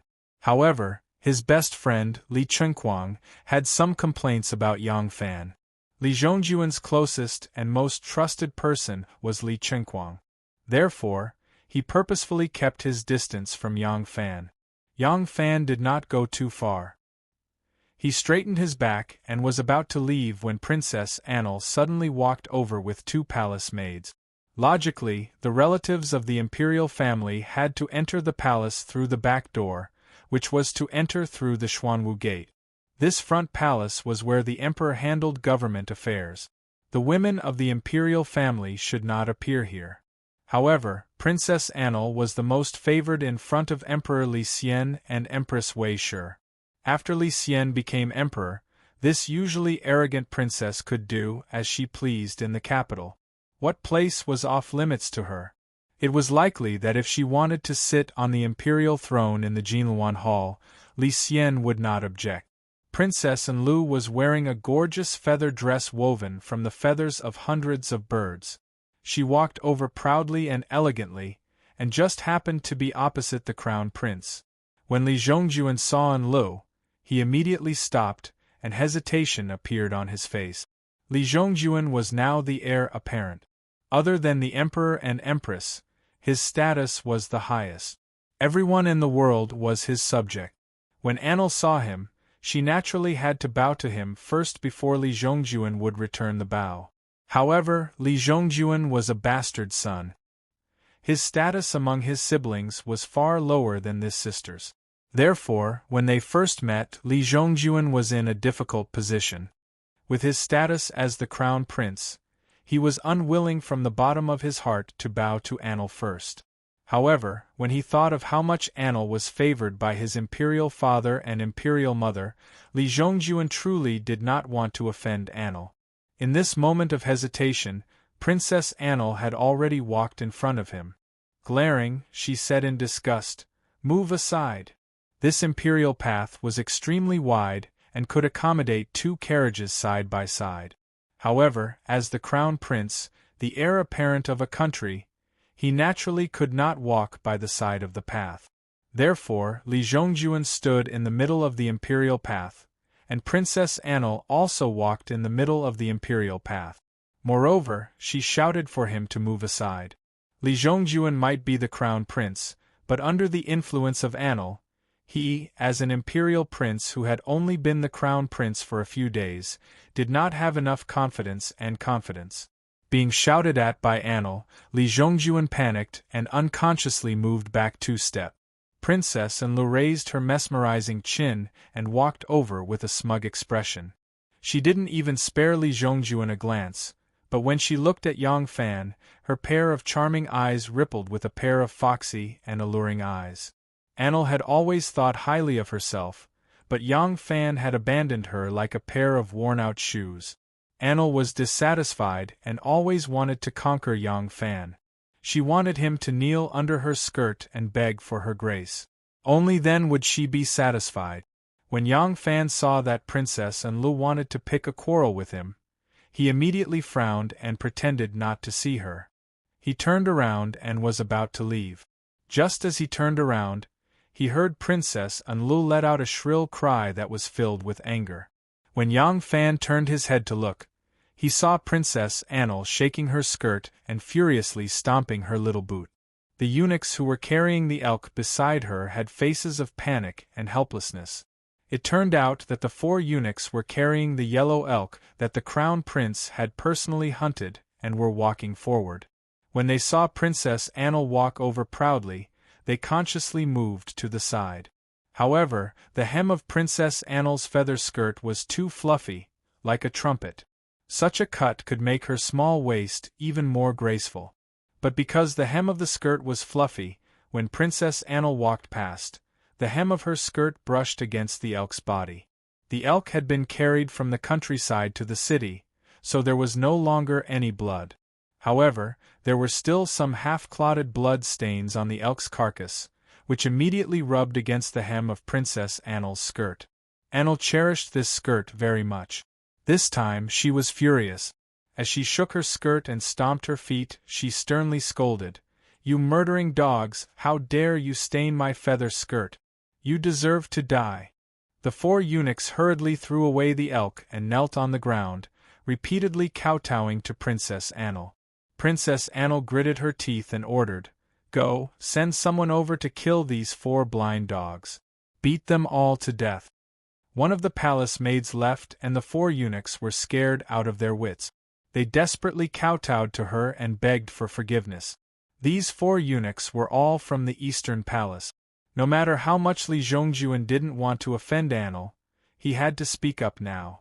Otherwise, if he was killed because of this small mistake, who in the Eastern Palace would be willing to work for him? Li Zhongjuan braced himself and stepped forward. He bowed to Princess Anil and said, "Younger sister Guerrer, it was my men who were careless. I apologize to you here. Younger sister Guerrer is a magnanimous person, please don't be like them for my sake. Get lost." Anil's face turned red with anger. She pointed at Li Zhongjuan's nose and scolded in a sharp voice, "What face do you have? You raised a maidservant?" Li Zhongjuan's face immediately turned purple. Yes, his mother was originally an ordinary palace maid. Because she was favored by Li Xian and became pregnant, she was promoted to an imperial concubine. Her status was originally very low. But he never thought that after he became the crown prince, Anlu would still be so domineering towards him. For a moment, Li Zhongjuan's eyes were bloodshot. He clenched his fists in anger and his joints made a series of cracking sounds. Anil raised her chin in disdain and provoked, "What? You're not convinced? You're raised a maidservant. Even if you've become the crown prince, you're still raised a maidservant.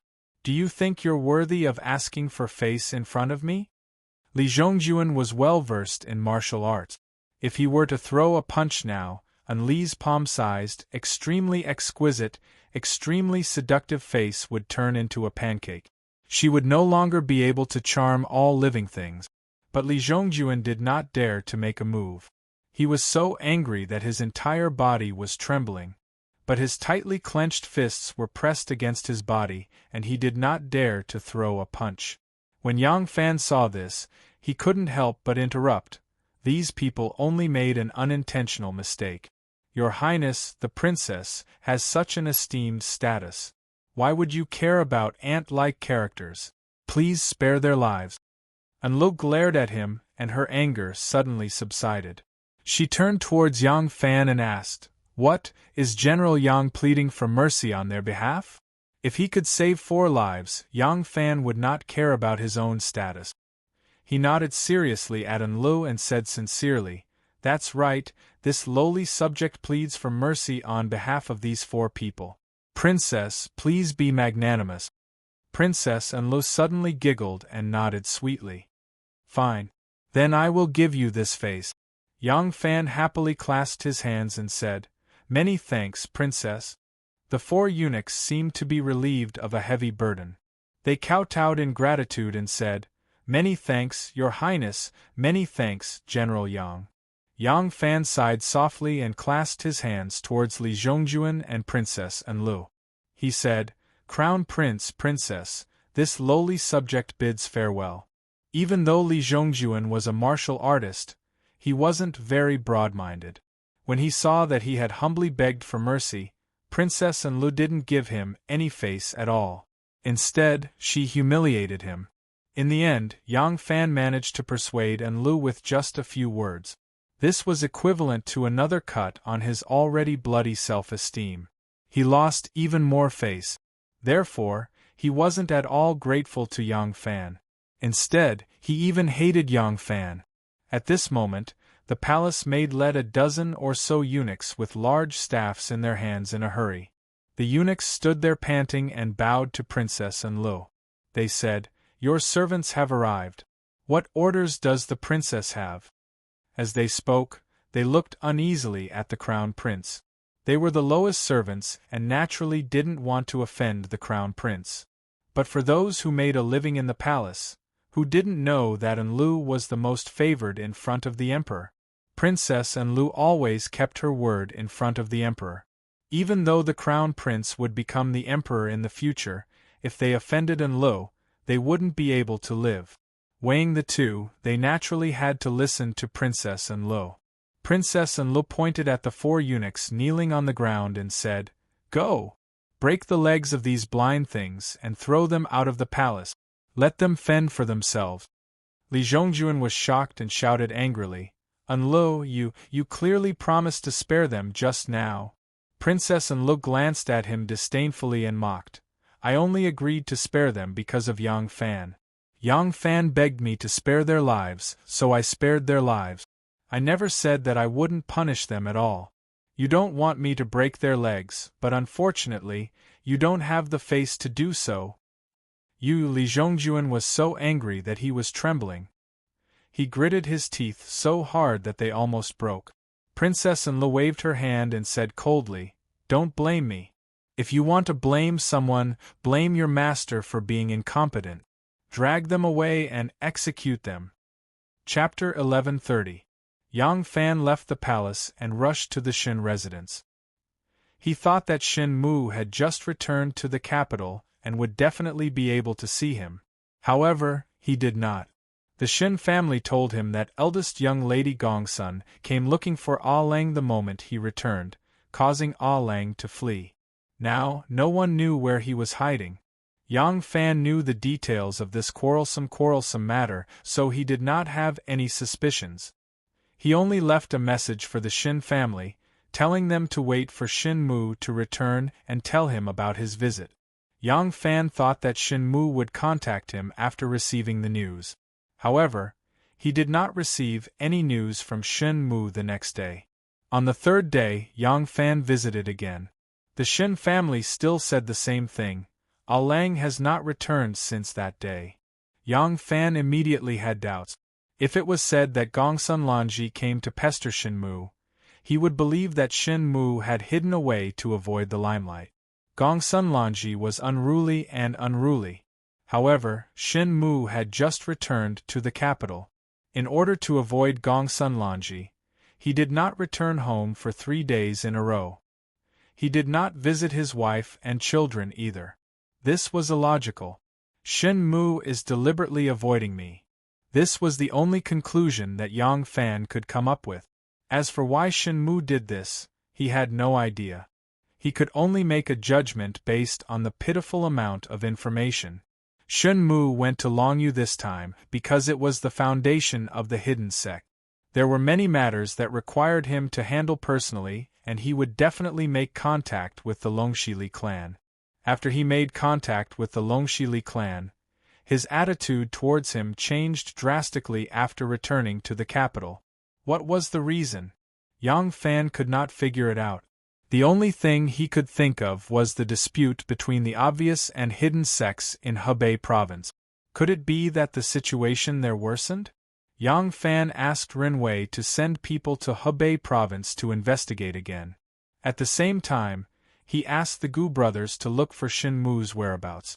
For the past few years, he had used the 3 Gu brothers as his team to build an armed force that was detached from the succession hall and completely under his command. In this aspect, he was similar to Li Xian. He also valued his wife's maiden family. Therefore, from this point alone, Yang Fan did not dislike Li Xian's decision to put the people of Wei clan in an important position. It didn't matter who you used, what was important was how you used them. As long as one was crowned with the title of a relative of the emperor, it did not necessarily mean that one was incompetent and definitely a traitor. For example, when the old Tai watched a drama, if the female character was the Western Palace concubine, then she must be a traitorous concubine. She must also have an old white-faced traitorous father-in-law. This was pure nonsense. Whether one was a relative of the emperor or not was not the standard to judge whether one was loyal or not, good or evil, and whether one had talent or not. Emperor Wu of Han used Wei Qing and Hua Tsubing, who were both relatives of the emperor. If you know how to read people, how to use them, how to drive them, how to tolerate them, how to subdue them, how to use them, how to use them, how to use them, how to use them, how to use them, how to use them, how to use them, how to use them, how to use them, how to use them better. What was the outcome? Yang Fan had absolute trust in the Gu clan. Of course, this trust was not blind. Other than the loyalty and moral character that the Gu clan possessed, it was also because the benefits of the Gu clan were now firmly tied to him. There was absolutely no capital to replace them.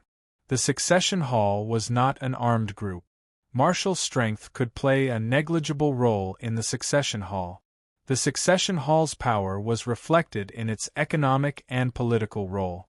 The main ones that could play a major role were the many economic entities that belonged to the succession hall, as well as the spokespersons of the officialdom and the scholars that they cultivated. To such an organization, martial strength could only play a very small supporting role. It was impossible for it to play a significant role in the succession hall or play a significant role outside. Once it left Yang Fan's support, it would immediately vanish. This guaranteed that it had to be loyal to Yang Fan.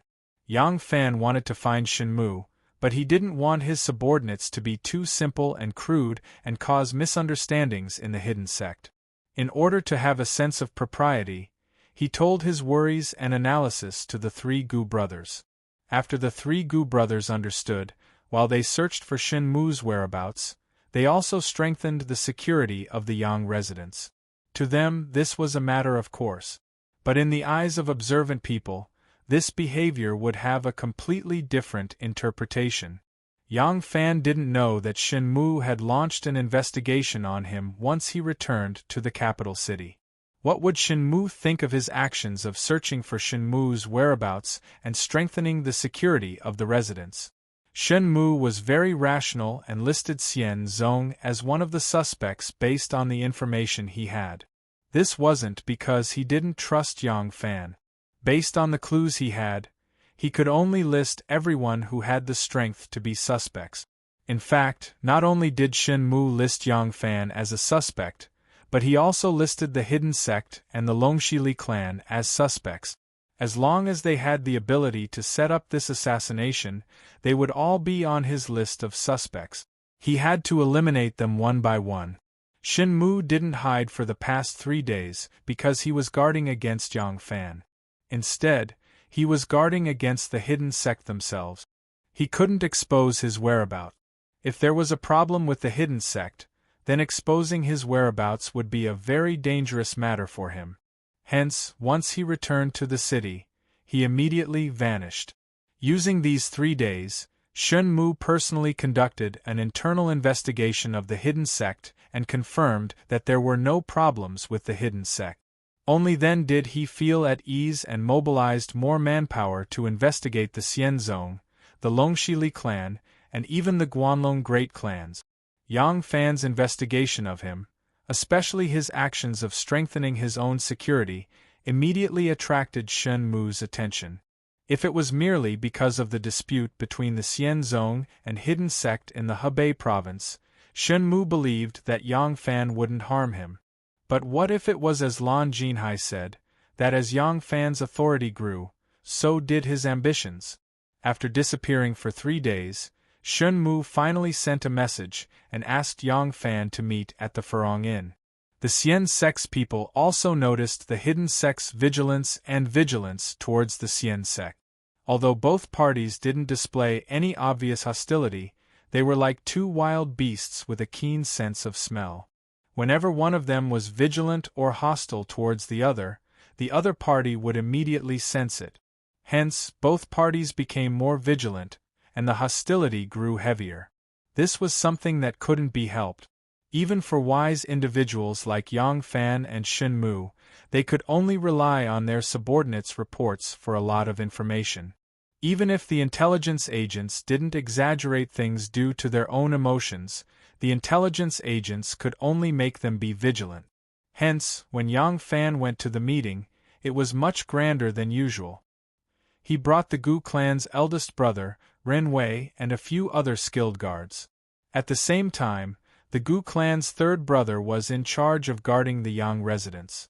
The Gu clan's second brother led a group of people disguised as different people and mixed into the Chu Chi wanderers to provide support. Yang Fan had already grown up. He wasn't a naive youth who didn't care about evidence, didn't need rationality, and only relied on his hot-bloodedness to trust others unconditionally. Faced with a possible threat with his current identity, it was impossible for him not to take precautions. Because of this, the misunderstanding deepened. Shen Mu stood on the tall Furong Inn and listened to his subordinates' reports while looking at Yang Fan, who was being escorted to the Furong Bridge. His eyes had a trace of deep sorrow. If he doesn't have any ulterior motives, why is he so heavily guarded? However, he didn't reflect on himself. Wasn't he also surrounded by experts in the open and in the dark this time? Brother Shen, Erlang. The two of them continued to address each other and smile.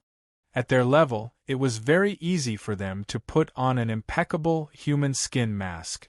However, they could still see a trace of unfamiliarity in the depths of each other's eyes. The sound of cicadas outside the window was loud and clear, making the inn seem even more lonely. The two of them sat down behind the table. Yang Fan smiled at Shen Mu and teased, "Brother Shen has just returned to the capital and you've been hiding for 3 days. Is it just to avoid Miss Gongsun's obsession? Speaking of which, although Miss Gongsun is a little unruly, she is infatuated with Brother Shen. Miss Gongsun is as beautiful as the moon and has a high level of martial art. In terms of family background, she is also from a first-class family. Why should Brother Shen let down the beauty's kindness?" Shen Mu sighed and said, "Erlang has 2 beautiful wives and 1 beautiful concubine. Do you think that everyone in the world is like this? Erlang is still too young and naive. If I want to take in a few concubines, naturally, the more the better. The status has been decided and there is an order of seniority. Naturally, there is no need to worry about trouble. However, can a lady from the Gongsun family become a concubine? Once she becomes my wife, who is superior and who is junior, who is senior and who is junior, who is in charge and who is managing the finances, all these will become troublesome. There are thousands of people in the family and only one person is in charge. At that time, a little carelessness will lead to conflict. Forget about Schwerer, who will not and dare not compete with her. But what about Chi-Chi? Chi-Chi is the eldest daughter of Longyou's Li family. She is the eldest daughter of the Gongsun family. Both of them are like fire. How can my backyard be peaceful?" Yang Fan said, "Both of them are deeply in love with Brother Shen. I believe you will be able to get along with them peacefully?" Shen Mu looked up to the sky and laughed. "I believe? I don't think so. There are some things that can't be done just because of your wishful thinking." You are not someone who can tolerate others. You also want to think for your own children. There are also maids and old maids around you and your own family behind you. It is hard to not have any problems. Shin Mu's words were a test and a warning to Yang Fan. However, when Yang Fan heard the words, your own family behind you, he did not think that Shin Mu was pointing at him. Instead, he thought that Shin Mu was talking about his own difficulties. Yang Fan's eyes instantly narrowed. Shin Mu naturally saw this change in expression. Shin Mu suddenly asked, Erlang has 2 wives. Why can your family be harmonious? What is the secret behind it? Can you give me some pointers? Yang Fan said, the reason behind it is not worth mentioning. Xiao Man and I depend on each other. We are brother and sister. Even though we have been separated for many years, our feelings have not changed. After we grew up, we finally met again. We are like siblings and husband and wife. She knows that I will never let her down and naturally does not need to scheme. On the other hand, Anu has encountered difficulties since young. Her childhood experience is similar to Xiao Man's. It can be said that they are in the same boat. Moreover, even though she is beautiful and talented, she was born a servant. Even though she looks unruly, she is actually different from the arrogance that is ingrained in the bones of the young ladies of aristocratic families. When Yang Fan was framed by Lai Junchen and imprisoned, they even went through life and death together in order to save me from prison. They have a deep friendship with each other. Apart from that, they are both orphans and do not have any family behind them. Naturally, there will not be any dispute. The maids and old maids are also picky. Their own mistress is not that kind of person. How would they dare to have such thoughts? Shin Mu sighed, that is true. Erlang is very fortunate. But my situation is completely different from yours. What can I do? Yang Fan frowned. If that is the case, why did Brother Shin provoke these 2 ladies who are incompatible as water and fire? Shin Mu smiled bitterly. If I did not provoke them, how would I know what kind of character they are? Yang Fan sighed silently, shook his head and did not say anything. Shin Mu suddenly smiled. All right, let's not talk about this little family matter. Before going to Longyu, I have mentioned to you about the Zhuozhou incident. I wonder how is Erlang's investigation? Yang Fan said, I was just about to mention this matter to Brother Shun. I have already ordered all my men to withdraw from Zhuozhou and will not clash with your men. However, my forceful withdrawal can only treat the symptoms and not the root cause. If we do not discuss a proper solution, I am afraid that there will be another dispute sooner or later. Shin Mu took a sip of wine and stared at him. What do you mean? Yang Fan said, Little brother has carefully investigated. They have their own difficulties in having a conflict with Brother Shin's men. Merchants have always been selling at low prices and selling at high prices. Trade has and does not exist. They pursue profits from this. At that time, you and I were set up separately but did not think about these problems. Or rather, I did not expect that there would be such a big conflict in these areas. Shin Mu chuckled. Yang Fan sensitively asked, What is Brother Shin laughing at? Shin Mu said, I suddenly feel that perhaps when young Master Jiang established the succession hall, the various arrangements that you made are the most suitable for its existence. There is only one sect leader and there is an orderly hierarchy. Naturally, there will be no trouble. Yang Fan's eyes suddenly shrunk. In a deep voice, he said, If it is for the purpose of continuing the line of succession, young Master Jiang's arrangements are naturally not inappropriate. However, the current succession hall still exists for this purpose, or should I say only for this purpose. Shin Mu did not answer. He did not need to answer. Both of them understood in their hearts that the original purpose of the succession hall has long changed. This change did not even start from Shin Mu. In fact, young Master Jiang, who used this pretense to establish the succession hall, originally had an ulterior motive. However, this bitter fruit, because young Master Jiang's motive has never been revealed, It is only now that the two of them have to bear this bitter fruit. At this moment, the two of them were speechless. Maybe at this moment they both had a feeling that life was like the first time they met. Shenmue was silent for a long time. Then he raised his neck and gulped down a cup of wine. Then he slammed the cup heavily on the table. This affected the injury on his back, and caused his expression to be in great pain, as though that cup of wine was bitter. Yang Fan said in a low voice, "We have to think of a way. I suspect that there are already people in the Xian sect that are moving. I worry that we cannot control them." Shenmue's gaze suddenly became sharp. He stared closely at Yang Fan and said, "What do you mean by cannot control them?"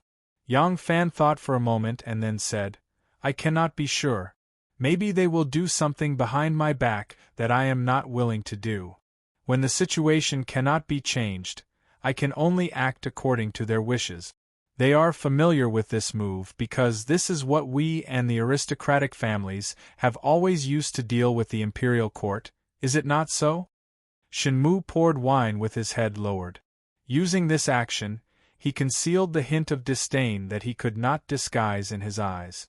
He thought that Yang Fan was setting up an ambush for the small town and was trying to shift the blame. When the two of them misunderstood each other and became even more wary of each other, what could they discuss? In the end, Yang Fan could only bid farewell helplessly. He did not take with him a solution to the problem. Shenmue still sat cross-legged and looked coldly across from him. The food and wine on the table had not been touched. Yang Fan had not touched a drop of wine and had not moved a single chopstick. The corner of Shenmue's lips slowly curled. He finally did not need to disguise that disdain. Yang Fan walked onto the hibiscus bridge and raised his head to look at the sky. The clouds rolled and gradually thickened as though a heavy rain was about to fall. Chapter 1131. Yang Fan walked off the Furong Bridge and immediately said to Renwei, "Get the person in charge of the business in the north to come to Chang'an immediately. I want to meet them personally and discuss a solution." "Understood." Renwei agreed and followed closely behind Yang Fan. Seeing his unhappy expression, Renwei hesitated and couldn't help but ask, "Sect Patriarch, when you met with young Master Shun just now, was there any unpleasantness?" Yang Fan glanced at him, and Renwei's heart trembled as he hurriedly lowered his head and said, "This subordinate has spoken too much." At this moment, the guards at the riverside of the Crooked Pond brought the horses over. Yang Fan pulled the saddle onto the horse, kicked the stirrups lightly, and galloped forward lightly. Renwei hurriedly jumped onto the warhorse and followed closely with the other guards. Yang Fan lightly galloped along the Tsuchi River for a distance of an arrow's throw. Only then did he tighten the reins and change to a leisurely horse. He sighed deeply and said, "I really don't understand why he suddenly has such a strong vigilance and hostility towards me." The horse slowly galloped along the riverside of the Crooked Pond, and the leisurely ducks wagged their tails among the lotus leaves. When they saw the horse approaching, they swam towards the depths. Renwei urged the horse to chase by Yang Fan's side. He frowned and wanted to say something but stopped. Yang Fan glared at him and said, "You have something to say?" Renwei gathered his courage and said, "Sect Patriarch, this subordinate doesn't dare to overstep my authority. However, this matter concerns Sect Patriarch's safety, and this subordinate has to take the liberty to remind Sect Patriarch.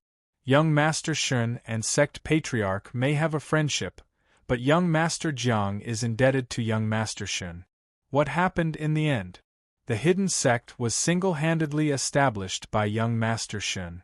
For him to be able to quietly develop such a powerful force under young Master Jiang's eyes and ultimately force young Master Jiang to step down in dejection, his scheming methods are truly outstanding. If he wants to harm Sect Patriarch, this subordinate asks Sect Patriarch to pay attention to your own safety." Yang Fan smiled and didn't comment. He only looked at the small boat that was lightly floating in the middle of the lake and said in frustration, The reason why the Xian sect acknowledged the existence of the hidden sect and divided missions with the hidden sect was so that the story of Shun Mu and Mr. Jiang would not repeat. However, I never expected that I would gradually drift apart from him. Shin Mu stood on the Furong Tavern, watching as Yang Fan and his men gradually walked away until they finally disappeared from his line of sight. He then sadly said, "Jinhai, I don't understand what he's thinking right now." It was unknown when Lan Jinhai had appeared beside him. When he heard Shin Mu's words, he only bowed slightly and did not say a word. Shin Mu waved his sleeves, turned around and walked downstairs. Thump, thump, thump. Amidst the sound of footsteps, Shin Mu ordered in a deep voice, "From now on, be on full alert against Xian Zong. Do not slack at all." Dou Lu Qinhuang cupped his hands and followed a young servant holding a horsetail whisk into the Kai-Si courtyard. In the Kai-Si courtyard there was the sound of stringed instrument. On the stage there was a songstress in colorful clothing singing loudly. Her voice was sweet and very pleasant to listen to. This songstress was Gao Lisher's older sister, the personal disciple of the musical house's chief guardian, Master Ru Mei. She had now grown into a beautiful young lady. It was said that her singing skills were catching up to Master Ru Mei, and she was the most promising of Master Ru Mei's disciples to become the chief guardian. While she was able to frequently appear in the palace to perform for the Emperor and Empress due to the help of her younger brother, Gao Lisher, she was very talented. Li Xian listened with rapt attention. Ever since they became emperor, after more than half a year, Li Xian and Empress Wei finally promoted a group of palace maids and eunuchs that were absolutely loyal to them. While these people were not even 1% of the total number of people in the palace, they could at least guarantee that the Emperor and Empress had a relatively private life, and would not have the slightest disturbance immediately spread out of the palace. At this moment, the people serving in the Kai-Si courtyard were the most trusted people of Li Xian and the Empress. So when he heard that Dou Lu Qinhuang wanted to see him, Li Xian had someone bring him here. Seeing that the Emperor was listening attentively, Dou Lu Qinhuang hurriedly waved his hand to stop the servant from calling his name. He bowed and stood to the side, his posture extremely respectful. Li Xian listened to the song and clapped his hands in praise. He cheerfully ordered, "Come, watch the reward." Empress Wei's bright and beautiful eyes moved slightly. She glanced at Dou Lu Qinhuang, who was respectfully standing to the side. She slightly leaned to the side and said to Li Xian, "Sage, Dou Lu Qinhuang is here." Li Xian seemed to have just noticed Dou Lu Qinhuang. He turned his head and said with a smile, "Beloved official Dou Lu, you've come." Dou Lu Qinhuang hurriedly stepped forward and stood across from Li Xian. He bowed deeply and said, "This old subject Dou Lu Qinhuang greets your majesty. Someone, come and watch Dou Lu Qinhuang's seat." Li Xian had just finished listening to the sounds of nature and was in a good mood. He smiled as he gave the order. He said to Dou Lu Qinhuang, "Beloved official Dou Lu, Zhen has already used the 500-year-old ginseng you presented. It feels very comfortable. Beloved subject is truly considerate." Dou Lu Qinhuang, who had just sat down, hurriedly bowed again and said, "It's good that your majesty has used it well. In the past, when your majesty was still in the Eastern Palace, this old subject was your majesty's palace attendant, your majesty's subordinate in the Eastern Palace. At that time, your majesty was young and handsome, brimming with talent, already displaying the demeanor of a wise ruler. The fate of the country has been rough.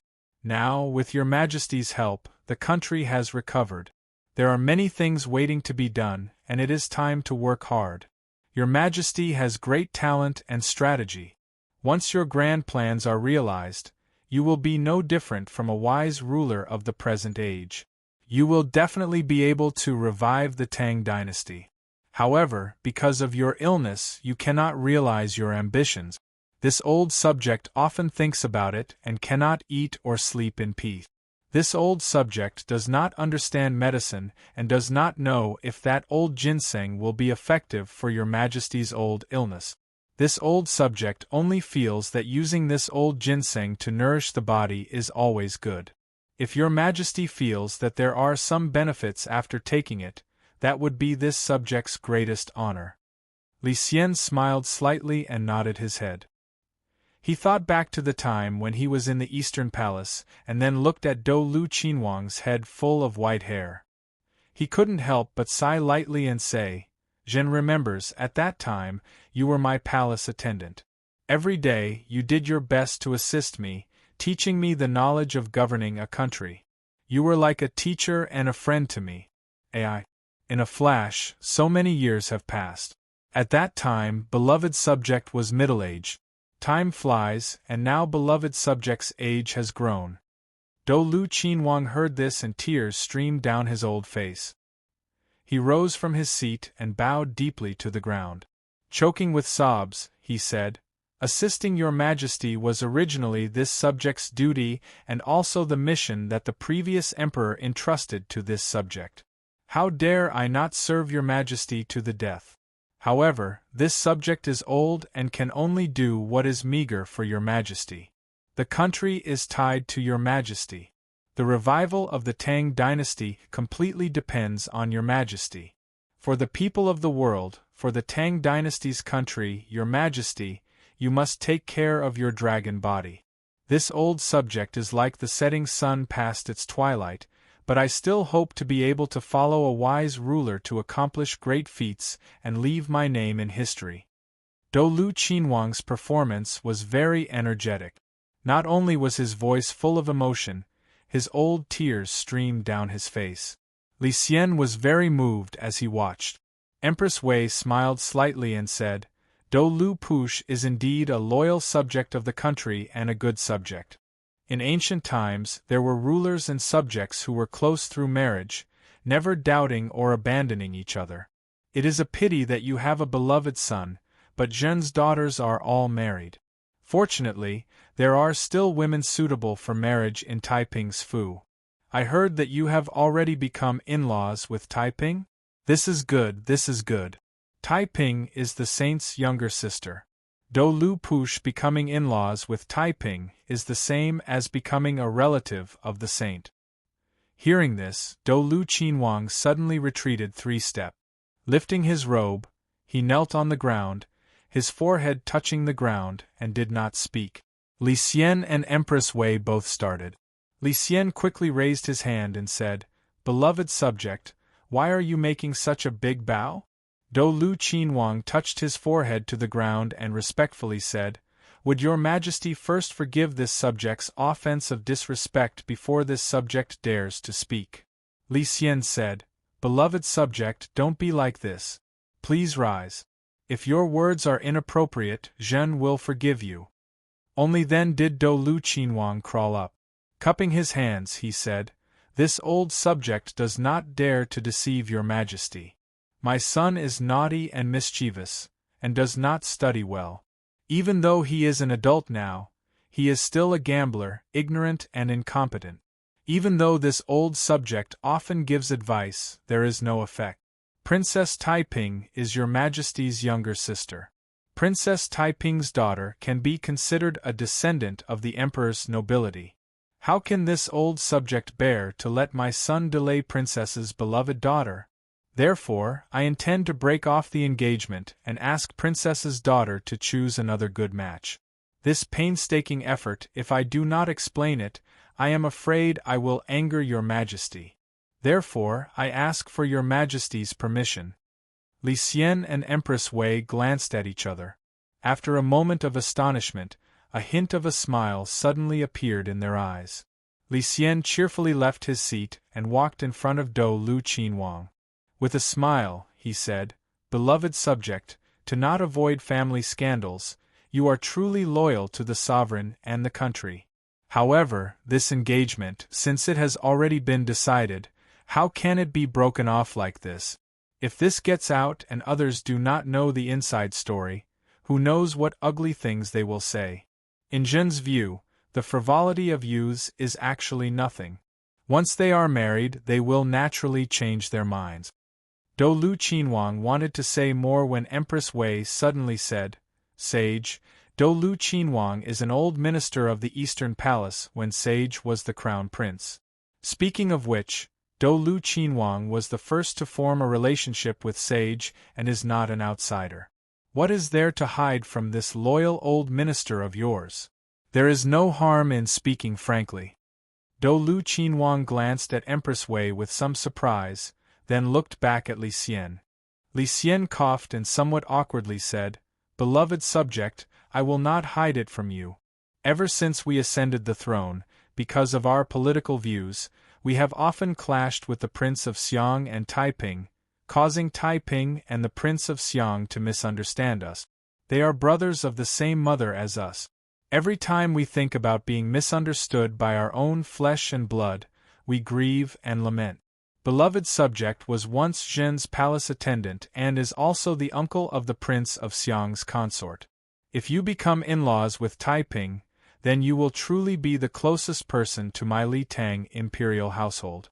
We also hope that you can become one of us 3 siblings. If the Prince of Xiang and Taiping have any misunderstandings about us, beloved subject can inform us as soon as possible. Only then can we resolve the misunderstandings and live in harmony as brothers. Thus, we feel that this marriage between you and him should be made." Only now did Dou Lu Qinhuang understand Li Xian's intentions. If not for the Prince of Xiang and Taiping risking their lives to help, the Son of Heaven might not have reached his current position. He had not imagined that he would be so scheming and have such a cold-hearted nature. Dou Lu Qinhuang couldn't help but feel a chill in his heart, but he put on a terrified expression and said, "This old subject is willing to serve your majesty." Li Xian was overjoyed. He happily took Dou Lu Qinhuang's hand and said, "Good, good, good. We just knew that beloved subject would not disappoint us. Dear subject, you have been back in the capital for more than a month. We previously heard that you had fallen seriously ill, and it was for this reason that your return to the capital was delayed. Thus, when you first returned to the capital, we did not dare to rashly have you take on heavy responsibilities, fearing that you would be tired from the long journey and tire yourself out.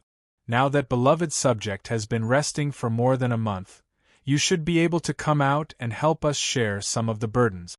We understand and will issue an edict for beloved subject to preside over the government. We hope that beloved subject will not refuse." Dou Lu Qinhuang knew that this favor was entirely because he had flattered and expressed his loyalty. Today, he had also agreed to serve as a secret agent for the emperor. His heart was filled with bitterness, but he still had to put on a happy expression. Cupping his hands, he said, "Yes, this old subject will definitely fulfill his duty and share your majesty's burdens." At this time, a tall and young eunuch hurriedly walked into the colored silk courtyard. His appearance was still immature, but he was wearing a high-ranking eunuch robe. Along the way, many palace maids and eunuchs saluted and greeted him one after another. This person was Gao Lisher.